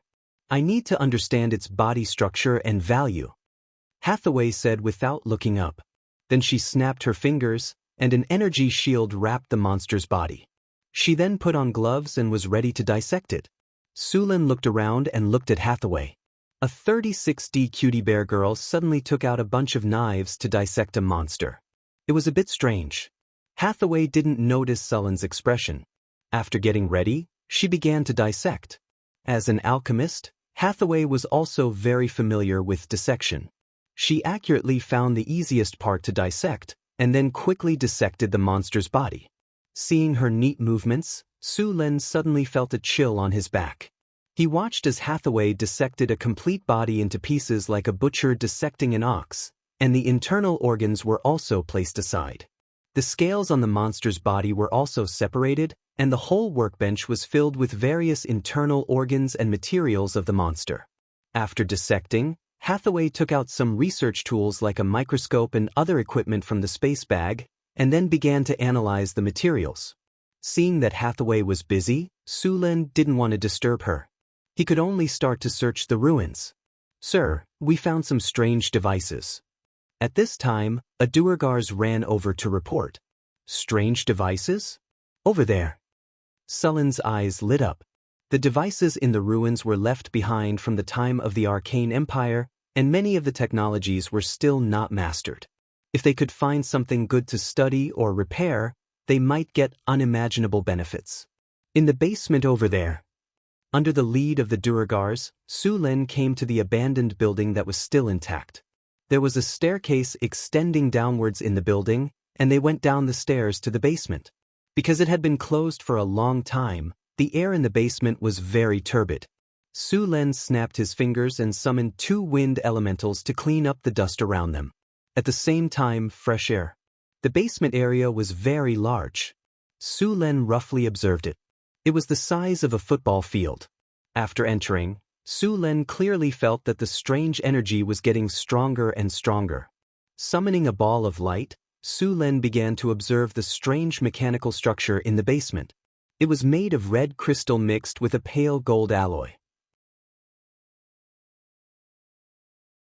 Su Len carefully observed for a while and found that the structure of the device was not complicated. Combined with his knowledge of magic and machinery, Su Len roughly judged that it was a device used to amplify the energy field, and the range of coverage was just the range of the ruins. What is this device used for? Su Len frowned and then came to the middle of the device. The device was not damaged and was still working. After circling around the device, Su Len found the core of the device. After hesitating for a moment, Su Len opened the core of the device. The outer shell of the magical device slowly opened, and a cylinder rose from within. Above the cylinder, a small piece of silver-white metal emitting a strange energy field appeared in front of his eyes. This can't be the metal that the Arcanist found, right? The four-wheel card thought to himself. He immediately reacted to the metal in front of him. However, after seeing this piece of metal, Su Len suddenly felt that this metal seemed to be very similar to something he had learned about in his previous life. This can't be a nuclear material, can it? A thought suddenly appeared in Sullen's mind. He then began to compare the two in his mind. Nuclear radiation could kill creatures and also cause them to mutate, but this mutation was uncontrollable. However, the mutation in this ancient ruin was guided and interfered with by humans. Su Len had reason to believe that this piece of metal was a nuclear material. System, appraise it. Ding. Appraisal complete. The target is a high-purity metal, plutonium. This metal has a strong radiation property. Please take note. After hearing the system's prompt, Sullen's expression became very interesting. He did not expect the Arcanist to be so bold as to use this radioactive metal to induce mutations in living creatures. Judging from the monsters living in the ruins, their experiment was obviously a success. As for the Arcanist who was studying these mutated monsters everywhere, he had died long ago. It was no wonder that the elders of the 9 ring towers would oppose his continued research on this radiation mutation. It was really because the uncertainty and danger of this mutation was too high. Even if the human body in this world was good, if ordinary people were exposed to this radiation environment, the mortality rate was still very high. Of course, Sullen's current physical fitness had long been immune to this kind of radiation, and the gray dwarves and centaurs were also not affected much. This metal plutonium was discovered in the later days of the Arcane Empire, but unlike the Arcanist who used it to induce mutation in creatures, other Arcanists studied elemental fission. It was said that this technology was used to provide a stable and huge amount of energy for the floating city. During the Arcane Empire, the floating city had an obstacle that could not be bypassed, and that was the mice energy core. This was a magical energy core. Legend had it that this energy core was born during the era of the new gods. It was made by some great Arcanists with the power of the goddess of magic. It could provide a huge amount of energy continuously and stably. It was also the appearance of the mice energy core that made the appearance of the floating city a reality. As the saying went, success and failure depended on the same person. The mice energy core had many advantages, such as continuous and stable energy, safety and efficiency, simple maintenance, huge energy, and so on. So, for a long time, the floating city used the mice energy core as its energy core. However, the mice energy core had a fatal flaw, and that was, it had to be connected to the magic net. Only by connecting to the magic net with the help of the magic net could it have that huge and almost miraculous energy. Once the magic net was lost, the energy of the mice energy core would rapidly decline.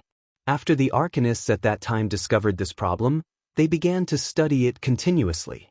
Their research had 2 directions. One was to try the artificial magic net, and the other was to completely abandon the mice energy core and then research and replace it with a new energy source. In the battle between the Arcanists and the gods, the magic net had collapsed, but the floating cities of the Arcanists hadn't become mere decorations. It was clear that the Arcanists had succeeded, but it was unknown how far they had gone. After that great war, a lot of information about the Arcanists had been erased by the gods. It was also because this world was not the main material plane that the gods were most concerned about, and the power of the gods was somewhat insufficient, so a lot of information about the Arcane Empire was secretly preserved by the wizards. However, the artificial magic net and elemental fission technology were still not left behind. According to the information passed down, the Arcanists had entered the interstellar era. After all, they were able to colonize planes, and the wizard civilization of this world had not yet stepped out of the plane. Only some powerful wizards relied on their own power to enter the astral world and carry out some interstellar travel. Overall, the current civilization was still far from the heyday of the Arcanists. After all, this was an extraordinary world. Sometimes, a person's power could be so strong that it could destroy the world. For example, if a legendary spellcaster was given time to cast a level 9 spell, Meteorite, it would not be a problem for him to destroy a city. To be able to enter the astral world, one had to be at least a legend. It was said that the danger level of the astral world was at least level 16, but few people would venture into the astral world before entering the legendary realm. It was not an adventure, it was a death wish. To explore the astral world, one had to be at least a high-level legend. Many evil gods lived in the astral world, and the vast majority of ancient dragons, archaic dragons, and so on. Once you encountered them, you would not even have a chance to escape if you were below the legendary realm. Although the legendary masters could not defeat them, escaping was not a problem. After all, they had left the material plane.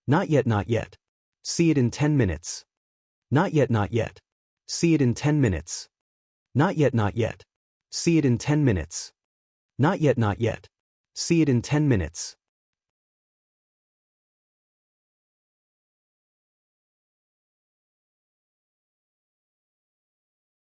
Chapter 292. Quartz ore was not rare in the northern lands. The composition of quartz ore and sand were very similar. Even if there was no quartz ore, sand could be used as a substitute.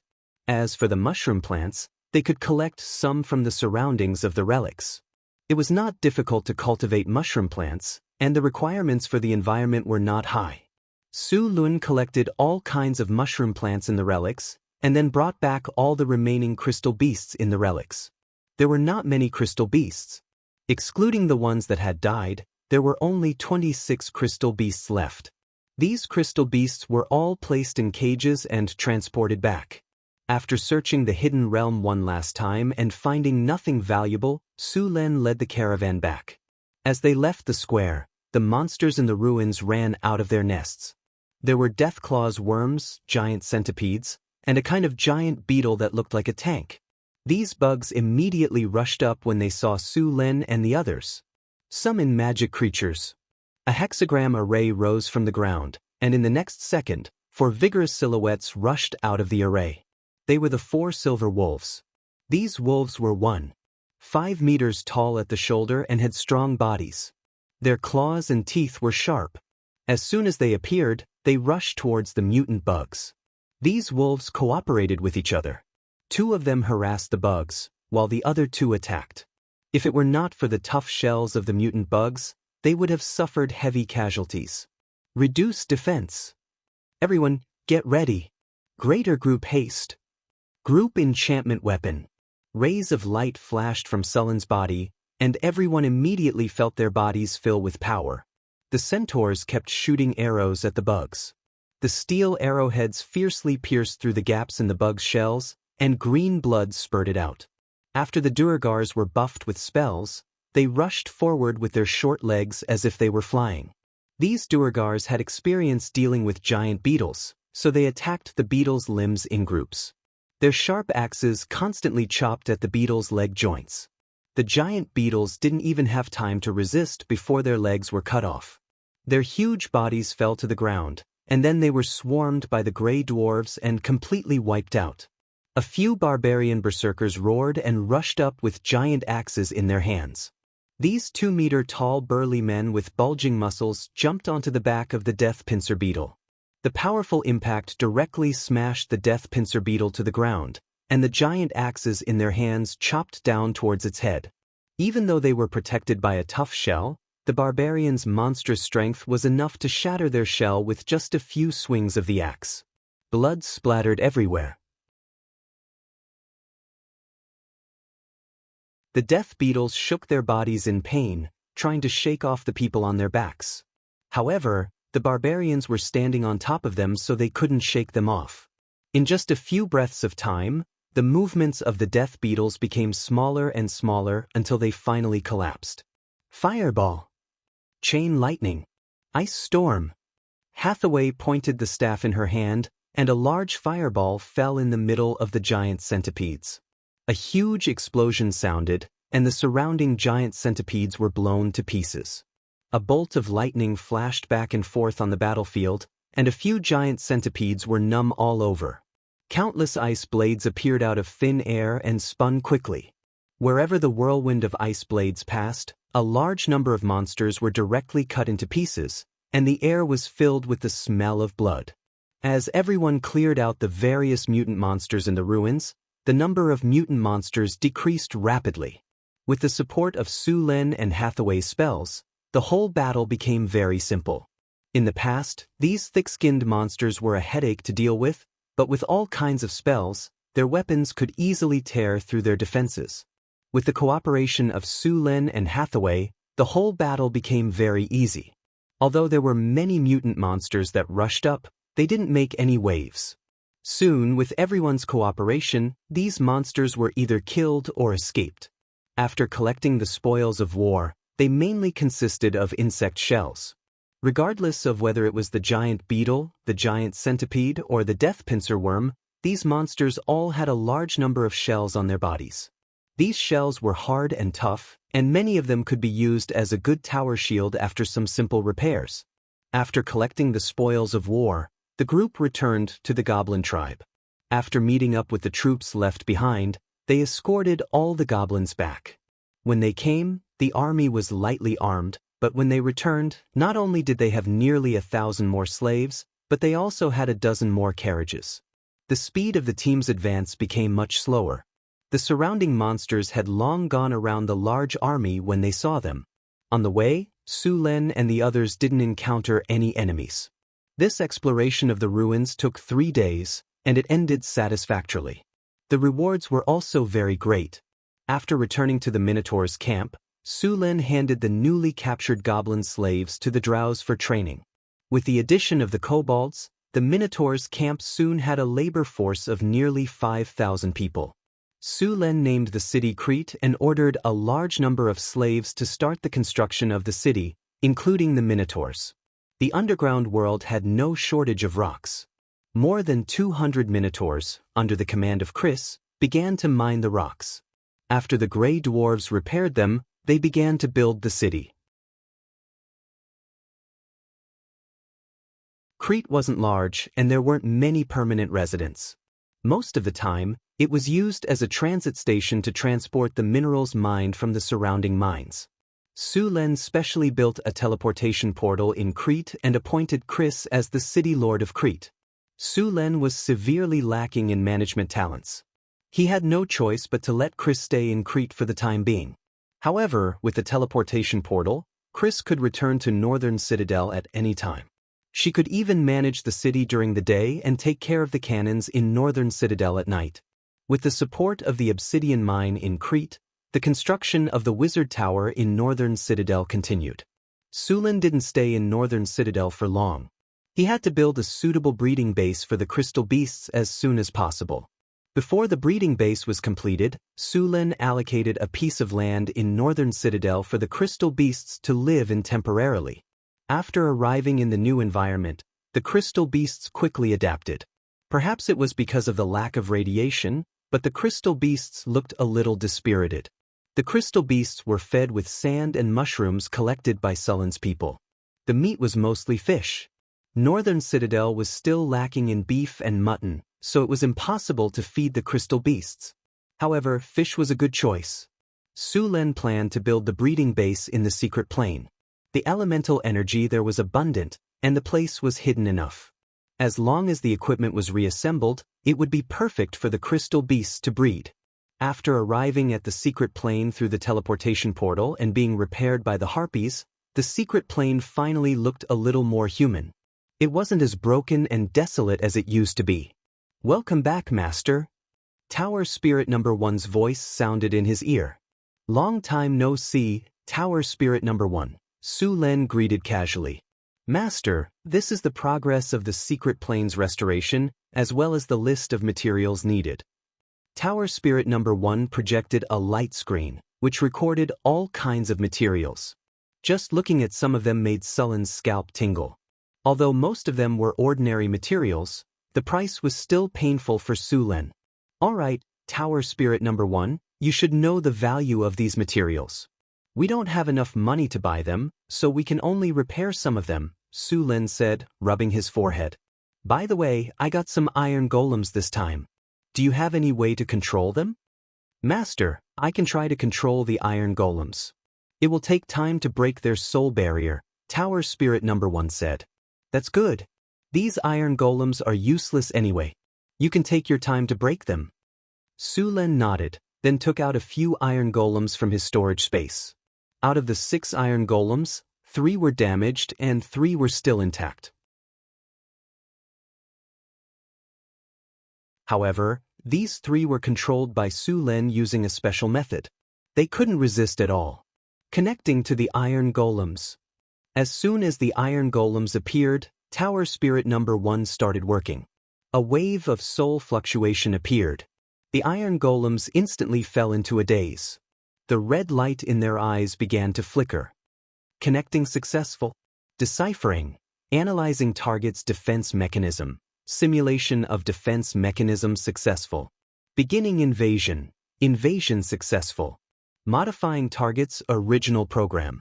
Reconfiguring target's program. Along with the cold mechanical voice of Tower Spirit Number 1, a large amount of energy gushed out from the elemental pool for Tower Spirit Number 1 to consume. The iron golems suddenly seemed to have malfunctioned. Their bodies kept spinning. Modification complete. Successfully controlled the iron golems. Authorization modification complete. The current highest authorization is set to Sulen. Setup successful. Equipment restarting. As a legendary level Tower Spirit Number 1 had a crushing advantage over low-level Tower Spirits and Iron Golems. These Iron Golems were successfully modified by Tower Spirit Number 1. From today onwards, there were a few more Iron Golems in the secret realm. The remaining 3 Iron Golems were damaged. However, Sulen didn't destroy them when he destroyed them. Their damage wasn't serious. After being scanned by the Tower Spirit, it was completely capable of repairing them. It only needed to replace or repair the parts and cores of the Iron Golems. There were many Iron Golems in the secret realm that had lost their repair value. There were many intact parts left in these Iron Golems. They could be replaced directly.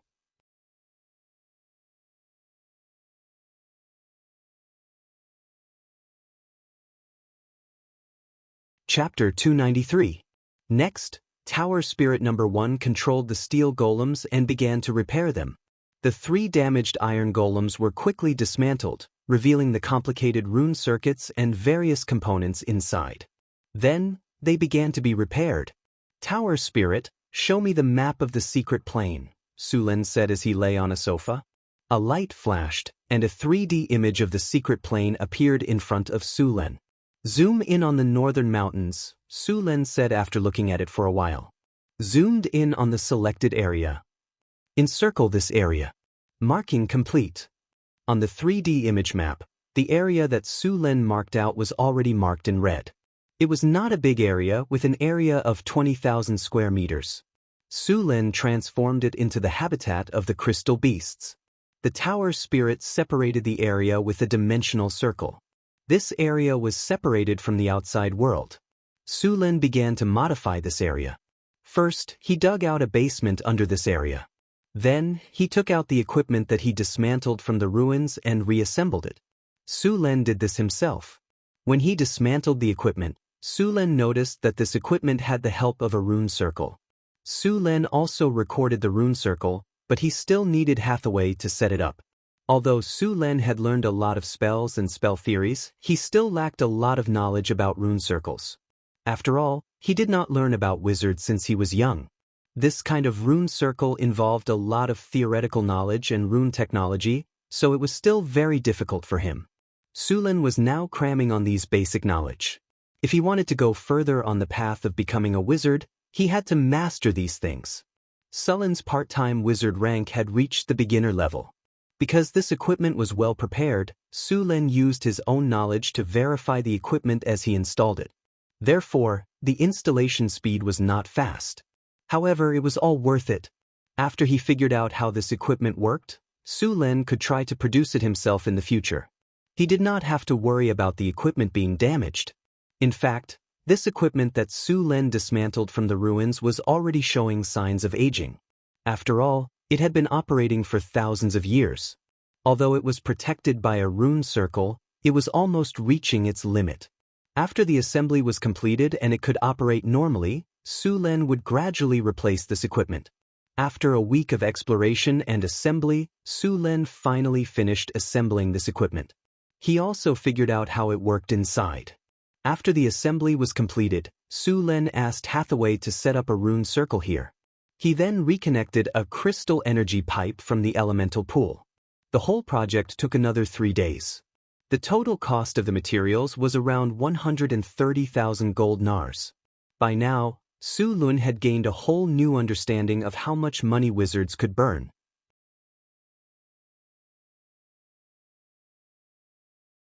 Although wizard items were expensive, there were not many rich wizards. Wizard research and all kinds of experiments were too expensive. Even if you gave them 100 million kinnar, these wizards could spend it all, and they would not squander it recklessly. Not to mention other things, even 100 million kinnar might not be enough to build a secret realm like Sullen's.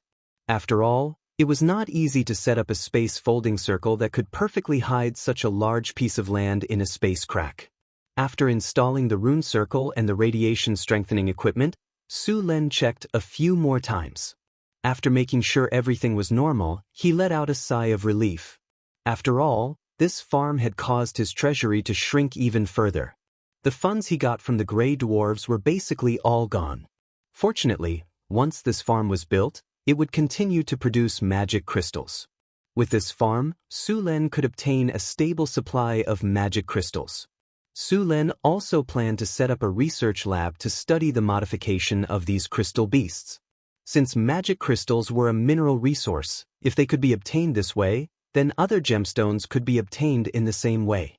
If he could successfully research it, he would be able to obtain a stable supply of gemstones. Many wizards' experiments required magic gemstones as materials. It could be said that wizards were the biggest consumers of magic gemstones. After making sure the equipment was working properly, Su Lin took a deep breath and relaxed. After he had completely calmed down, he took out a heavy lead box from his storage and opened it. There was a piece of plutonium inside. He placed the plutonium in the center of the equipment and turned it off. Su Lin suddenly opened his eyes and said, "Tower Spirit 1, connect to the energy channel of the farm." Energy channel opened. Elemental pool beginning to output energy. As the tower spirit's cold mechanical voice sounded, the channel in the elemental pool opened. A light blue energy rushed out of the channel, and the entire basement was illuminated by this energy. Buzz, buzz, buzz. A low buzzing sound was heard, and the rune circle quickly lit up. A strong wave of energy came from the center, and the radiation strengthening equipment in the middle slowly activated. A strange energy instantly shrouded the area. At first, this special energy was not very strong, but as time passed, the intensity of the energy increased rapidly. In less than a minute, the intensity of the radiation in the surroundings had reached the intensity that Su Lin felt in the underground world. Looks like it's a success. Feeling the radiation around him, Su Lin let out a sigh of relief. Then hurry up and move those crystal beasts here. The sooner we start the breeding, the sooner we can harvest, Hathaway said happily. There's no rush. The food for those crystal beasts is not ready yet. Let's plant the food first, Su Lin said with a smile. The crystal beasts' main food sources were quartz stones and mushroom plants. With the help of the tower spirit, Su Lin and Hathaway changed the environment of this area, making it suitable for mushroom plants to grow. At the same time, they also changed the environment to be suitable for crystal beasts to grow. After everything was arranged, Su Lin moved the crystal beasts here.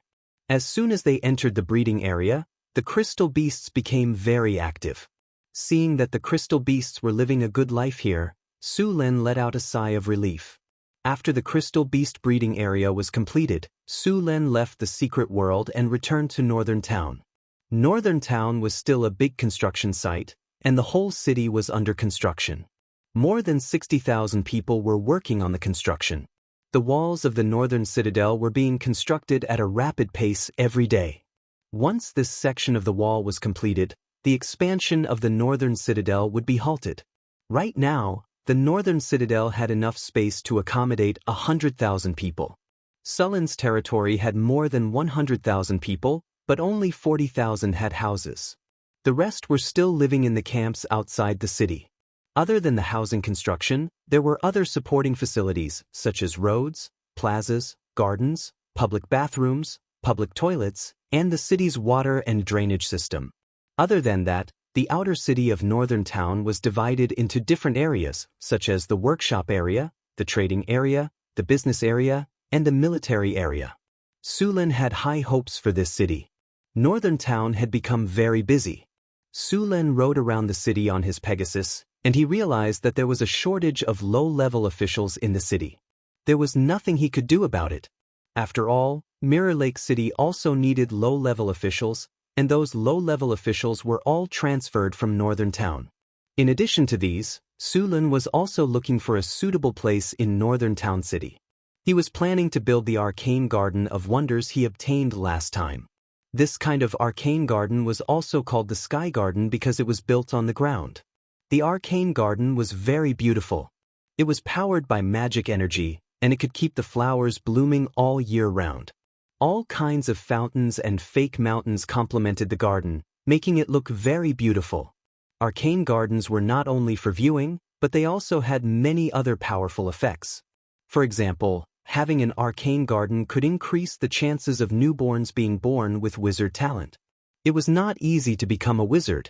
Normally, all the big wizard organizations would recruit new blood in their territory regularly.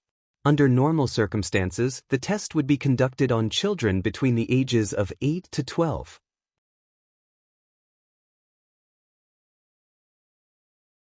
Children at this age would have already shown their potential as a wizard, and this was the best time to cultivate a wizard. If they missed this opportunity, they would need to spend more time to make up for it. After these children were trained, most of them would become wizard apprentices before the age of 16. It was not that easy to become a wizard. Becoming a wizard was only the first step. If they couldn't become a beginner wizard before the age of 30, it would be very difficult for them to become a wizard in the future. Only when they became a beginner wizard could they be considered a real wizard. Northern Town City was already building a wizard tower. Once the tower was completed, it would recruit a large number of wizard apprentices, and Sulin's wizard organization would be officially established. The more children that had the potential to become a wizard, the more wizards there would be, and the more powerful Northern Town City would be. Building an arcane garden was a must. Other than increasing the potential of newborns, an arcane garden was also a botanical garden. He could grow all kinds of magic plants here, and it could also increase the growth rate of the plants. Although Sulin already had his own mystery mirror, no one would complain about having too many botanical gardens. The environment for those magic plants to grow was very harsh. Artificial magic plants would more or less be less effective, but the magic plants in an arcane garden did not. It was just that the arcane garden could only be a dream. Sulin walked around Northern Town City a few times, and he finally found a suitable piece of land. He circled it and set it aside to build his arcane garden in the future.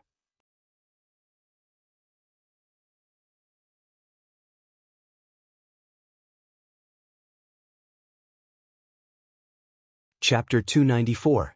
Building an arcane garden required a large number of magic crystals. Although it did not require magic crystals of high quality, the area of the arcane garden would consume a lot of magic crystals. The location Sulin chose to build the arcane garden was to the southeast of the city. Previously, this place was supposed to be the location of the city's garden, but due to the third phase of the Northern Citadel project, the construction of this unimportant area was temporarily halted. Now, this place was still a construction site, and it was perfect for the arcane garden. He had only confirmed the location of the arcane garden. As for the construction of the Northern Citadel, it would have to wait until the construction of the Northern Citadel's walls or houses were completed. Although he did not lack the basic materials, the core material of the arcane garden was the legendary elemental core.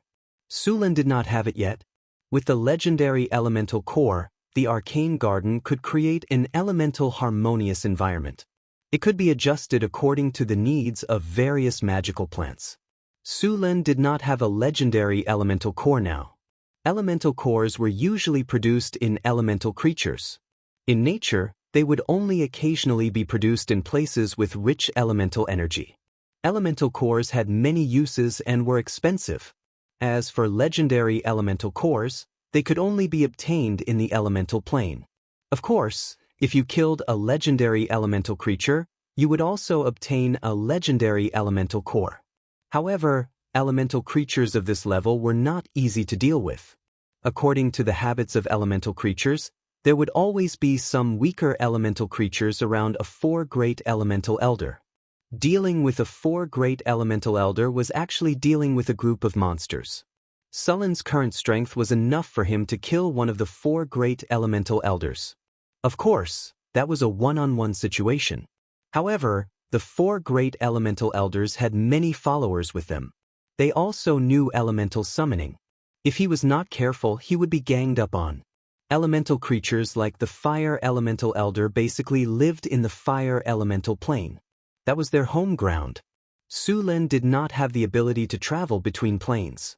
Even Hathaway did not have the ability to travel between planes. Only legendary spellcasters could travel between planes or build an interplane teleportation circle. The elemental plane was not very friendly to humans. Take the Fire Elemental Plane for example. It was full of poisonous smoke, lava, and flames. Ordinary people could not survive more than a minute there. It was for this reason that only legendary mages could obtain legendary-level elemental cores. Of course, not all elemental elders lived in elemental planes. There were ancient ruins, ancient seals, or some extreme environments in the prime material plane. It was possible to encounter such legendary creatures. Of course, these places could also have sealed ancient evils, hatred, or high-level demons. In short, they would not be simple characters. Su Lin had a legendary-level soul crystal in his hands. If there was a legendary-level spellcaster, he could try to use this soul crystal to exchange.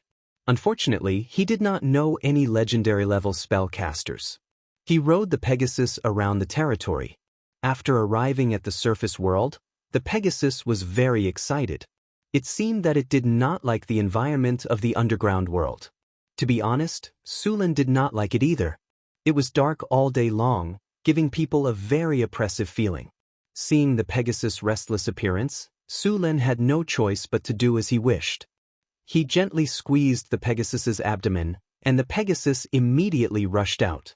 As it ran, a strange elemental force enveloped the Pegasus. As it ran, clouds appeared on its four hooves. Then, the Pegasus directly soared into the air and ran quickly into the distance.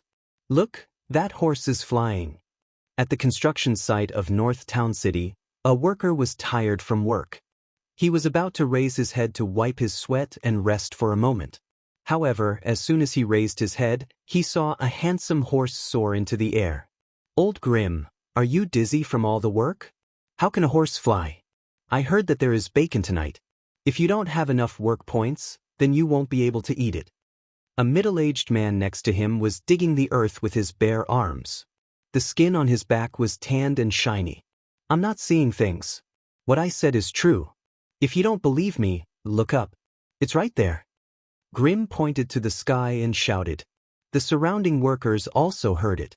Many people took this as a joke and were ready to laugh at him after seeing it.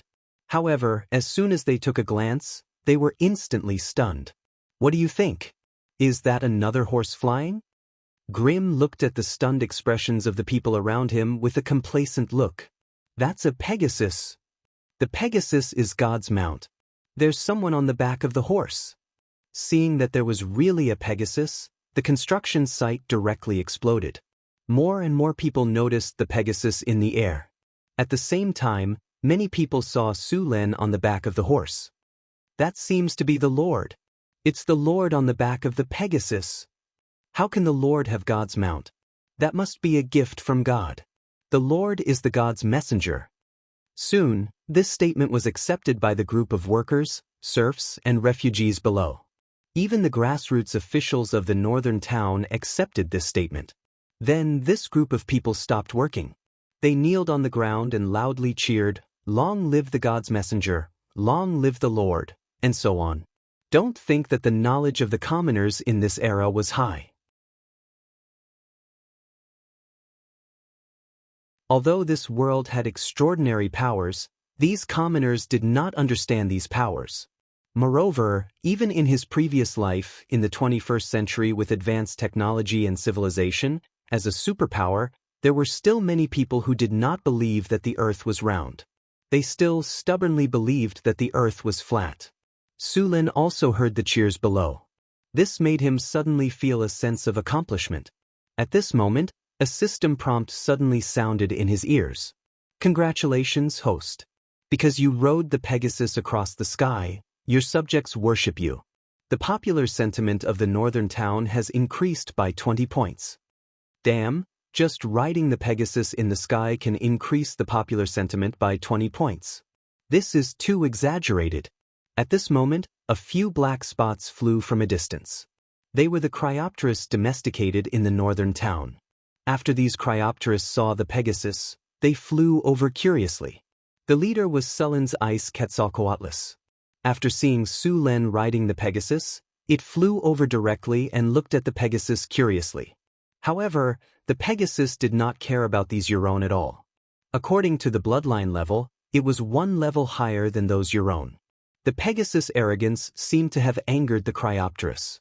The Cryopteris kept chirping at it and quickly flew over here. Then, they flew back again with a provocative look. Seeing this scene, Su Len did not stop them. He also wanted to see the Pegasus' flying speed and the training of these Quetzalcoatlus. After realizing that the Pegasus did not respond, these Quetzalcoatlus began to become more aggressive. One by one, they flew back and forth arrogantly around the Pegasus. Neigh! A horse's neigh that resounded through the sky came from the Pegasus' mouth. Then, the Pegasus' forehooves suddenly jumped, and its speed increased again. The Pegasus rushed forward quickly like a meteor. One of the Quetzalcoatlus that was about to fly past the Pegasus was blown far away by the sudden acceleration of the Pegasus. It took a long time for it to stabilize its body. After seeing the Pegasus suddenly accelerate, the other Quetzalcoatlus immediately flapped their wings and flew out. The Quetzalcoatlus flying ability was even better than that of a real dragon. However, it was obvious that they had chosen the wrong opponent this time. The Pegasus figure quickly flew across the sky. Those Quetzalcoatlus could not catch up with it even if they used all their strength. They could only watch the Pegasus figure get farther and farther away. Sullen's vision blurred. Then he saw the scenery on the ground quickly retreating. The Pegasus was running in the air happily. It even deliberately rushed into the clouds in the sky and stirred them up. The Pegasus ran wildly in the air for about an hour. Only then did it slowly slow down and return to the northern city. After such an activity, the little fellow was finally satisfied. Su Len asked the guards to send the little fellow back to the newly built stable. The Pegasus had high requirements for food and living environment. This fellow was unwilling to enter the previous stable no matter what. In the end, Su Len found some craftsmen and used high-grade materials to build a stable. Only then did it walk in. As for food, other than fresh grass and eggs, the Pegasus also needed special food. It was a kind of magic plant, star grass. This kind of magic plant would bloom with starry flowers. It was also very easy to cultivate. However, other than feeding the Pegasus, it had no other use. Su Len specially found a piece of land in the secret realm to plant it. It was specially used to feed the Pegasus. Although riding a Pegasus was very cool, it also required a lot of money to raise such a horse. After all, although star grass was easy to cultivate, it was still a magic plant. It was easy to cultivate compared to other magic plants. A Pegasus consumed dozens of kilograms of grass every day. Star grass accounted for most of it. In order to keep up with the consumption, 3 acres of star grass were planted in the secret realm. If they were to plant other magic plants, the annual income would easily exceed 300,000 kiner. After sending the little fellow back to the stable, Su Len stretched his body and began to deal with the affairs of the territory. Because the little succubus Chris was in Crete, all the affairs of the northern city were handed over to him. After the population had multiplied several times, there were a lot of things to do in the northern city. Most of them were trivial matters. Su Len spent more than 2 hours to deal with the day's affairs. This can't go on. I need to set up a staff to help me deal with these affairs. Su Len pinched his sore eyebrows and slapped his thigh. It was too much of a waste of time to deal with these affairs for 2 or 3 hours a day. He didn't want to waste all his time on these problems. Setting up a staff was to relieve him of these burdensome affairs. The general affairs of the territory would be handled by them. He only needed to see the results. Only the important matters would be handed over to them.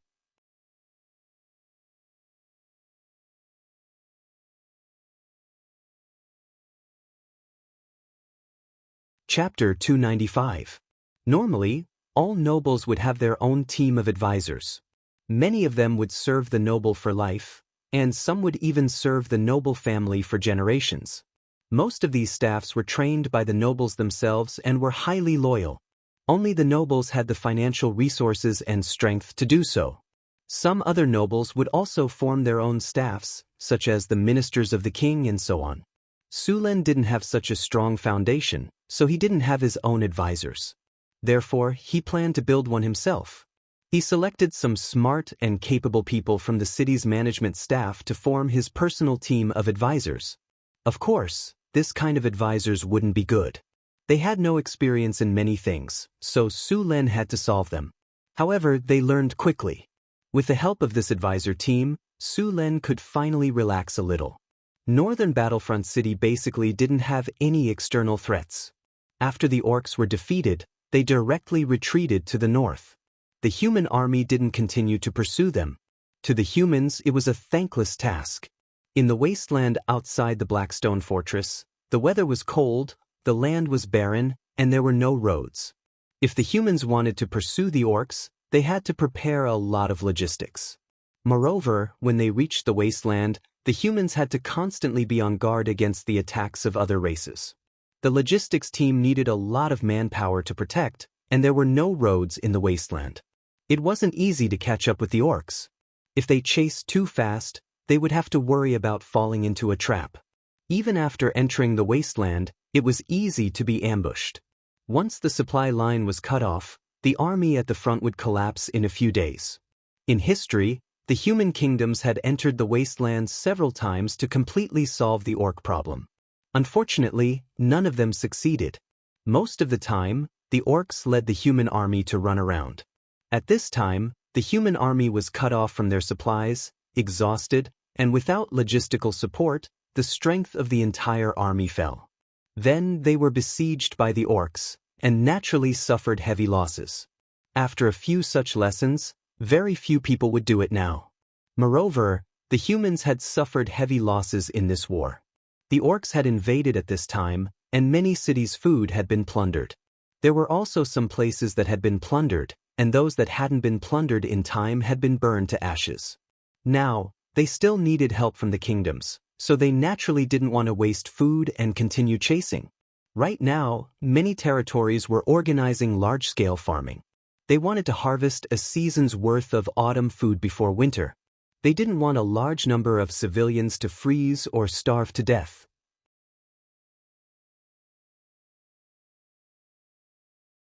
Although the nobles didn't care about the casualties of the commoners, once a large number of commoners died, it would definitely affect their rule.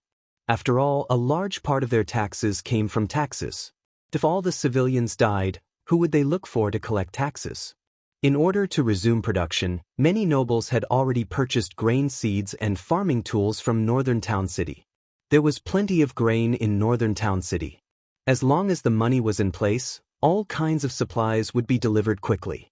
Because of the arrival of these caravans, Northern Town City had become even more prosperous. After the orc army left, the human side also started to make a post-war summary. All kinds of benefits and factions also started to divide up. Although the death of Marquis Winter severely damaged the strength of the royal family, they still had the upper hand after gaining the support of Sulen.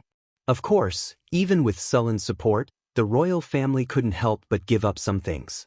After all, Sulen wasn't Winter, who could help the royal family unconditionally. In fact, even the royal family had some concerns about this cooperation. Lancelot had also successfully completed the king's task, but the royal family and Sulen had only made a verbal agreement and had not signed a document yet. Therefore, while Lancelot was wrangling with the aristocratic parliament, he sent a messenger to the king's city to formally send a messenger to Northern Town City to sign the agreement. As for the political alliance between the royal family and Sulen, the Florentine royal family felt that it wasn't reliable. Such agreements had been torn up too many times in history. After knowing that Sulen wasn't married, they wanted to marry Sulen. Such political marriages were very common in the continent. The royal family now had several princesses of suitable age. Exchanging a princess for a legendary ally was a good deal. The nobles in the north had suffered heavy losses in this orc invasion. Some noble families had even disappeared. After these noble families had no heirs, their territories would be taken back by the kingdom. Of course, some nobles who fled before the battle would be arrested and imprisoned. In serious cases, they would even be stripped of their titles. Now, the nobles were arguing very seriously. After all, those territories had already been developed. As long as they sent people to take over, it would be fine. Both the king and the nobles wanted a piece of this fat meat. For the nobles, death wasn't the harshest punishment. The heaviest punishment was stripping them of their noble status. Sometimes, a noble status required the efforts of several generations. Once they lost the status, those people would fall from the clouds and the whole family would struggle to move forward. Of course, this punishment was rarely used unless a serious mistake was made.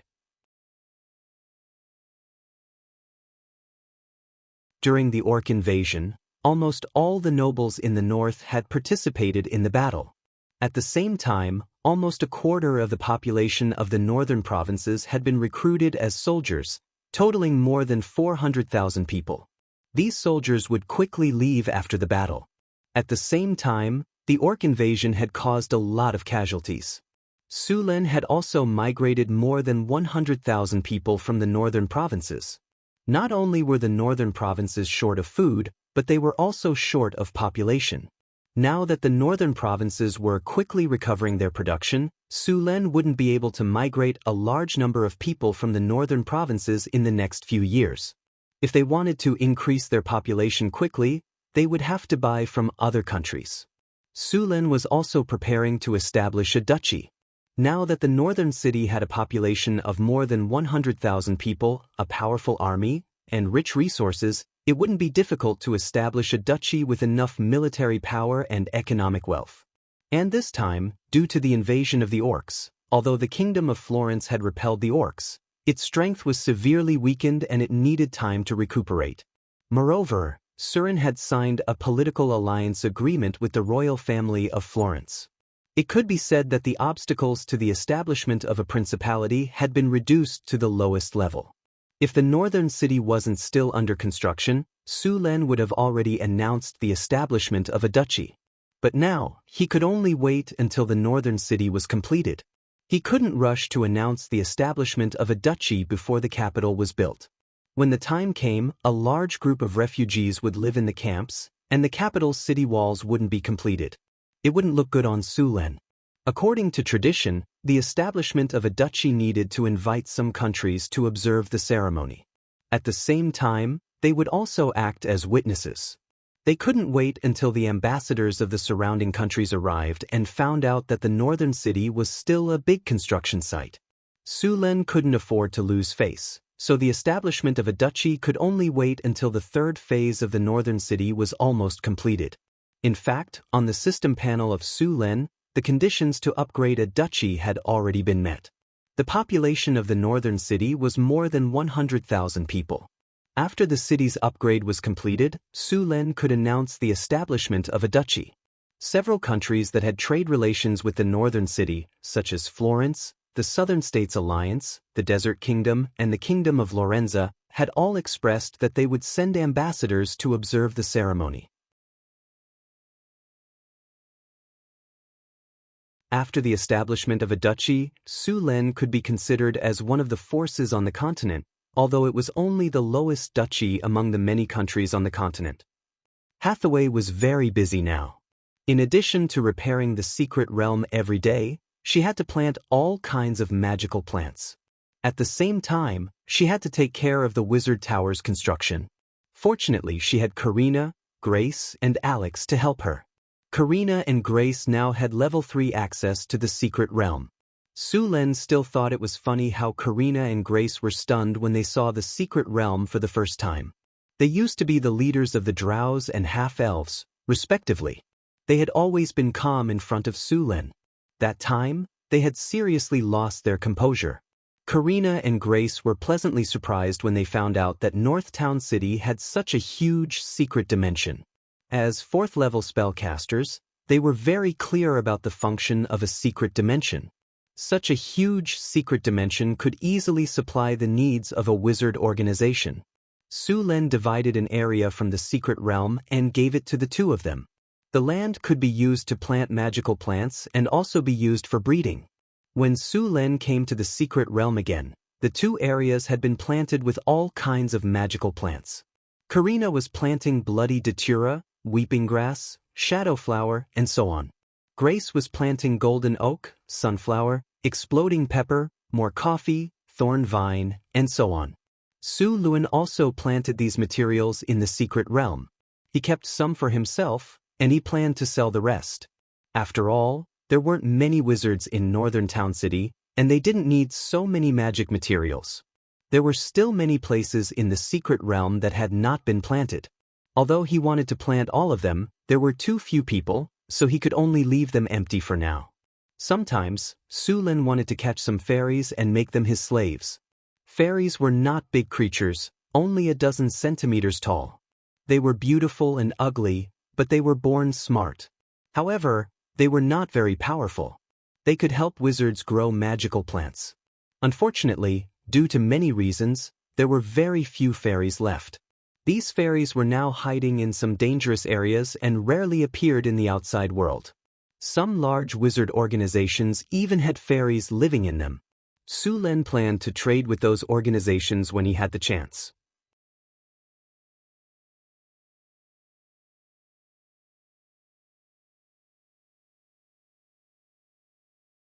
Chapter 296. Su Len observed the growth of the crystal beasts. With the presence of radiation, the crystal beasts didn't feel any discomfort. Compared to the previous area, the area here was larger, and there was an abundance of food. After coming here, the crystal beasts grew several times faster. The scales on the back of the crystal beasts had grown a lot of crystals. These crystals were transparent and very pure. When these crystal beasts were captured, the crystals on their backs were only a few centimeters tall. In Northern Fortress City, the crystals on the backs of the crystal beasts grew slowly. But in this place, it only took a few days for them to grow to the size of a fist. According to the growth of the crystal beasts, these crystals would grow to about 20 centimeters in a week, and then naturally fall off from the crystal beasts. The crystal beasts could grow 10 crystals at a time, and according to the growth rate, they could be harvested once a month. Now, there were a total of 37 crystal beasts in this farm. Except for 3 newborn crystal beasts, the rest were all adult crystal beasts. According to this number, Su Len could harvest 340 magic crystals a month. Of course, this was only temporary. The crystal beasts could still reproduce. According to Hathaway's research, a crystal beast took about 3 months from birth to adulthood. When the Arcanists modified them, they deliberately sped up their growth rate. However, the increased growth rate also caused the life of these crystal beasts to be somewhat short. These crystal beasts had a lifespan of 5 to 7 years.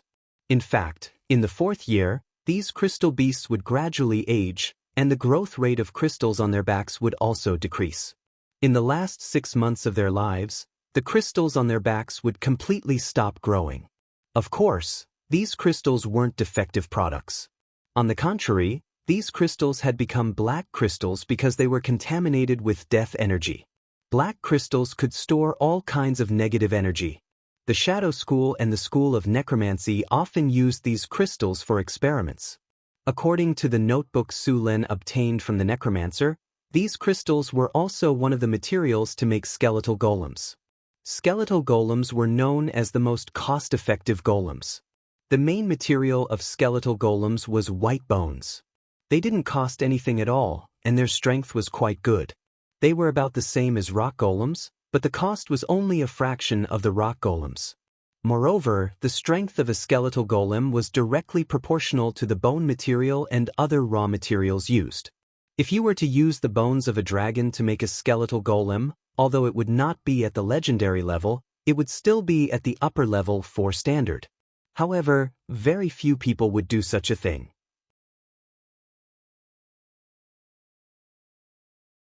Wouldn't it be better to have the skeleton of a dragon transform into an ancient dragon or a dracolic? Apart from making magic golems, The black crystal could also be used as a spellcasting material.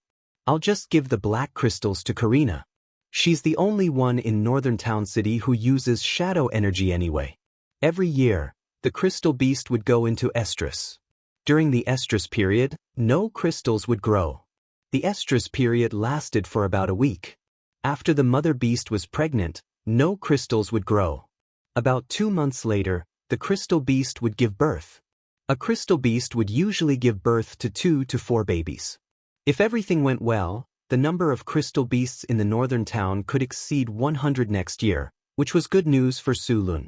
Moreover, as time went by, there would be no natural enemies and sufficient food, so the number of crystal beasts here would increase rapidly. He ran into Hathaway on his way back from the secret realm. Sulun, I have something to talk to you about. Hathaway's eyes lit up when she saw Sulun. She quickly walked up to him. The loose wizard robe on her body outlined her amazing curves. What is it? Sulun stared at a certain part of her body and said, I'm going to recruit some wizard apprentices. The construction of the wizard tower has already begun. Once it's finished, we'll need a lot of people, so I'm going to start training them now. Hathaway raised her right hand and brushed her hair behind her ear, revealing her delicate ear. Sulun nodded and said, You're right. It's time to recruit some wizard apprentices. You're already a grand wizard. It won't make sense if you don't have any apprentices. Besides, we're going to build a wizard academy here in the future. We'll need more people by then. Then I'll ask someone to count the number of children between the ages of 8 and 12 in my territory. Gather them together and test them, Hathaway said with a smile. I'll sign an order right now. Gather all the children of the right age in my territory to the central square of the city. Sulun was quick and decisive. He immediately got to work. Dorush. The crystal ball to test if they have the potential to become a wizard is not finished yet. Hathaway quickly stopped Sulun. But you can give the order when you're done. 2 days later, the mayor's office issued a strange order. All the children between the ages of 8 and 12 were asked to gather at the central square of the city, regardless of gender. Everyone was a little confused about this order, but some rumors began to spread like wildfire in the northern town city. Did you hear? His lordship wants all children between the ages of 8 and 12 to gather. A young man with a thin body like a bamboo pole said, Nonsense, this news has been passed down by the officials since this morning. It is said that this is the servant chosen by the Lord. This is a great opportunity.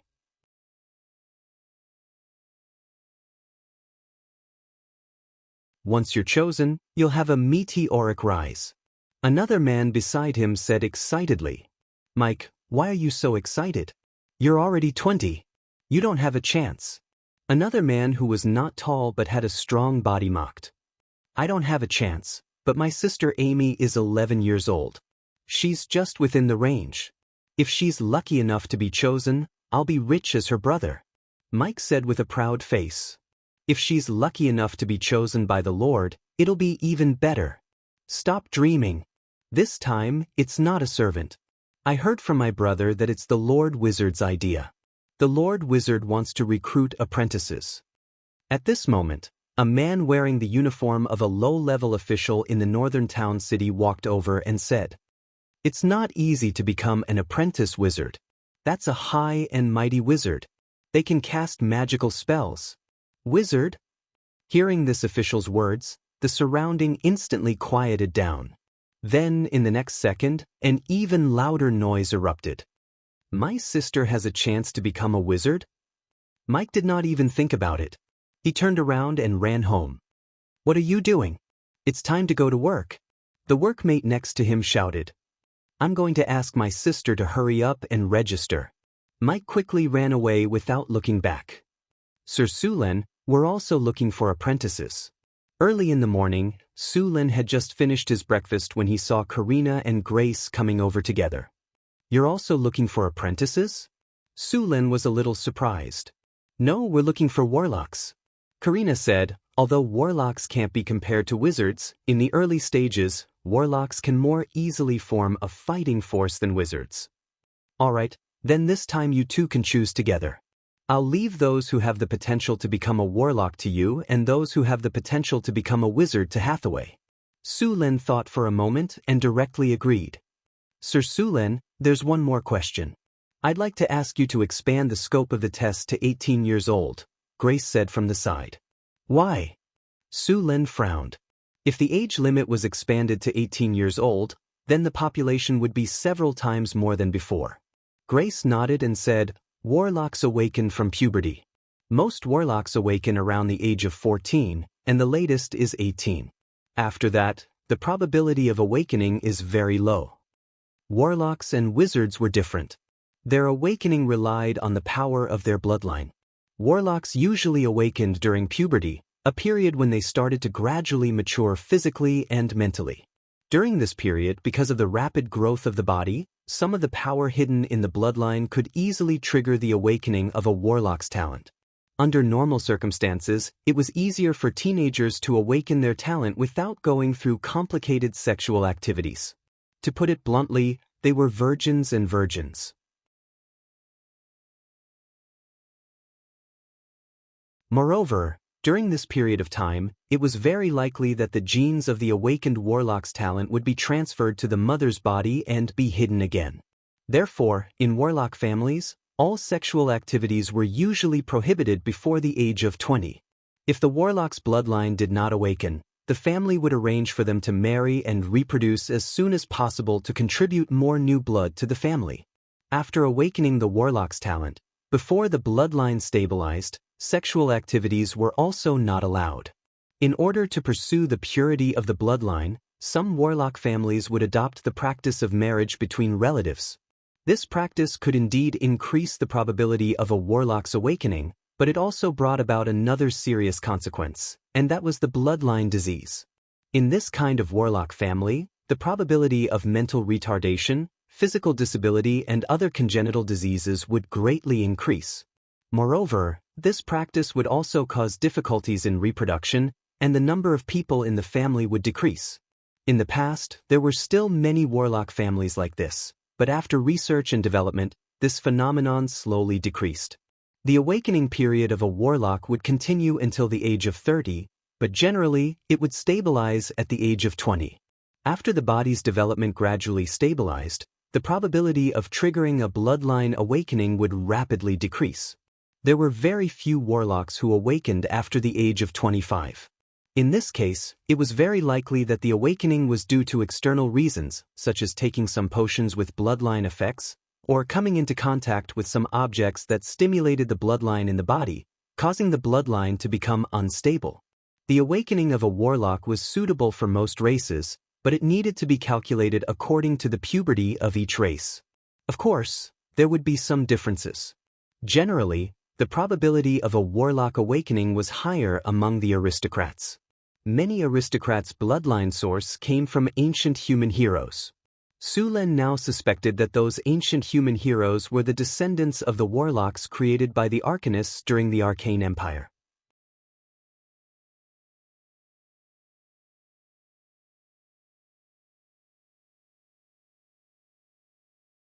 Chapter 297.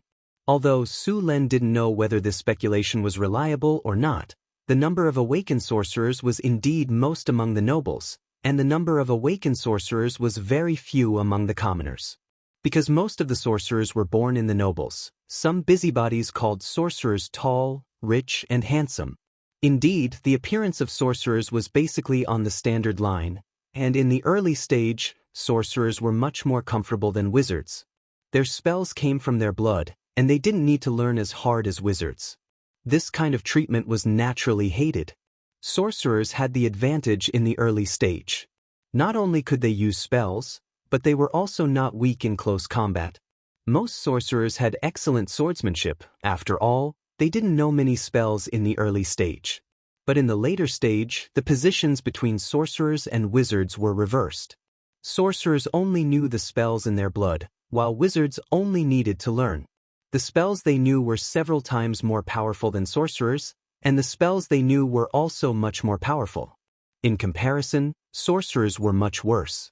Especially when one knew the sorcerer's blood, the spells they knew could be completely deduced.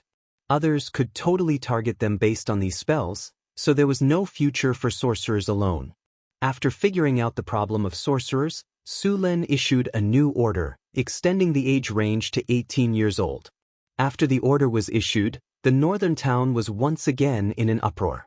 The news of the sorcerer apprentice recruitment had already spread throughout the town. Many people over the age of 12 were heartbroken. Now that there was suddenly news that the age limit could be extended to 18, countless people cheered. Sulin's territory had a population of more than 100,000, and the north town alone had a population of more than 100,000. Excluding the older and younger ones, there were more than 20,000 people. More than 20,000 children between the ages of 8 and 18 were all selected. With so many people, naturally, they wouldn't be tested together. Otherwise, even if 3 people didn't eat and sleep, they wouldn't be able to complete this task in a short period of time. Therefore, there was no aptitude test today. All the children who came were divided into groups according to their age. Then, according to the groups, the children of each age group were divided into groups. Then, according to the groups, the basic officials of the entire North Town were called to carry out this task. After spending an entire day, everyone was given their number plates. Next, the testing time for their number plates was announced. In the next few days, the children who participated in the wizard aptitude test would be tested in batches according to their ages. These children were all between 8 and 12 years old. After the wizard aptitude test, they still needed to participate in the sorcerer aptitude test. The children participating in the warlock test were also tested in order of age. The first to be tested was when they were 18 years old. At this age, they only needed to test their warlock aptitude, and because they had exceeded the wizard age requirement, they only needed to be tested once. Similarly, because the warlock's blood meridians began to awaken at the age of 14, those children under the age of 14 had to be tested once a year before reaching the age of 14, and after the age of 14, they only needed to be tested once. To test these people, Hathaway made 20 crystal balls. These crystal balls could test the power of the will of the children. Only those who met the standard could become wizards. Su Lin selected a large number of people from the half-elves and the harpies to test these children. Hathaway's school of wizardry had been around for a long time, so there was a rough probability of success in the wizard aptitude test. The probability of a human with the power of the will to become a wizard was not high. It was about 1 in 1,000. This time, there were only 3,000 to 4,000 children between the ages of 8 and 12 in the northern city, so there were only a few children with the power of the will to become a wizard. After a week of testing, the thousands of children between the ages of 8 and 12 had all been tested. In the end, only 4 people passed the test, 2 boys and 2 girls. After passing the test, a low-level official immediately went to inform the children's families, and then brought them to the city lord's mansion. Aptitude was not the only thing to become an apprentice wizard. Su Lin didn't want the wizards he trained to be taken advantage of by others, so before training them, they had to sign a strict contract. The contract stated that after becoming an official wizard, they would have to work in the northern city for 100 years. After 100 years, they would regain their freedom, and then they could decide whether they wanted to stay or not. During these 100 years, the northern city would provide some resources according to the wizard's rank. If a wizard advanced during this period, they would have to sign a new contract with the northern city. Other than that, there were also hundreds of clauses in the contract that completely blocked all loopholes. Of course, Su Lin had asked the little succubus Chrissy to help him make this contract. As one of the few demons that liked to play tricks, succubi were more like devils than those demons that liked to kill. After the contract made by Chris was completed, Su Lin let the 4 little guys with wizard talent sign the contract.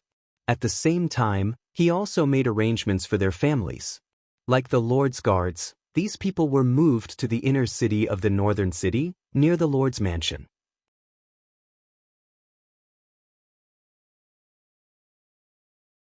At the same time, the sorcerer test was also going on. In comparison, the sorcerer test was simpler than the wizard test. The people who took the test were very honest. Karina and Grace found some drows and half-elves to do the test. The probability of awakening a sorcerer's bloodline was not much higher than those who had the aptitude to become a wizard.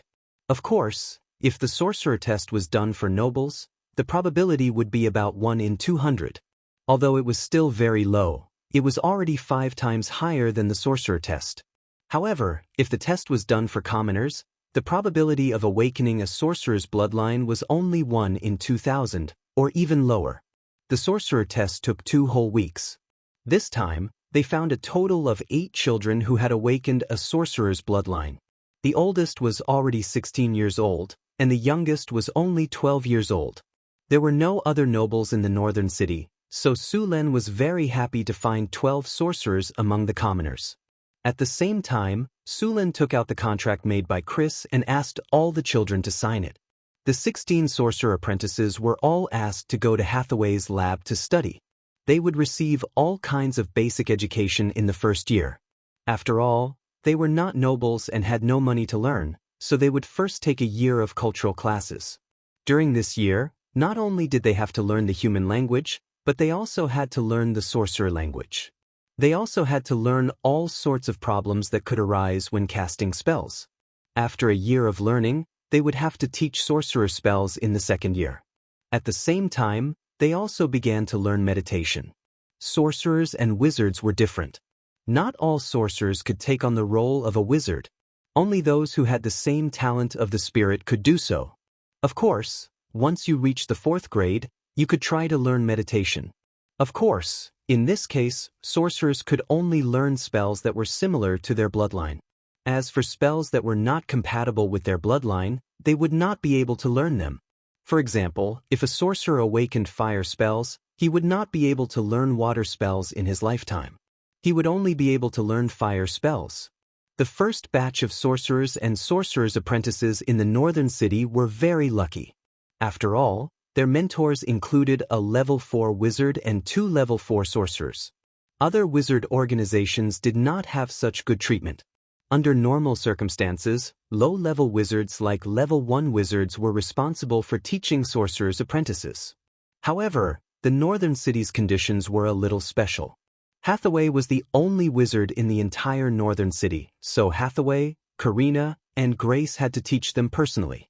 Su Len went to the underground world every day. With a teleportation circle, it was much more convenient to go there. Crete was under construction.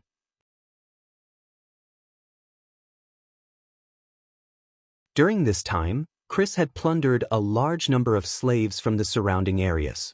With the addition of many slaves, the construction of Crete was very fast. Due to the location of the city, Crete was not very big. Now, all the gray dwarves had gone to the nearby mines to excavate. Every day, large amounts of obsidian were sent to the northern city. The obsidian was then used in the construction of the wizard tower. Chris was becoming more and more like a dungeon lord.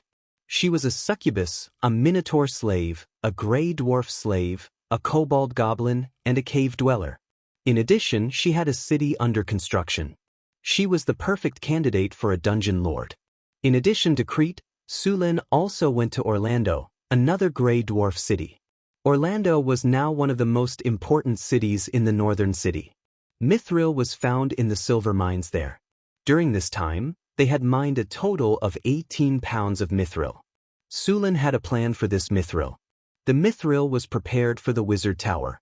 In fact, it was only in the hands of a wizard that mithril could unleash its full potential.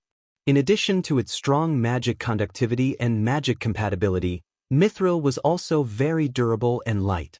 In many stories told by bards, the protagonists would often complain about equipment made of mithril. Mithril was a lightweight metal, and its weight was only about a quarter of that of steel. It was also extremely tough, and ordinary weapons could not do any damage to mithril. At the same time, it had a high resistance to spells.